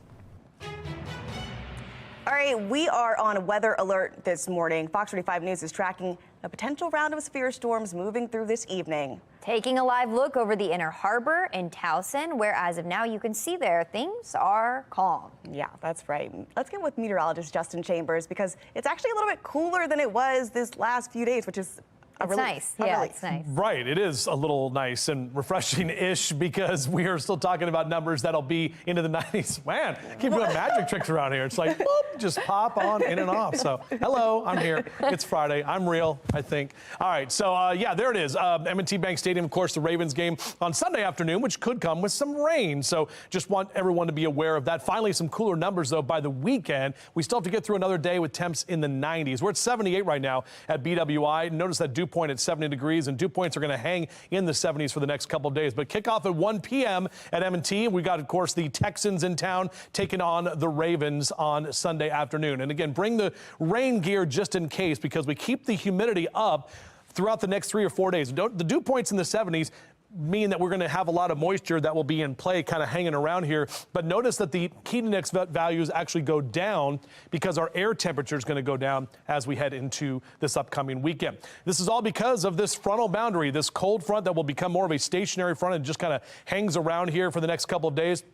Storm Prediction Center still has a large area of the Northeast under that slight risk for severe weather. So millions of people, all the big cities up and down the East Coast, including right here at home, under that slight risk. Notice that marginal risk kind of snuck in to Easton and Denton. So they actually kind of clipped that area back just a bit, indicating that most of those storms should be along and to the west of the 95 corridor. And that's what you can see from our hourly future scan. We're going to stay dry through most of the day today. About 5, 6 p.m. is when stuff starts to fire, as we can see those areas in Frederick up into Carroll County, parts of Baltimore County as well, into that 9, 10 o'clock hour, a few more of those showers and storms. And then watch this in the late night hours. We're talking 11, midnight, even 1 a.m., another round of those showers and storms. So it may be a little loud as we're trying to sleep tonight and into early tomorrow morning. But the biggest thing we're tracking here is the damaging wind gusts and some heavy rain with those downpours at times, even some small hail, similar to what we saw yesterday. So golfers, if you are heading out there today, just know we should be good to go with temperatures in the upper 80s through noon.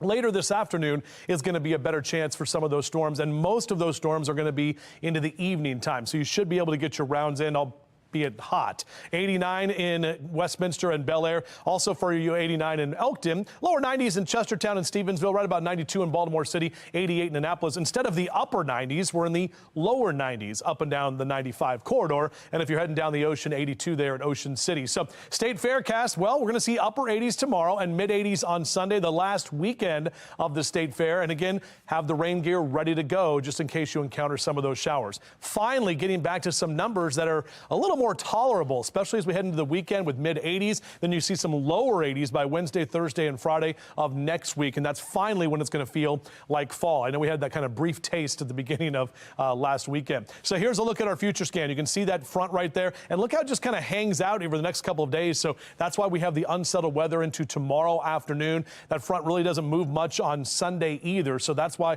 a couple of scattered showers. Looks like most of the rain's going to be later into the afternoon. So I don't think we're going to be talking about a downpour right at the time of the game. And then off and on showers will be with us through Monday as well before that system finally starts to move on. Here's that 7-day forecast. Weather alert day today. 80s continue for the weekend, and we'll keep those numbers going down. O's are back on Monday night there at Camden Yards for a nice 3-game set against the Cardinals, and then we'll see the clouds start to move on. Another chance for rain and storms going to come Wednesday next week. That's a pretty good chance for that day, but then by the time we get to Thursday, all of that moves out. All right, happening now after months of picketing, actors and writers may soon be eligible to receive unemployment benefits. The Writers Guild of America joined the Screen Actors Guild and other unions in a rally on Thursday to show their support for Senate Bill 799.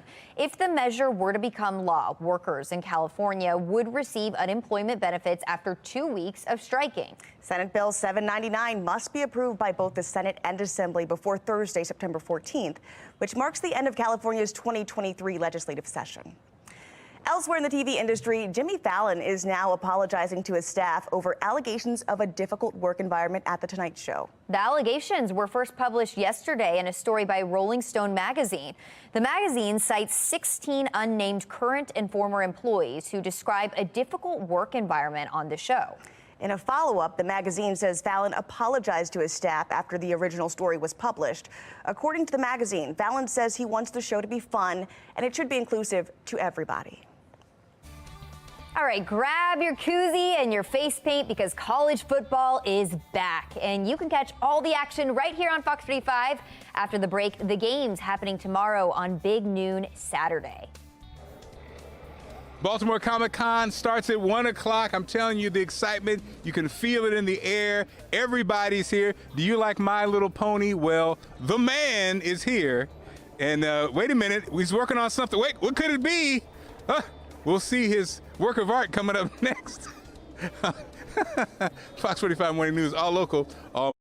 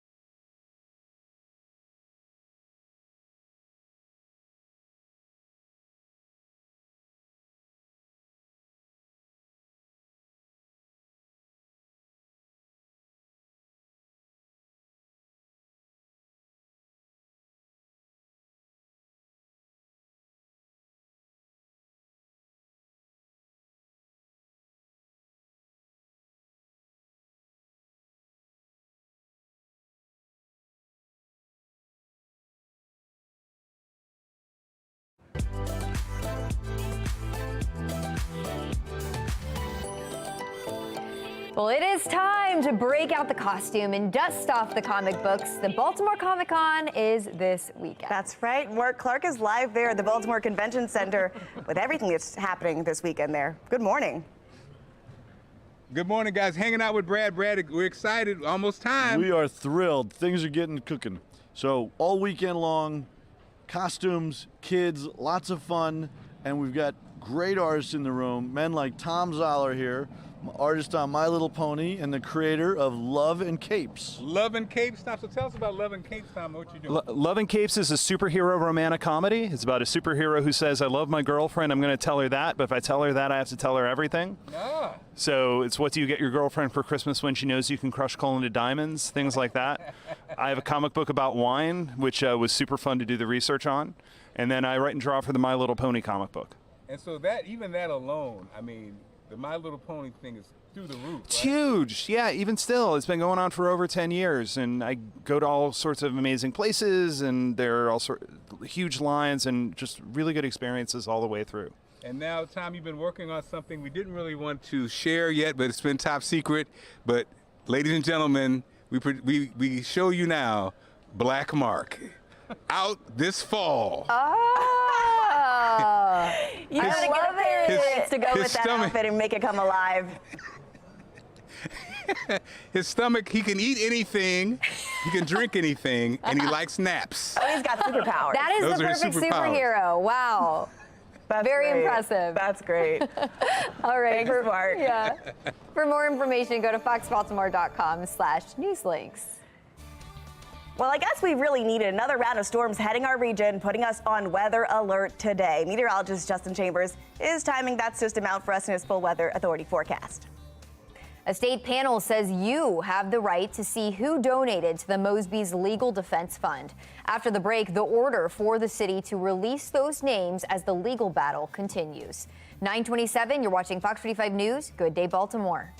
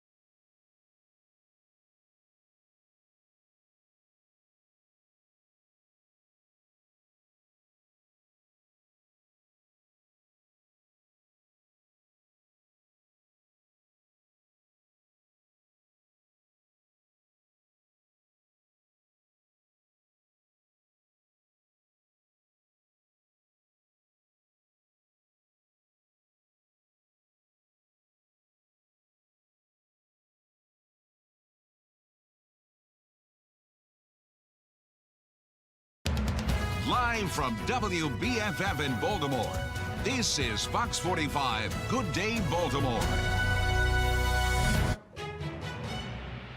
Fox 45 Morning News is weather alert. We are tracking another round of showers and strong storms slated to move through our region here this evening. That's right here. On the left of your screen, you can see our HD Weather Authority radar. On the right, live looks over the Inner Harbor and Towson, where everything's pretty calm right now.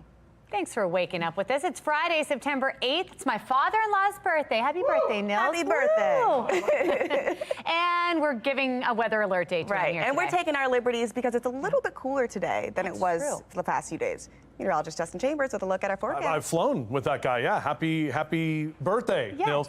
Density altitude, that's what pilots have to worry about again today because that heat and humidity. And he knows exactly what I'm talking about, as do all the pilots out there. And it's going to be hot and humid, but then we're going to have to deal with some of those stronger storms. So the heat will build throughout the day and into the morning, into the afternoon. We're dry for most of the day, but it's after about 6 or 7 o'clock, you're going to have some of those VCTS, which is vicinity thunderstorms in the METARs. Our live cam here in downtown Baltimore, looking at the stadiums, all looking good right now. May have some rain to deal with on Sunday for the Ravens game, so just be aware of that. Lower 60s in Western Maryland, lower 70s for Cumberland over to Westminster. We're at 78 in Baltimore City, 75 your temp in Bel Air, and already up to 80 in Annapolis. Now, yard and gardening cast, hopefully you've already got some stuff done this morning because it's going to be another hot one with lower 90s for the afternoon, but at least we're not in the upper 90s. And each day as we go forward here, we get a little cooler. 88 tomorrow, 85 on Sunday for that game and anything you might be doing. And of course, the last weekend of the state fair as well. More to come in just a few minutes from right now. We'll break down exactly what we can expect with your full Weather Authority forecast. All right, Justin, thank you. The Department of Juvenile Services is under more scrutiny, and this time it centers around a threatening video which appears to have surfaced from behind the walls of a juvenile lockup. Let's get right over to Shannon Lilly in studio with that video and the concerns it's raising. Shannon. Yeah, DJS has launched an investigation over the source of this video called Free Baby Threat. It's laced with obscenities, but the message is crystal clear. Let's take a look. Go ahead, talk your baby. Hey, yo, they scared. Hey, yo, he's scared to do what, though, yo?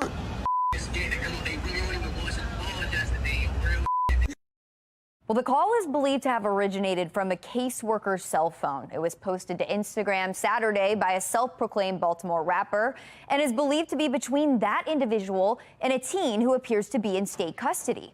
Well, as you saw there, the teen details how people are scared to apologize to him for snitching. The term is commonly used to describe when a witness cooperates with law enforcement. And now this is shedding more light on the depths of the no snitching culture in our area. In fact, for more than 20 years, lawmakers have attempted to stop the threats and intimidation, which first quieted potential witnesses in adult court.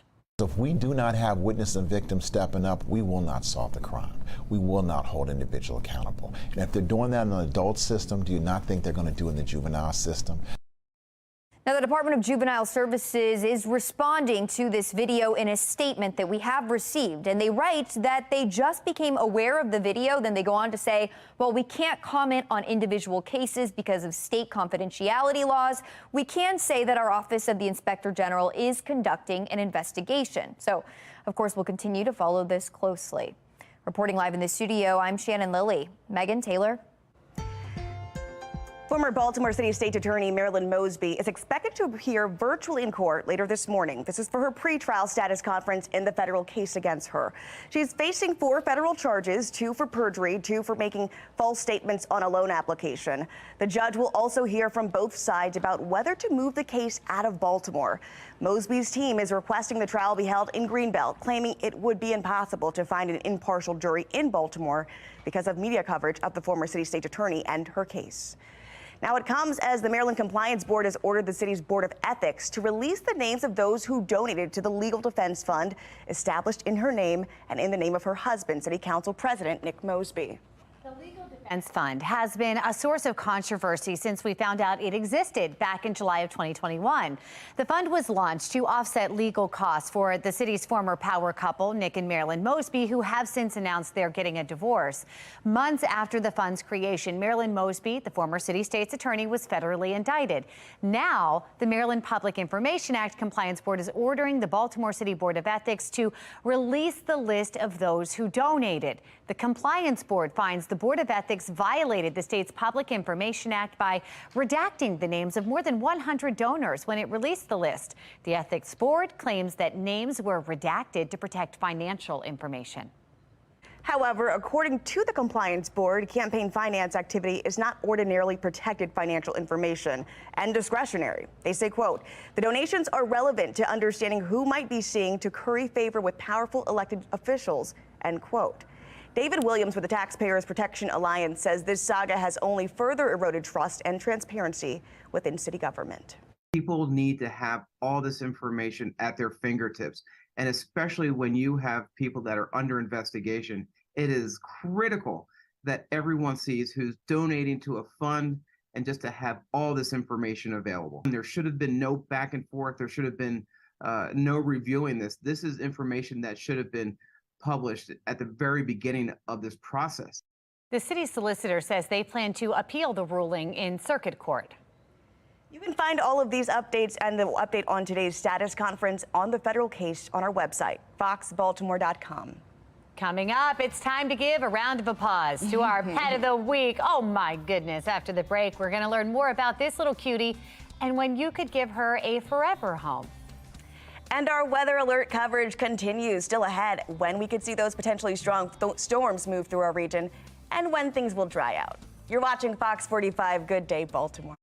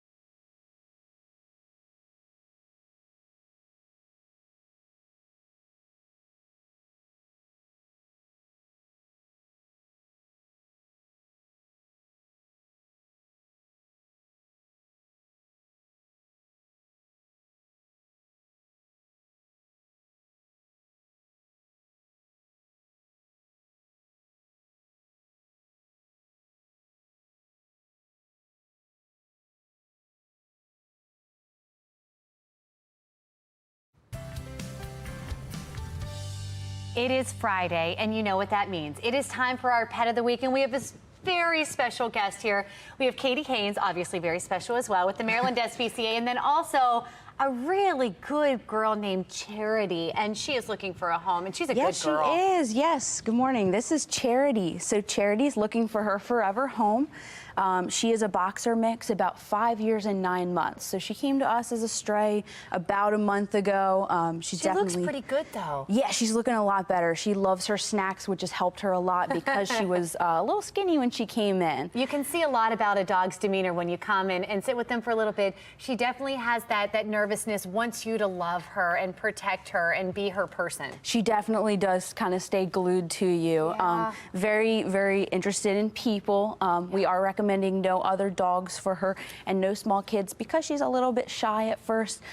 She's a higher energy pup. She is definitely an adventure girl. Really? Yeah, right she's now really she just cool. wants you to, she wants to get in your lap too. So if you're that family that just wants to baby your pets, I feel like Charity would be perfect for you. Yeah. Spoil her with walks and hugs and kisses. She's gonna hop right up on the couch and fall into someone's life like But perfectly. She's mindful though. She has not once tried to jump on me or my lap or even one petted. She No, kind of she's goes definitely loyal to who's in charge, I think. Yeah, definitely. She did really well in the car this morning also. That's a good thing too. Look at She you. has a history of being housebroken, so she's already trained in that way. Oh, good she knows girl. sit, she knows stay.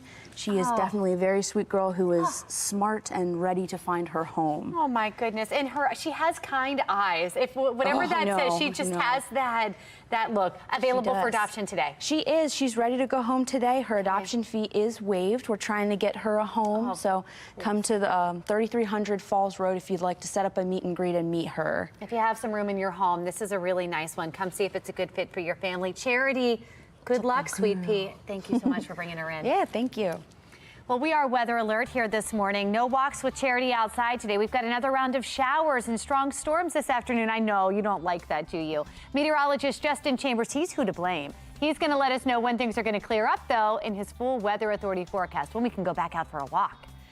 The new season of Full Measure is back. Meantime, after the break, host Cheryl Atkinson is going to take us to Georgia to see how the Republican Party is getting ready for the 2024 presidential election.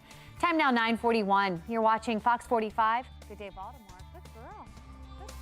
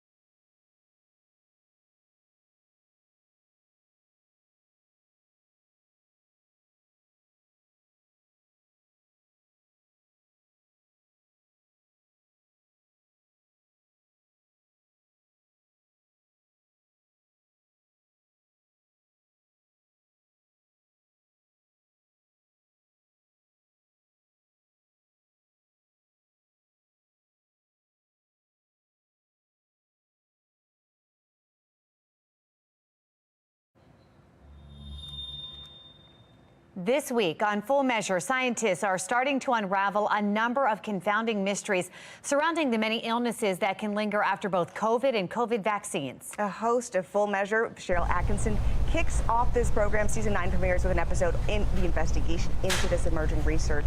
Cheryl, what did you learn? Well, this is going to be very important for everyone who's had COVID or COVID vaccines or both.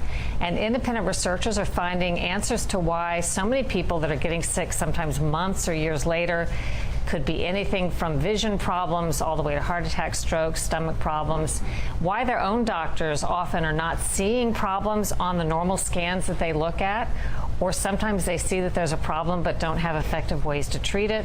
And these independent researchers that we're speaking to Sunday in Full Measure, they're treating over 1,000 patients, including other doctors who haven't been able to find help elsewhere. And I think what they're learning is exceedingly important. And I hope everyone watches, because either they will be dealing with something like this likely in the future, or somebody they know will. That's our cover story Sunday. Cheryl, I know your team also traveled to Georgia, where former President Donald Trump was recently indicted. After the state's presidential election in 2020, what is the Republican Party up to in the Peach State for 2024? Well, it's very complicated for them because, as you said, they're dealing with a Republican candidate who's indicted for alleged crimes. They also know that ex-President Trump remains exceedingly popular among Republicans, and they know that there were a lot of election irregularities in Georgia. They want to turn that state red again. It was one of those kind of weird states that had been red, but they had the overnight come from behind victory for President Joe Biden. They want to turn that around, but they got a lot of things to balance. The Republican Party will be speaking to leaders about how they're planning to do that. Right, well, you can watch Full Measure with Cheryl Atkinson right here on Fox 45. It airs Sunday at 10 a.m., again at 11. And for behind-the-scenes look at Cheryl's stories and investigations, look up her podcast, Full Measure After Hours, wherever you listen to podcasts. All right, let's get right to a check of our forecast as we are weather alert right now. That is true, but it's hard to tell right now. Meteorologist Justin Chambers with our forecast. Yeah, this is what we talked about yesterday, ladies. I mean, we're starting off nice, calm conditions, sunshine out there, but what's that sun doing? Heating up the ground. Now, we got to 98 degrees. Great band, by the way, but we got to them 98 degrees by about noon yesterday, and then the clouds rolled in and actually got a little bit cooler, but that ground heated up enough to kind of fuel some of those storms. And that's what's going to be taking place here over the next couple of hours as well. It won't be as hot today. That humidity kind of similar, with dew points hanging in the lower 70s, basically for the next couple of days, as we'll keep the unsettled weather pattern in play. But 78 your temperature right now in Towson, and this is what's going on. This kind of frontal boundary. We had the cold front that moved through yesterday and moved in, and now it's kind of stalling out, so that becomes a stationary front. When you see the red semicircle along with the triangles right there, that's basically what's going to be not moving much over the next couple of days. The Storm Prediction Center still has a large area of the Northeast, millions of people under that slight risk for severe weather. It doesn't guarantee that storms are going to happen, but it means that all of us are in that risk area, and that is a level 2 on a scale of 1 to 5. You always see that right up there with that slight risk. So all of us in that slight risk. You can see Denton and Easton now in the marginal risk. So they've moved it a little bit farther to the west, as that's where we're seeing a better chance of some of those storms. Let's take you through the hourly future scan. This is the hourly, or the HRRR. So it's the hourly rapid refresh. And that's what we're talking about with the hourly future scan. So HRRR is what that means. And here's what's going on. Most of the day is going to stay dry, even through about 5, 6 p.m. That's when some of the models want to pick up a few of those storms developing in Carroll County and parts of Frederick County, moving into Baltimore County. But by about 8 p.m., notice how this stays away from a lot of us, not really seeing anything. And then as you get into the 8, 9, 10 o'clock hour, a few more storms start to develop around Baltimore, up into Cockeysville, over to parts of Harford County, and potentially even a few more storms in the overnight hours. We're talking midnight, 1 a.m., early Saturday, right up the bay. So may hear some rumbles of thunder overnight with some of those storms and the leftover kind of the way the atmosphere is, how it's still going to be pretty charged up. That's what happened earlier this morning, when we actually had some storms in that 4 o'clock hour. But wind and heavy rain will be the biggest issues that we'll be facing for tonight. On your state faircast, if you're heading out today in the next couple of hours, looking good, warming up. The final weekend of the state fair there at the fairgrounds, 87 by noon, into the lower 90s in that 2 and 3 o'clock hour. Again, the potential for storms does exist as we get later into the day. Some of us will be back into the upper 80s, and that will be a nice change from those upper 90s that we've been putting up with for the last couple of days. Across Carroll and Baltimore counties, 80s and 90s for you. Over to Howard and Anne Arundel counties, we'll see those upper 80s and lower 90s as well for the afternoon. Even up and down the 95 corridor, yeah, we see that heat in Philly and Baltimore down through D.C., but New York at 86 today, even 91 in Boston, so folks there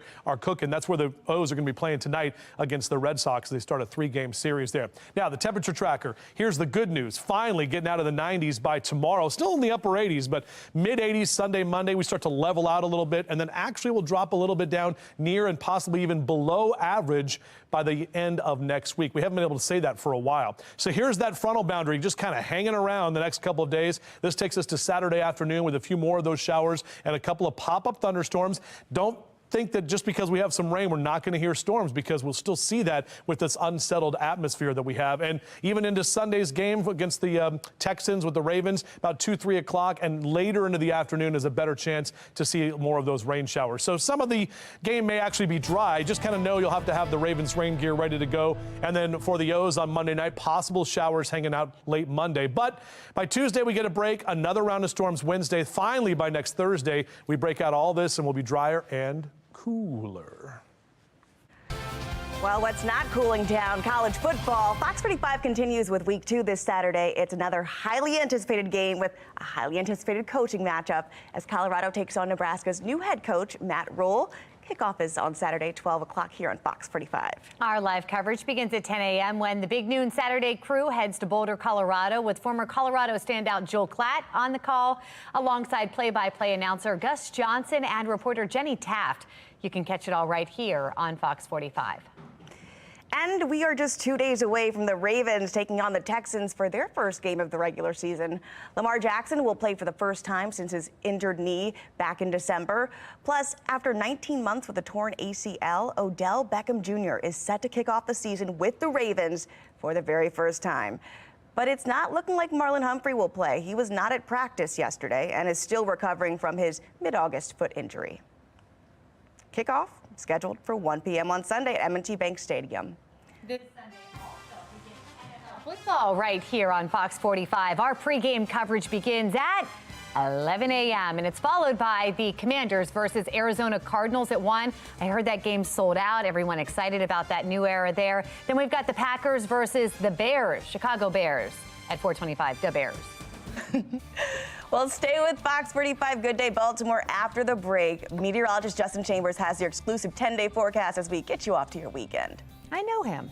I think so. I know him too. Cool guy.